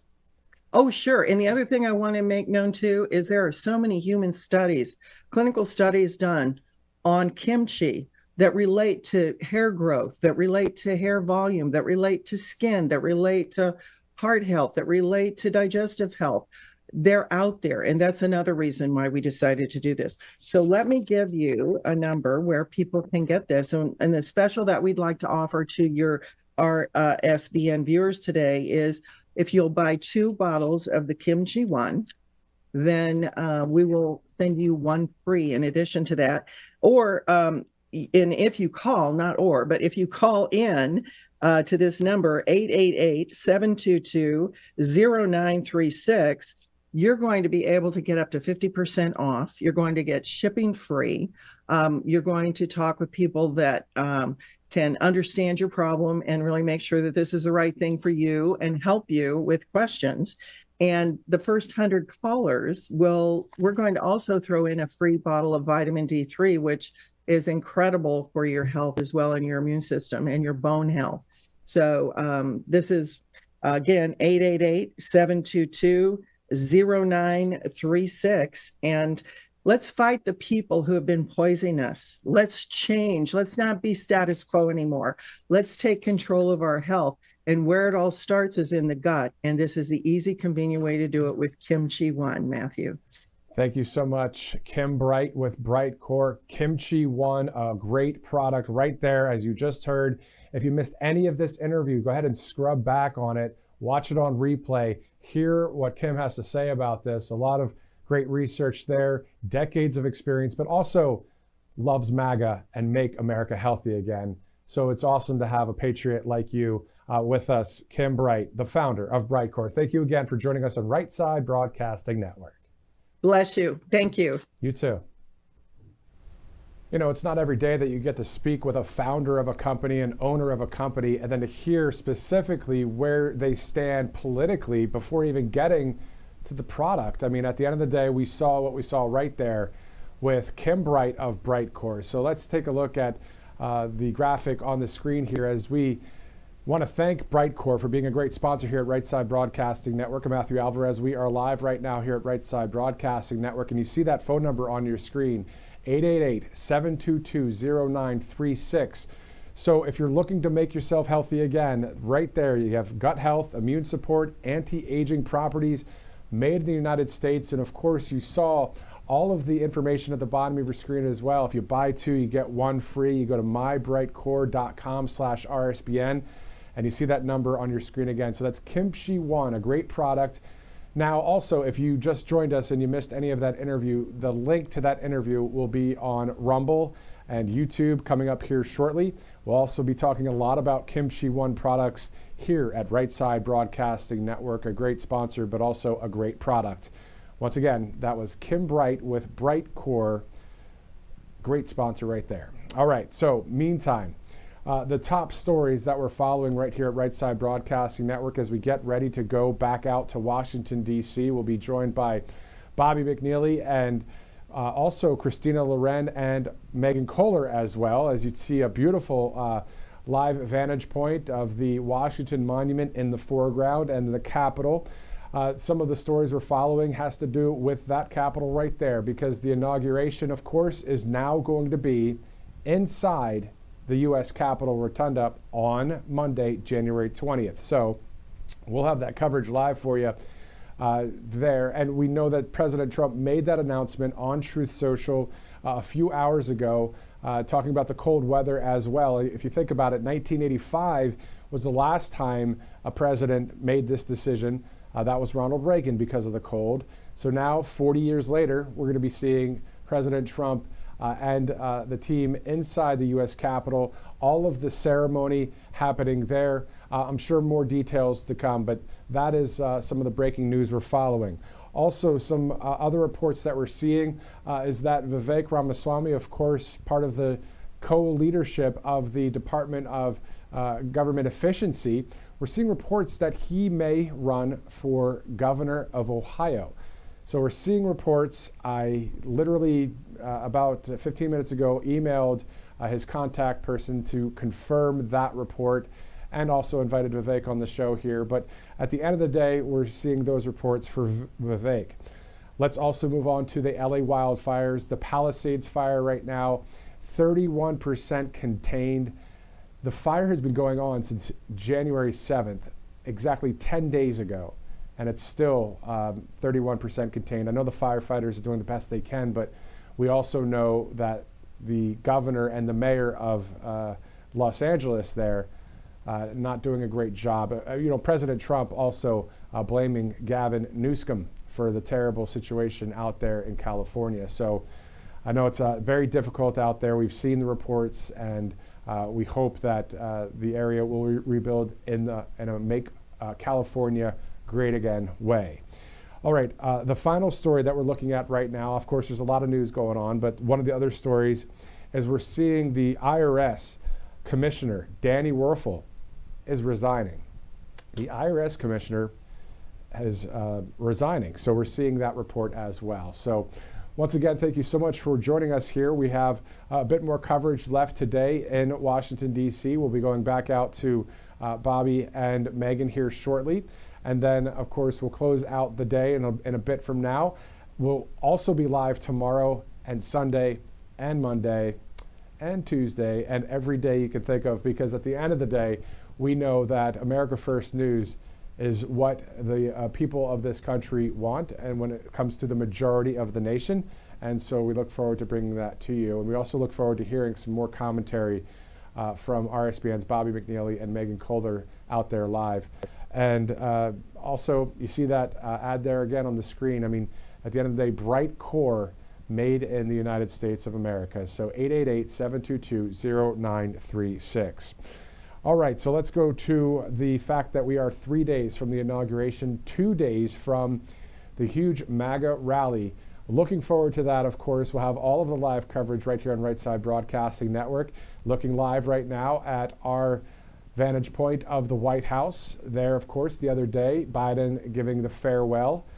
It was quite interesting. Just yesterday, there was one person that was outside saying, "Thank you, Joe," with a sign, and Bobby McNeely and Megan Kohler were out there reporting live as well. And Megan said something like, to that, we say farewell to Joe. It was a kind of a cool moment yesterday. If you'd like to watch any of our coverage, you can on where we'd love you to watch us on Rumble. If you want to go to Rumble and scrub back on any of the interviews, any of the moments, and if you don't have the time right now to do that, thank you for watching us currently. And also, we have a lot of future coverage coming up from the nation's capital.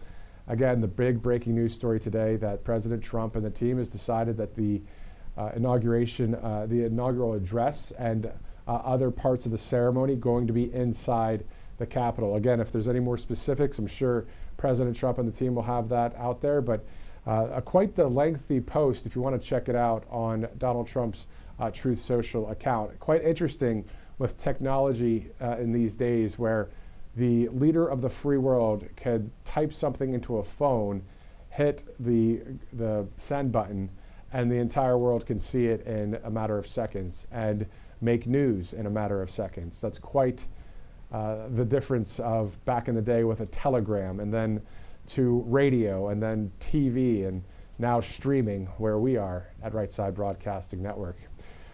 A lot of people are going to be watching that inauguration. Of course, the television audience, President Trump talking about that, saying it's going to be quite a audience. And on top of that, if you're looking to see the watch party access, that is at the Capital One Arena, not too far from the Capitol. So there's about 20 to 22,000 seats available in that arena. I'm not going to get ahead of myself on the specifics on that. I just know that there is a watch party that President Trump said on Truth Social on Monday for the inauguration. Other than that, it looks like this will be a widely streamed and televised event. What better place to watch than Right Side Broadcasting Network, of course. I mean, of course, we're going to toot our own horn because at the end of the day, since 2015, President Trump was looking for any network just to turn the cameras just a bit. Just do your job and show the huge crowds. And Right Side Broadcasting Network did that and has done that since 2015. And now here we are 2025, almost 10 years later, which will be, I believe in June, will be the 10-year anniversary for Right Side Broadcasting Network. So it's at the bottom of the hour. I'm Matthew Alvarez. Let's go to a commercial break. When we get back from our commercial, Right Side Broadcasting Network host Bobby McNeely and Megan Kohler will be live. We'll be right back. Hey y'all, it's Silk from the Diamond and Silk Chit Chat live show. Look, don't forget to check me out right here on RSBN Network. Be sure to watch the show on Right Side Broadcasting Network, and I want you to support Right Side Broadcasting Network. Yes, it's imperative that you do so, okay? I look to see y'all soon. Bye-bye.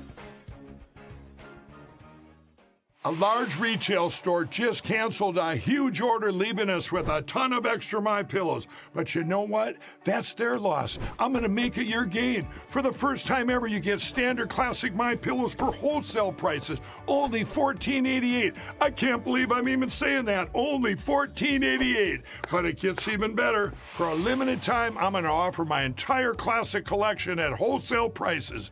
Upgrade to a queen size MyPillow for just $18.88. King size only $1 more. Get my body pillows for $29.88 and multi-use MyPillows for only $9.88. So go to mypillow.com or call the number on the screen. Use your promo code to take advantage of wholesale pricing for the first time ever on TV, including my standard size MyPillow, only $14.88. They've never been offered this low before. We have limited quantities at this price, so limit's going to be 10, and once they're gone, they're gone. Welcome to Right Side Broadcasting Network, your trusted conservative news outlet. At RSBN, we deliver the truth when the mainstream media falls short. Since 2015, we've proudly broadcasted every single one of President Trump's iconic Maga rallies, bringing you the excitement and energy live before anyone else. By watching RSBN, you get an unfiltered front row view of the action on the ground. We interview the crowds to give a voice to millions of Americans just like you. We show you President Trump's speeches in their entirety, free from interruptions and censorship. We cover the stories that matter to you with the integrity and passion you deserve. Thank you for choosing RSBN as your home for America First news. Together, we stand strong, united, and informed. So join us and be part of the right side of history. We are back out here live, and I can tell you the sun is warming things up nicely. A lot of people have come out to visit this historical site. We are at the Lincoln Memorial, and if my camera operator can turn to the side here, you can actually see the beautiful Lincoln Memorial, the architectural style. This was actually started in 1914 when they started building this beautiful structure. It was designed to resemble the Parthenon in Athens, Greece. And you can see how beautiful it is. Inside, there's a 22-foot tall statue of Abraham Lincoln. This is also the historic location where Martin Luther King Jr., the Reverend, made his famous I Have a Dream speech. And of course, this year on the 20th of January, President Donald J. Trump will be inaugurated on Martin Luther King Jr. Day. And we have a beautiful couple here. I just want to point out this squirrel. Look at this squirrel. Do you see him on the floor here? He's a bold little fellow. He has no problem running right up to people. He's clearly looking for a little slice of something, a little crummage to happen around here. But there he is. He looks like a groundhog. That's probably... Yeah, he is. Tell me about yourself and where you came from to see President Donald Trump. Yeah, hi, I'm Donald J. Lyman, and we're from Broomfield, Colorado. Colorado. A lot happening in your state. You know, Colorado is one of those states we're watching very closely on election night. What is it that brought you out here to be here for President Trump's second inauguration? Yeah, we really just wanted to support him for the inauguration. We came out here back in 2017, too, so this is our second time to a Trump inauguration.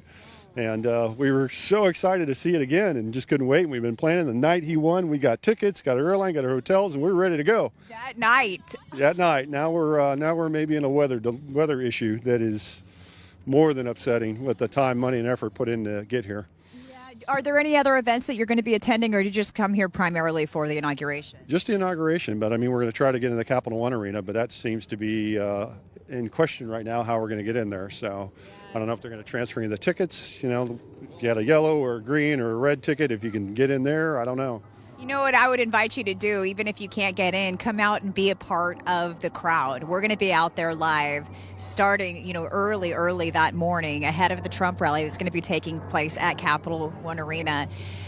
What is it that you love about President Trump? I mean, that must be some serious passion that you hold for him to bring you all the way out here a second time.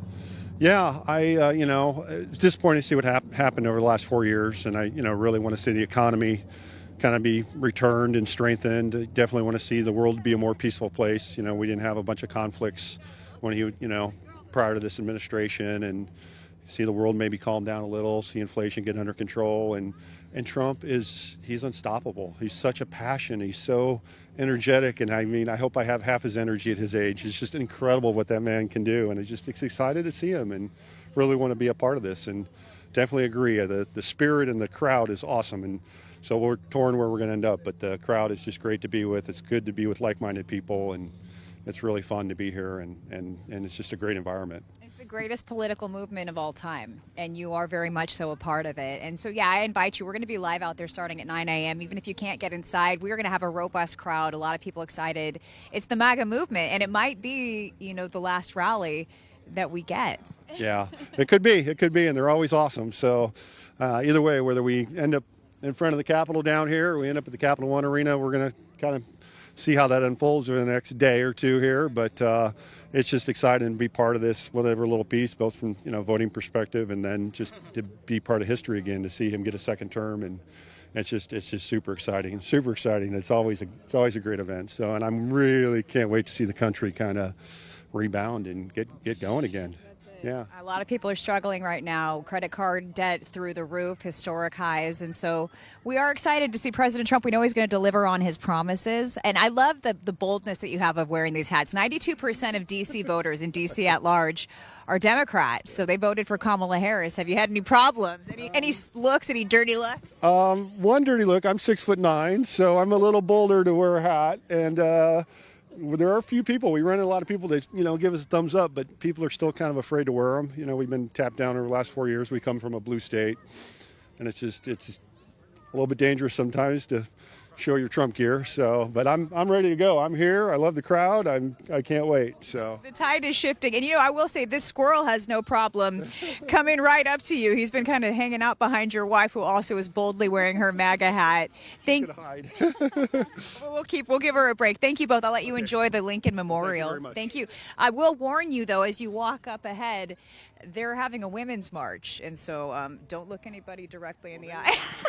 Just kidding. Years ago, right? Yeah, they were here 8 years ago, and then I didn't have a great feeling when I was up there. Where's the march?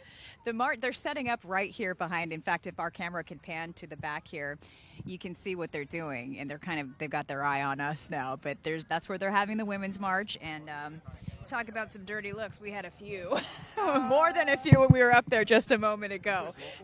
We are national. We're actually the largest streaming national social network. So yeah. America's largest political streaming network. All right, where did these guys go? I think we're going to have to walk down here and catch them. We had another couple Trump supporters who are taking a look at the reflective pond. I'm going to use this as an opportunity to show you something awesome. You've probably seen the pictures from inaugurations past at home where you have crowds that have lined up and extended all the way from the nation's capital to right here. This is the end of the National Mall. And typically, at first Trump inauguration in 2016, this was filled with people completely, wall to wall, all the way to the Capitol back there where he was being sworn in, past the Washington Monument, and up and down, lining this beautiful reflective pond. Now, I found a couple other gentlemen up there. I have to tell you, there's some unfriendly territory up there, but I found these wonderful gentlemen when we were waiting.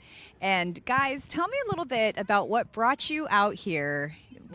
Sorry. So obviously we are here for the Trump inauguration. We both traveled from different parts of the country.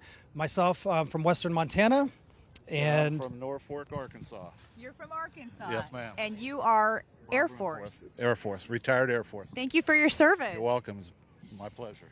What is it about President Trump that that you're so excited for, especially as we go into his second term? All right, so as I'm also retired Air Force. My retirement was actually under President Trump, so it was a very important thing for me to actually come out and support somebody that actually did serve under. That was one of the big things, and I even have his name on my retirement certificate. So, but it's pretty awesome. But I'm a 3-time Trump voter as well, so I wasn't going to be denied coming into this. Being a second term, I wasn't going to be denied coming in to watch that happen. Have you been inside the Pentagon building before? I have not been inside the Pentagon building, but I have been overseas and deployed in places that they send us off to, obviously. But yeah, so. Just being here, though, serving the country and seeing these historic sites, what kind of emotion does that evoke in you? Pride in country, for example. All right, so this is the very first time I've been in Washington D.C. and it's actually pretty it's surreal. And the one thing that I was kind of commenting on when I was talking to him about some of the things that I'm seeing is that everything is actually much bigger in reality than what you see on the television set. Whereas some of the other things, might seem the actual opposite. Things aren't quite as big as what they really are, but this is just it's pretty phenomenal. It's really been a treat and kind of and it's an emotional thing to kind of see some of these historical places, though. I don't know. It's been really good, though. It's an experience. It's an experience. Yeah, you care about your country. I can tell both of you very Oh yeah, and so does President Trump, and that's why we're here supporting him. So. We need him to get in there and do the things he promised, and I'm sure he will. He did it the first time around, and turn this country back around. That's what we need. How did it feel waking up on November 6th, the day after he'd won? What was that like for you? I don't think I went to sleep that night. I was so overjoyed. It was great. Good time. Yeah, and just a feeling of peace and hope, and that we have a future ahead of us that we can look forward to. That's really how bad it got for this country, and especially thinking about what Kamala Harris, that administration, could do in the long run. Right. It would just, if she would have got in there, it just went more downhill than what it has. So thank God it turned around and we got Donald back. So. Absolutely. And thinking about her as commander-in-chief, what was that like for you?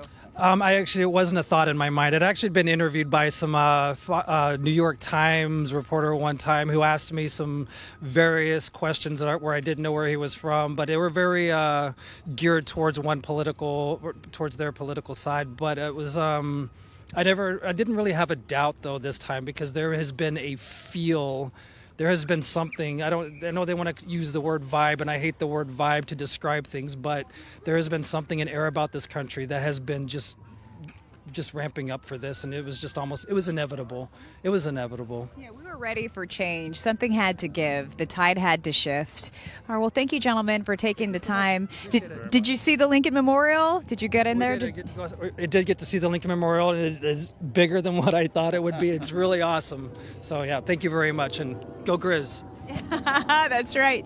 And then you got a new senator. You got Tim Sheehy. Yeah, we got Tim Sheehy. I didn't to mention that, but congratulations to him. I obviously voted for him, and I'm super stoked about it. We've had other military folks, and Tester was one of those guys that they would sprinkle little things here and there for the veterans, but when you're voting 98% of the time and more towards the Democratic policies that hurt this entire country, not just our state, not just the veterans, but also this entire country, that's what we had for 12 years under Tester, or however long it was, 16 years, I don't even know, but it was way too long, and it was just time for him to go, and we're so grateful for Tim Sheehy, who also lives in my hometown of Polson. I think he has a home out there, so if he needs a lawn guy, I'll see about getting a job from him. So you got Steve Daines as well. Steve Daines is over on the other side. He's closer to the central part of on the other side of the Great Divide there, whereas Sheehy, I think, is on our side. So.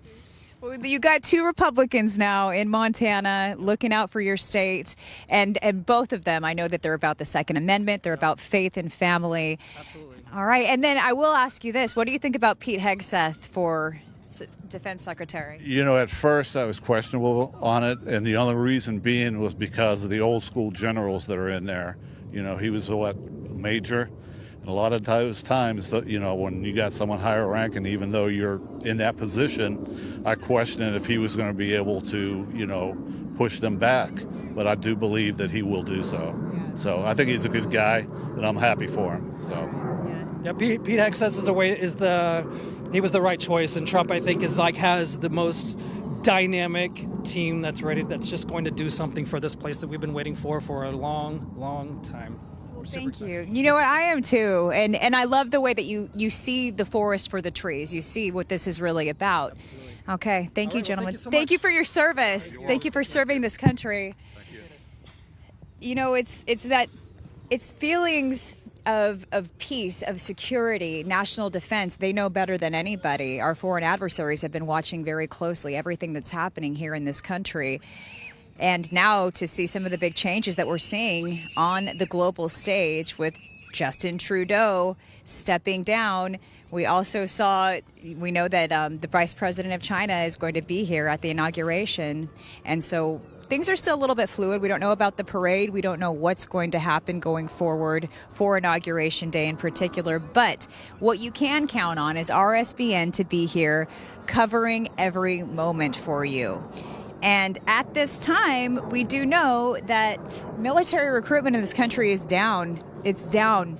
And we need more young men and women to step up and serve the country. And so under the leadership, Commander-in-Chief President Trump, as well as Defense Secretary Pete Hegseth, I think that things can really change. So hopefully he will be confirmed. Right now, I'm going to send it back to you.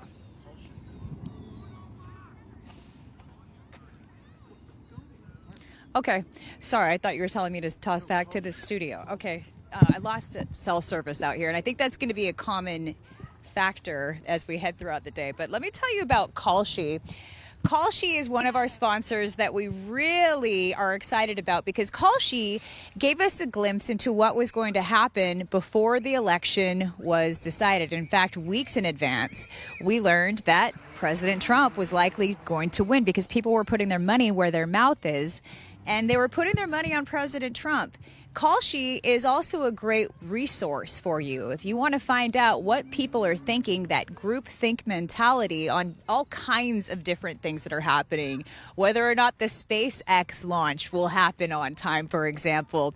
You can vote, or you can put your money where your mouth is and put your opinion out there and possibly make a little cash because it's perfectly legal now to trade with Kalshi. So let's tell you a little bit about our sponsor. And Kalshi as well, if you visit their website, if you haven't checked them out just yet, I would invite you to do so. I'm also going to tell you about a very special offer that we have from RSBN just for our viewers. Now, Kalshi offers the first legal exchange where you can trade on real events. And for 100 years, you weren't able to do this. But now you can. From inflation to Fed rates to unemployment, allowing you to capitalize on your knowledge. They provide valuable information, and they give you an opportunity to make possibly a little extra spare cash. President Trump was predicted to win long before the polls started reflecting his leadership in those polls. In fact, weeks, if not months ahead of time. And you can actually use your opinion, put your odds on what you think is going to happen, because Kalshi is the first regulated marketplace of its kind where you bet on your unique insight. Go to Kalshi.com/RSBN. The first 500 who place a trade will receive a $10 credit. That's Kalshi.com/RSBN. And the sun is starting to set a little bit out here in Washington, D.C. As it does so, it's going to start to get colder. Conditions are going to be much different tomorrow. We're going to be in a wintry mix of rain and snow. And so this march that is planned, there's a women's march, there's a people's march. This is the day that all the protests are going to be happening. We are going to be as far away from these protests as we can possibly get as we continue to bring you this coverage on RSBN. But you know what? Let's take a little walk and show you some of the sights that people are getting a chance to see out here. As you can see, we have people. This gentleman over here is driving a pedicab, and so he's ready to take tourists from one side, or visitors in this case for President Trump, from one side of the Capitol to the other. Conditions for today are just perfect for an event like that. And this reflective pond, you can see it's starting to melt a little bit. Completely frozen over is what it was like when we first got here. Now things have changed. It's just a little bit more slushy than it was before, but it's still beautiful. If you were to come here in the summertime as well, this is the location, the Tidal Gardens, where we have the cherry blossom trees. These are all cherry blossom trees. And so those cherry blossoms come to life. There's a festival out here. They were a gift from Japan. And it was a goodwill act from Japan. And every year they are so beautiful. So that's something that people look forward to. The beautiful part about Washington, D.C. is the land of 4 seasons. And because it's the land of 4 seasons, you're really treated to some beautiful sights. It looks quite different during all 4 seasons of the year. January, as we talked about, is the coldest month. Temperatures here are about 41 degrees. That's the average. And a lot of people that we're noticing are actually here from other parts of the country.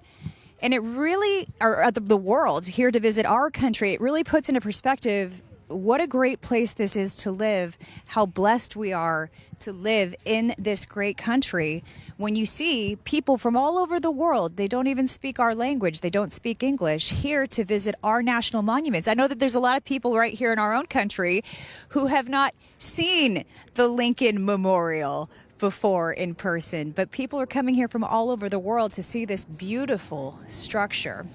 All right, we're going to continue on our walk here, and you'll notice exactly what I'm saying. I'm going to see if these gentlemen coming down are Trump supporters. It does look like we have some Trump supporters here, but you can tell who wants to be on camera. All right, come on over here, sir. Come on over here. All right. Hi. I'm with RSBN, Right Side Broadcast Network. Hi. Hi. So what brought you out here to the inauguration, and where are you from? Well, obviously, Trump getting inaugurated brought me out here, and I'm from Minnesota. You're from Minnesota? Yes. Tim Walz fan? No. I'm glad he lost. Yeah, it was a little nerve-wracking thinking that he might actually be the vice president of this great country. Yeah, I was too. So, here's something that might be disappointing. You came out here, you got your tickets, Yep. and now they might not be worth any. Yeah, we're a little upset, honestly. And if it's Trump doing it, I'm already upset with him. This isn't a good way to start, Trump, if you're watching this. I don't think it's him. And you know what? He says it's the weather, but you always have to wonder. He's had 2 assassination attempts on his life. We don't know for sure. We just know that he's always looking out for our safety. Like I was just telling my mom, maybe there's some kind of an attack that he might be worried about. And who knows? Nowadays, we've seen what happened. And he's trying to protect us, I think, more than anything, which is tough. But you got these tickets. Protecting. I don't need protecting, Trump. This is America, and we're not afraid. And that's why I came here in the first place, because I'm not afraid. Yeah. You don't let the terrorists win. That's right. So let's talk about the good stuff. I'm sorry, that had to be really disappointing news. Very disappointing. I'm deflated. It's kind of depressing, to be honest. I came all the way out here. People are spending a lot of money, Trump. You should maybe reconsider.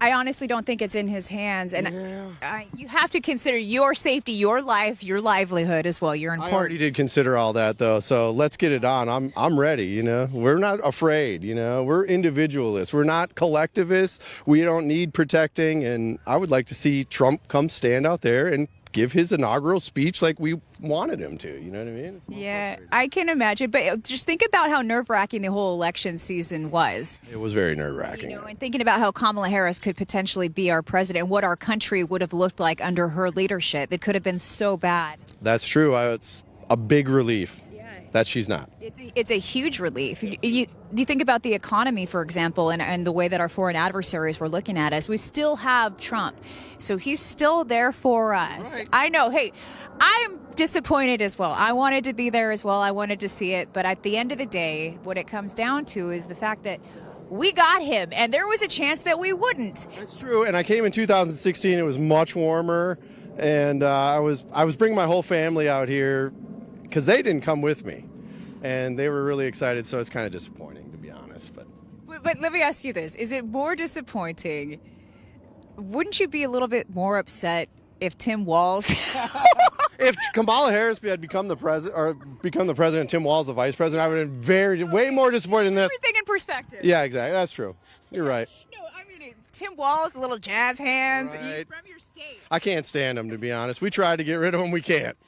He's like, I don't know, a cold sore, something like that. You know who else is from your state? Amy Klobuchar? Oh. Yeah, no, who? She's not so bad. Well, but Mike Lindell is from your state. Mike Lindell is from Minnesota. We're proud of him.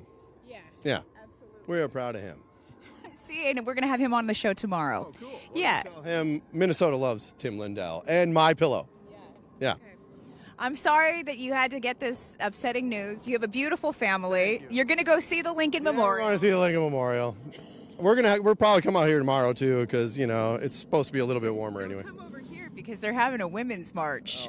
Yeah. They did that the day after the last time, and I saw a bunch of the pink hats at the subway station, but they were pretty calm, peaceful. They didn't say anything to us, so it was all good. But It's not the place you want to get stuck in. yeah, it's true. You don't. No, I don't want to get stuck in that. That's true. Why couldn't it be 8 degrees when they show up? They can cancel their march. They're not going to cancel it. Well, you know what? Thank you. Can I just see what your tickets actually look like? I've been curious. He's got the tickets right over here. Isaac, you got the tickets? Let's see the tickets, Ozzy. This is standing room tickets because we're not important. You are important. Oh, we are. Now, you had to get these from your congressman? Is that how that worked? We got these from our congresswoman. Woman. I mean, Okay. it says Amy Klobuchar on them, but we got them from Betty McCollum, so thanks, Betty McCollum's office. And Tom Emmer, you weren't a big help, thanks. I entered the lottery and I didn't get one, so thanks. But you got them. I did get them from I had to go to a liberal. My parents live in a liberal district, so they were a lot easier to get. All right. Yeah. Well, thank you. You're welcome. That was fun. Hey, it's going to be fun. You were just on with RSBN, so you're already having fun. Cool. I'll maybe watch later. When is this gonna air? It's on you. You can go back and watch on YouTube. But it's live. YouTube. All right, we're live. All right, cool. Hi, YouTube. Thank you. God bless you. I hope everything turns around for you. Yeah, come on over. Hi there. What's your name? I'm John from Chicago. John from Chicago. Are you Republican? I am a conservative Republican. From yes, Chicago? From Chicago. What? So I've got a great story I want to share with you. So I've got a boat and jet ski rental company in Chicago. We've crushed it for the last 13 years until the Biden administration took over. We went from about 800 customers a month down to about 50. So not only did he hurt and crush everybody financially, but they took the fun out of America. And I know for a fact when we open up this summer, we're going to be back in business with a vengeance and people are going to be coming out for fun. So I just wanted to share, they took the fun out of it for everybody. And I'm not the only one feeling that way. So I just wanted to share that with you. No, you know what? You are bringing the fun back. The last gentleman we interviewed, he was very depressed about the fact that he doesn't get to see the inauguration happen in person. He still loves Trump. It's going to happen, right? Yeah, it's going to happen. He's still going to be our president. That's the way I see it as well. Right, You exactly. just brought the fun back. And look, you've got a Donald Trump pin right here on this hat, looking very sharp. Thank you very much. You just have a very optimistic, beautiful demeanor. You're welcome. I'm so sorry to hear that about your business. What is the biggest hope for your business going forward for the next 4 years? Well, I have a 19-year-old son who I'd hope would one day want to take it over, and I brought him to the inauguration with me. But I would hope for everybody, all the closed storefronts, the restaurants, the people who have been just devastated by the hardships that have been intentionally put on all of us, that for not only just for myself, I'm not thinking about myself, I'm thinking about all of us. It's a country problem, and I think that Donald Trump will bring that positiveness back into our local economies, state economies, country economy for all of us. Right. So that's it. Just want good things for all of us. You've been it's not me. It's all of us. Are you a Shapiro fan? Yeah, I am. Good. I am. I subscribe, but I got to figure out how to get my email and my subscription. My password. I just have to get it going again. Okay. So I have it. I just haven't done it. But I like Ben Shapiro. Yeah, he's actually going to be here at one of the balls that are going to be happening. What ball?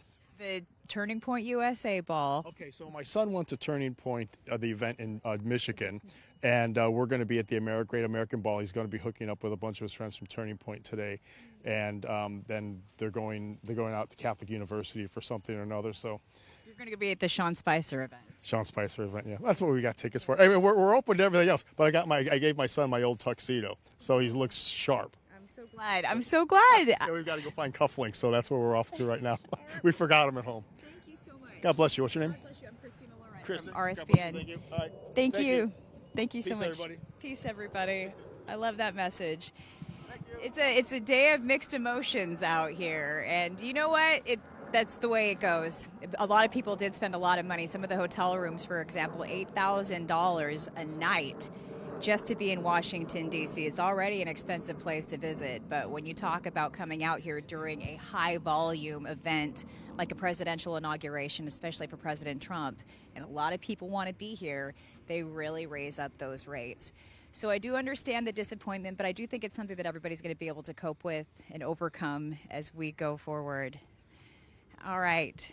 I want to tell you about one of our sponsors, and it is a really great sponsor that we have called Colonial Metals. This is one of our new sponsors. You know, if you watch the stock market, you know that it's been incredibly volatile lately, but you don't have to let poor policy decisions and record inflation rapidly diminish the wealth that you have built, that you've worked so hard to build over time. It's so hard to watch the stock market when it's dropping 300 points, 600 points on a day-to-day basis.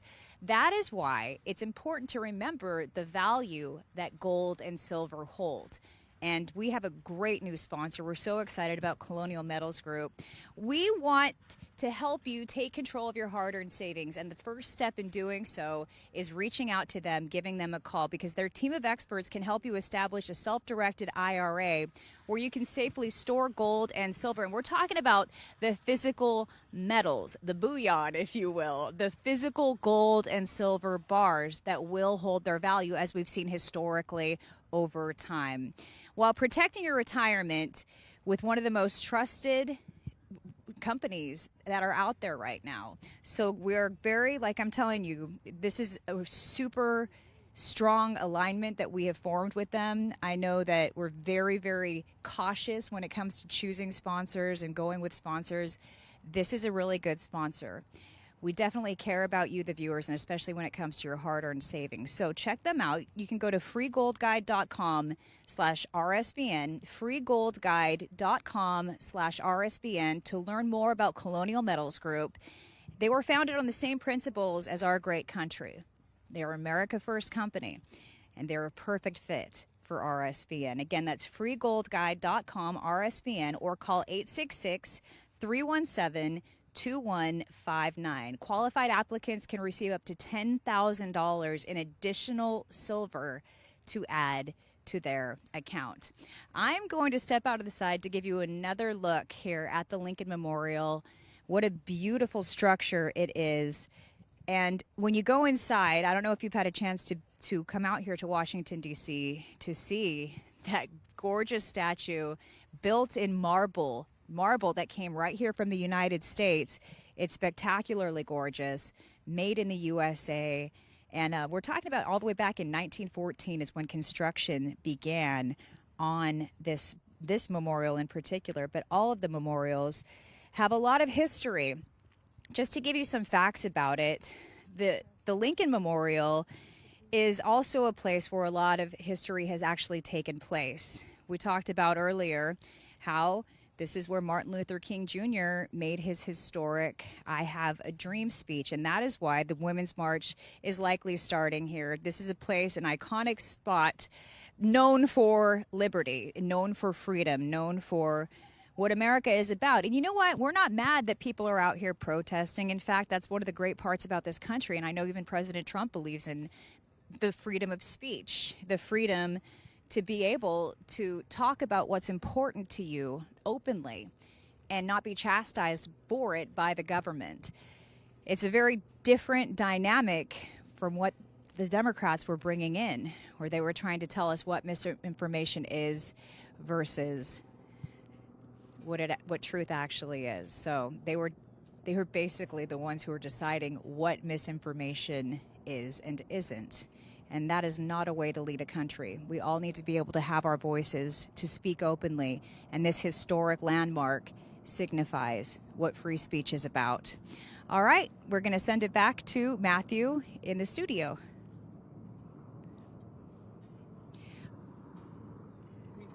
Oh, okay. I guess we're not going to. I thought you were telling me to wrap. I'm sorry. We've got a lot of stuff happening out here. I keep losing my cell service. Just to let you know what's going on, because we don't like to keep anything hidden from you. This is a beautiful building here. We're going to keep walking down. We've got some gentlemen here, and they're looking around. This is pretty cool, huh, guys? Yeah. Where are you guys from? Guatemala. Did you come here for the inauguration? Okay. Well, enjoy. I know I'm touched whenever I see people from other countries come here to see what's happening in our nation's capital. It drives home the fact that we live in the land of the free, the home of the brave, that people want to come and visit. So let's keep walking. I want to show you what's happening on this side. Hi there. Did you guys come out here for the inauguration? But unfortunately, we have to go tomorrow. Oh, you do? But it's a lovely atmosphere. It's a great atmosphere. Are you pro-President Trump? Well, I would rather not say. We don't get into politics, but we're just loving the vibes here. We're loving the vibes. Where are you from? We're from the UK. You're from the UK? Oh, there's a lot happening in the UK right now. Again, we don't... No, it's okay. You don't have to. How does it feel to come from the UK to America? What strikes you the most as what's significant about this country or how it's different than yours? Oh, we just love the people, don't we? We just love the happiness, and I know it's, everyone has issues, but we just love coming here. I mean, it's the first time in DC, and we've just enjoyed the days that we've been here, and the people have been so nice. But it's been great, hasn't it? We really have enjoyed it. And the atmosphere is absolutely brilliant. And unfortunately, we're leaving tomorrow, but we wish we could have stayed because we'd have loved to have been here for the full atmosphere. So people are friendlier here, would you say, than in the UK? Definitely. Wow. 100%. All right. So put that on. No, I'm happy to hear it. Okay. Thank you. Thank you so much. Enjoy. Do you see that? They like the people in this country. Well, we the people have reclaimed control. We're going to send it now back over to Bobby and Megan.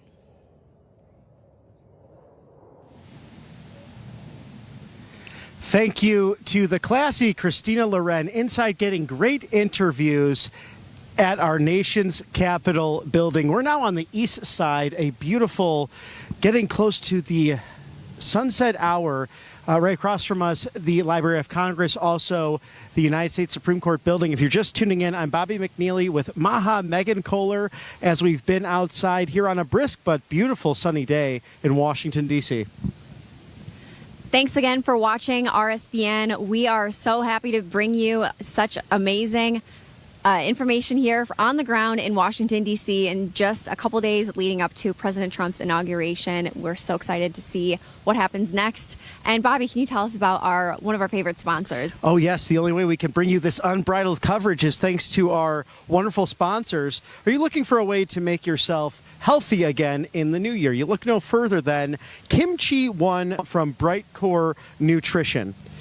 Kimchi One packs all the fermented nutrition of kimchi in convenient capsules. So I highly recommend this product because all health starts in the gut. So putting the right fermented superfood in your gut improves every aspect of your health. If we're talking your skin, your hair, your mental performance, and you can do this all the natural way.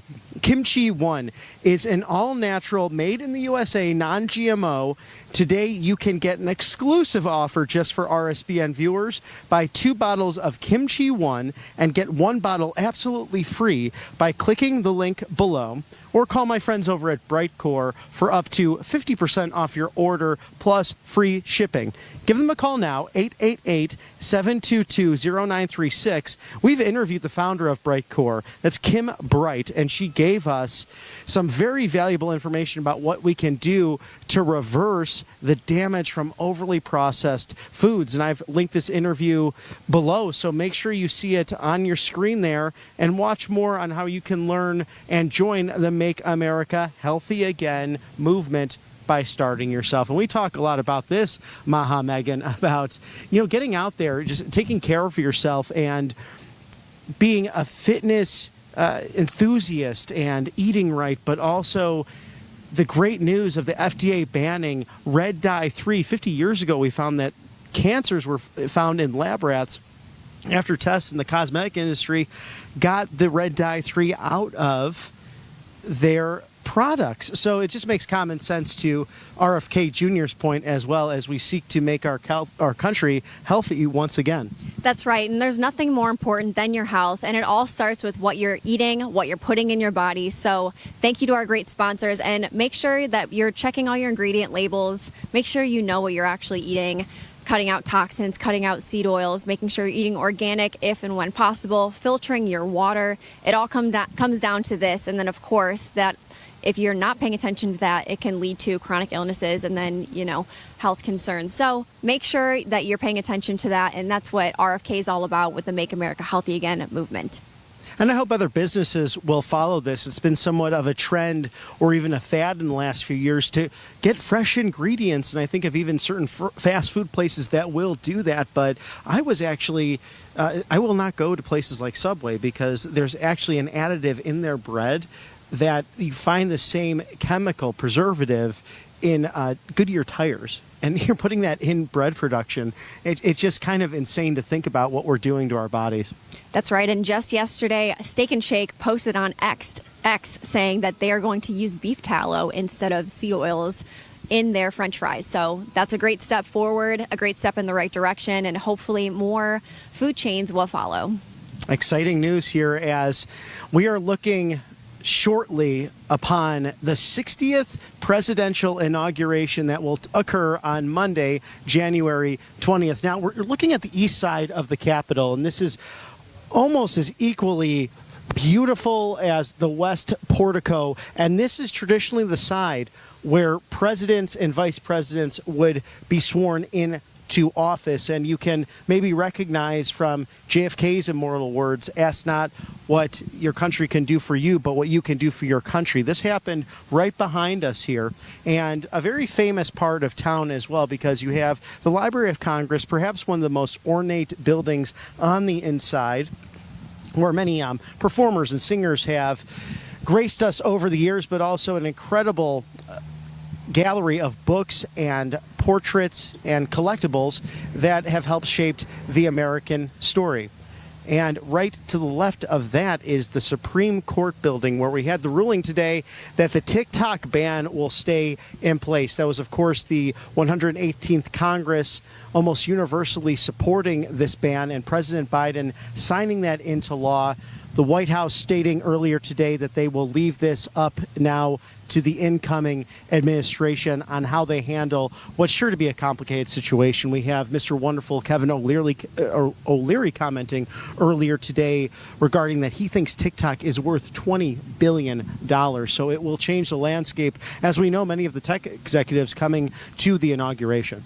That's right, and the inauguration ceremony is going to take place inside the rotunda of the Capitol, just like it was with President Reagan in 1985 for his second inauguration. So that's going to be taking place on Monday due to extreme cold temperatures. I mean, I don't think it's safe for anybody to be outside in such cold temperatures, even with extra layers on. We don't want anyone to get frostbite or anything like that. So I think it's a great idea to have it take place inside. And just from a safety standpoint, I think it's going to be a smart decision all around.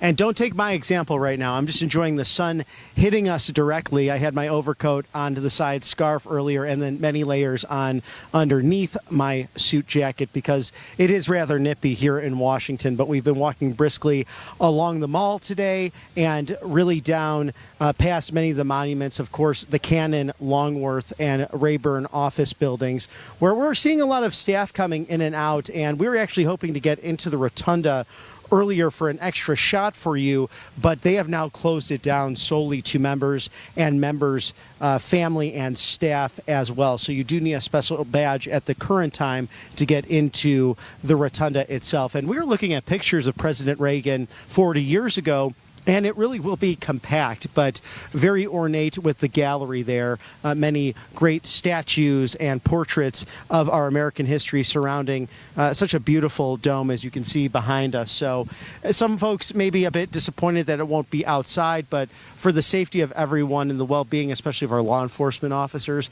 it makes sense to bring it in with an expected high of 11 degrees. And 40 years ago, the high was around 7. So those are pretty bitterly cold temperatures, and we think President Trump for his leadership and wanting to move that inauguration inside as a result of the cold weather.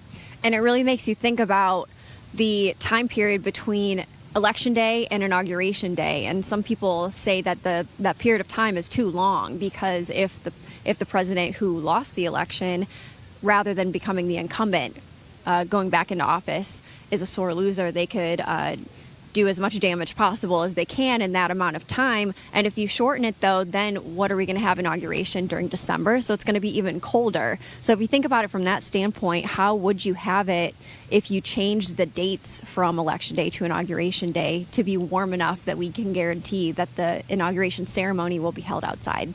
Right, and it's not something set in dogma, of course, based on the founding of our country, the first inauguration in New York City, then our nation's capital, with George Washington and John Adams as the inaugural office holders of the presidency and vice presidency of the United States. That was April 30th of 1789. Most inaugurations have occurred on March 4th because of the birth date of our beautiful Constitution and our constitutional republic, but in recent years moved to that January 20th date, which, yes, March 4th would have been nice weather-wise, but I'm very thrilled that the incoming Trump administration will be here in just several hours. And you had a chance to interview someone who was there at J6 today. We will have the commutations and pardons expected following President Trump's inauguration. And thank God, because some of these folks have been in solitary confinement and have not had their due process guaranteed to them by the Bill of Rights and the Sixth Amendment. That fast and speedy trial has not existed. So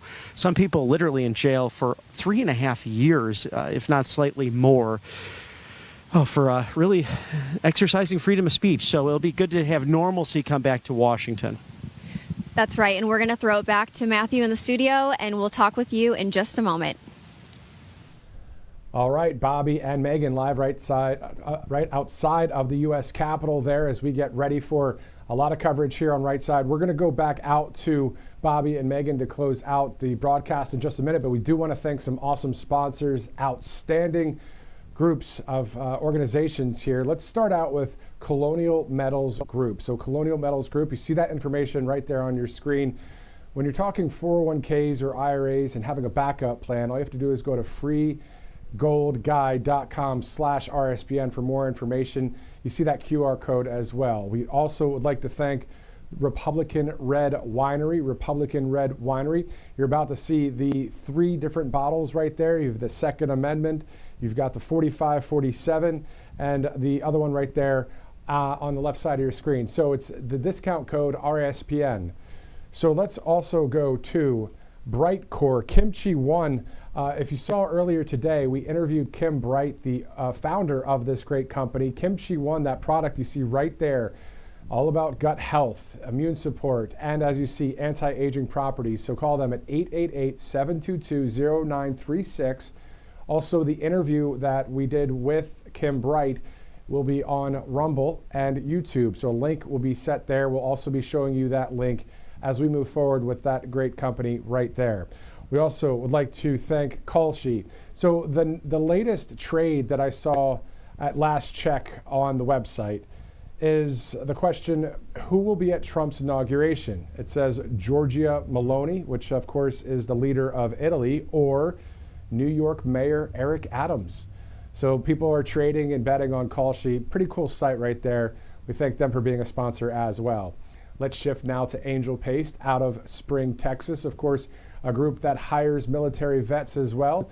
Angelpaste.com. You see it right there on your screen. A great product as well, especially for Valentine's Day, right kind of around the corner.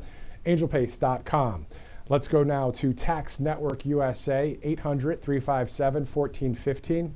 If you're looking for any help with taxes or missed any filing of previous years, you can always call 800-357-1415, Tax Network USA. Speaking of the United States, let's go to PatriotAddictDeals.com. PatriotAddictDeals.com, you can see right there the Trump Combat Knife. If you use the code RSBN30, you're going to get 30% off that. A lot of great products on PatriotAddictDeals.com. Another great sponsor right here at Right Side Broadcasting Network. Speaking of great sponsors, let's go to MyPillow, MyPillow.com. And speaking of Valentine's Day, right there, you can get a lot of a high percentage off, save up to 80% as you see there. Now, Christina Loren, our RSBN host, she will be interviewing the great Mike Lindell tomorrow right here on Right Side Broadcasting Network as we are live once again in D.C. bringing you this pre-inauguration coverage. All you have to do is go to mypillow.com/RSBN to look up more than 2,000 products on that great site there. Speaking of Right Side, if you'd like to donate to us, all you have to do is text RSBN to 801-801. Simply text RSBN to 801-801. On top of that, if you'd like to go get a newsletter that we have for you, you go to rsbnetwork.com/newsletter. All the information about live events, breaking news, and other offers right there at the rsbnetwork.com/newsletter. All right, so it's about 3:48 on the East Coast. You're taking a live look right there at the White House, 1600 Pennsylvania Avenue. Thanks so much for joining us for this coverage. We'll be going back out to Bobby and Megan here shortly, right outside of the U.S. Capitol. As you guys know, there's going to be a lot of coverage coming up here at Right Side. So we do know that Bobby and Megan are joining us now live right outside the U.S. Capitol there. I know you guys were just on, but also the fact that now, you know, this whole inauguration is going to be held right inside that building behind you. The fact that you guys are still going to be at the Maga rally, though, and seeing the president deliver his speech there at the arena for the rally the day before, that's pretty much the last moment there that we, the people, are going to be able to see President Trump in person deliver a speech, since it's now inside the U.S. Capitol. So your thoughts, Bobby? Yeah, you hope that it would be outside, but we totally understand the abundance of caution just with the dangerous weather that will be taking place on Monday. And that's why it sounds like President Trump may make his way over to the Capital One Arena once again on Monday to go be with supporters. So it seems as if you are attending. Make sure you get into that MAGA rally on Sunday. That might be your best bet to see the president-elect up close. And then you'll be able to view it from their party that they'll be having at Capital One on Monday, with the great viewing opportunities being that it's a wonderful basketball and hockey venue. And I think it's great that we're having this event indoors, of course, with the extreme temperatures. It's not healthy for anyone to be outside for hours upon hours. And of course, all the different speeches going on, and the whole ceremony is very long. So to put anyone in that kind of danger would be not smart. So it's better to have it inside Capital One Arena. And we'll be there at the MAGA rally the night before to celebrate the victory rally, celebrate that we won this election, and then, of course, the watch party on Monday as well. So, yeah, we've got a lot of celebrations to be had. And then, of course, guys, as you know, let's talk about the day one and day two of President Trump in the Oval Office. Bobby, can you walk us through some of the things that you know that President Trump has already said about what he wants to do? And Megan, if you can also share with us any of your thoughts about what's going to happen on day one and day two. Go ahead, Bobby. Well, Matthew, right away, President Trump will go into that Senate cloakroom after being sworn in as the 47th Commander-in-Chief. And traditionally, that is a signing of several executive orders. We do expect that he will rescind many of the Biden executive orders that have taken place recently or that hang really in the balance. Of course, now with the TikTok ruling coming from the Supreme Court, he will perhaps need to address that in some way, shape, or form, given that the provision in the law gives the sitting president of the United States roughly 90 days of leeway to decide the direction of where this will go. Now, we can have a U.S. buyer who might be interested in purchasing TikTok. You could also have the Chinese Communist Party ultimately shut down the entire app. So we will see what happens. He was on the phone this morning with Premier Xi of China, I'm assuming, discussing these issues in detail. We will also have the likely signing of Operation Aurora as an executive order and the continued building of the border wall on the southern border, as those are executive powers granted to the President of the United States. And I'm sure as well that if you have the passage of the full Laken-Riley Act right behind us as the Senate was addressing that today, perhaps that will be waiting for President Trump to sign into law, as we don't anticipate President Biden cooperating with that legislation before the end of his term. And in President Trump's first term, starting in 2017, for the first 4 years, he made tons of progress in making America great again, which of course came to a screeching halt when Joe Biden took office for 4 years, did a lot of damage to the American people, to our economy. Crime went through the roof. And President Trump's going to address that on day one. He's going to secure the border. He's going to start the mass deportations of criminal, illegal immigrants who are in our country. And I think he is going to get that Keystone XL pipeline hopefully up and running. We're going to drill, baby, drill, because we have oil right here in America. We have such an abundance that we could be one of the richest countries on planet Earth. We have more oil than Saudi Arabia, and I think he wants to get that going as soon as possible, and that's going to start bringing inflation down, and gas prices will come down immediately. So I think those are going to be two of the top priorities when he first gets in office. Exactly. And then on top of that, I'm not sure, Bob, if you mentioned this part, but the J6, some of the pardons there too. I mean, there's just so much about to be happening, and you guys are right there in the front lines for Right Side Broadcasting Network. Pretty awesome to report, truth, what you're seeing out there. And Bobby, correct me if I'm wrong, did you mention that on Monday, after the inauguration, so when President Trump is the 47th Commander-in-Chief inside that U.S. Capitol building, did you mention that he may go over to Capital One Arena as well to visit the people at the watch party? Is that confirmed, or where are you hearing that? Yes, sir. We're seeing reports across the channels that is very possible. So likely after the swearing in and after these executive orders being signed, of course, he, along with our First Lady, Melania Trump, will escort the Bidens to Marine One for that special mission to say goodbye to them, and as they depart, likely for their home state of Delaware. They will then enjoy that luncheon with senior congressional staff and other members of the incoming cabinet, and then they will go on that parade route. But it looks like they will be inside of limousines and, of course, the aptly named Beast on the way to the White House for perhaps a viewing of part of the parade. I think we will see how this will extend or perhaps shorten the parade, because of course you don't want people necessarily, the bands from different colleges or even dance teams, to be out there in the bitterly cold weather. And then there are reports that he will go on to that Capital One Arena where the Maga event will happen, of course, on Monday, just to say hi to some reporters and supporters, because we do know that President Trump likes to engage the people and be amongst the people. He truly is the people's president, and he knows how to speak to communities throughout America, whether it's through the media or going right where the action is. So I would not be surprised to see him at Capital One once again on Monday night. Yeah, it's going to be quite awesome for the rally in itself, just the amount of excitement for those people now. Now, think about it, guys, outside of Capital One Arena on Sunday. So you guys will be, I believe, outside a little bit and then inside. I know Christina Loren will be there covering it as well. The amount of red MAGA hats to descend to Washington, D.C. What are your thoughts just about that, the rally vibe?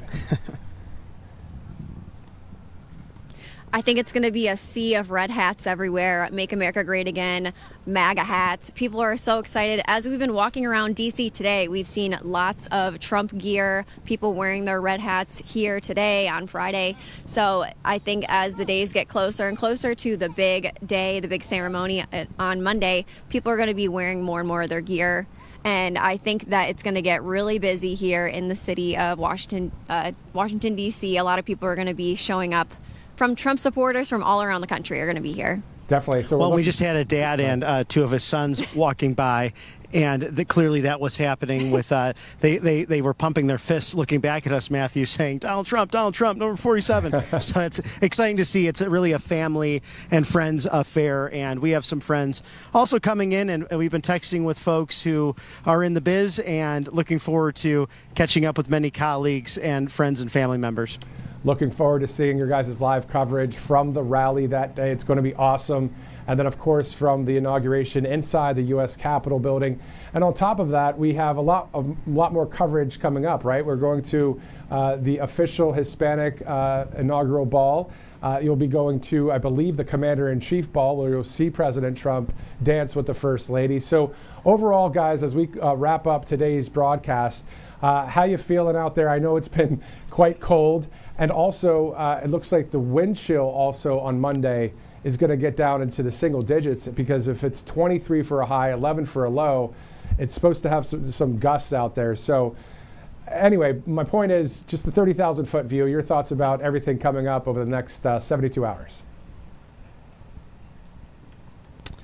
Well, there's no place else I'd rather be, because this is such a historical moment for our country, for all of us. Seeing the return of a president to serve 2 non-consecutive terms. It's only happened once before with Grover Cleveland back in the 19th century. So very significant for the Maga movement. And you think about the media coverage, Matthew, really since the end of the first term. We had President Trump banned from Facebook, banned from Twitter at the time, and now the birth of Truth Social. You have so many other outlets that are sharing this information. Of course, RSBN being in the thick of it this last decade to bring you the truth of what was actually happening at MAGA rallies, and to actually interview the people attending these great rallies for all of these years. So I think it's the closing of a chapter for many people who were shadow banned or treated unfairly simply because of their political ideology. At the same time, it's the birth of a golden era and a chance for a gentleman to come back to office, really to make his points known and to serve the American people. As a longtime Trump supporter, I came out of the closet, people like to say, coming out of the closet. But I was very vocal about my support for President Trump from the very beginning. When he came down the escalator, I was so excited for him to run. That was 10 years ago at this point, because it was 2015. Now it's 2025. So over the years, it's been such a roller coaster. Like you mentioned, getting canceled, people getting shadow banned on social media platforms, tension between friendships and relationships. So for all that hard work that we went through this election season, covering all of Trump's rallies, and now here we are. Election day was awesome too. And then now for Trump's second inauguration, it feels like everything's coming full circle. It's a very surreal moment for me to be here in Washington, D.C. to witness this moment in history. And it truly is the beginning of Trump's second term, MAGA 2.0, and the golden age for the United States. And we are looking forward to it. We are part of We the People, and we know this is about the everyday American, and this is all about We the People. So we look forward to this coverage coming up. We'll be live here tomorrow as well in Washington, D.C. For RSBN's Bobby McNeely and Megan Kohler and Christina Loren and all of us here at Right Side Broadcasting Network, thank you so much for joining us. We'll see you tomorrow. Hey y'all, it's Silk from the Diamond and Silk Chit Chat live show. Look, don't forget to check me out right here on RSBN Network.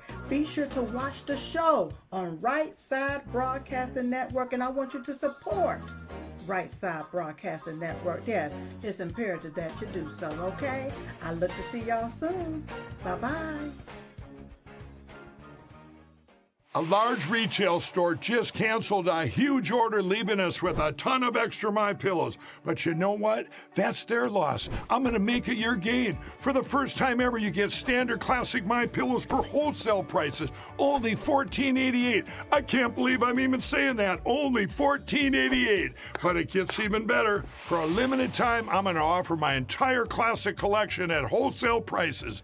Upgrade to a queen size MyPillow for just $18.88. King size only $1 more. Get my body pillows for $29.88 and multi-use MyPillows for only $9.88. So go to mypillow.com or call the number on the screen. Use your promo code to take advantage of wholesale pricing for the first time ever on TV, including my standard size MyPillow, only $14.88. They've never been offered this low before. We have limited quantities at this price, so limit's going to be 10, and once they're gone, they're gone. Welcome to Right Side Broadcasting Network, your trusted conservative news outlet. At RSBN, we deliver the truth when the mainstream media falls short. Since 2015, we've proudly broadcasted every single one of President Trump's iconic Maga rallies, bringing you the excitement and energy live before anyone else. By watching RSBN, you get an unfiltered front row view of the action on the ground. We interview the crowds to give a voice to millions of Americans just like you. We show you President Trump's speeches in their entirety, free from interruptions and censorship. We cover the stories that matter to you with the integrity and passion you deserve. Thank you for choosing RSBN as your home for America First News. Together, we stand strong, united, and informed. So join us and be part of the right side of history.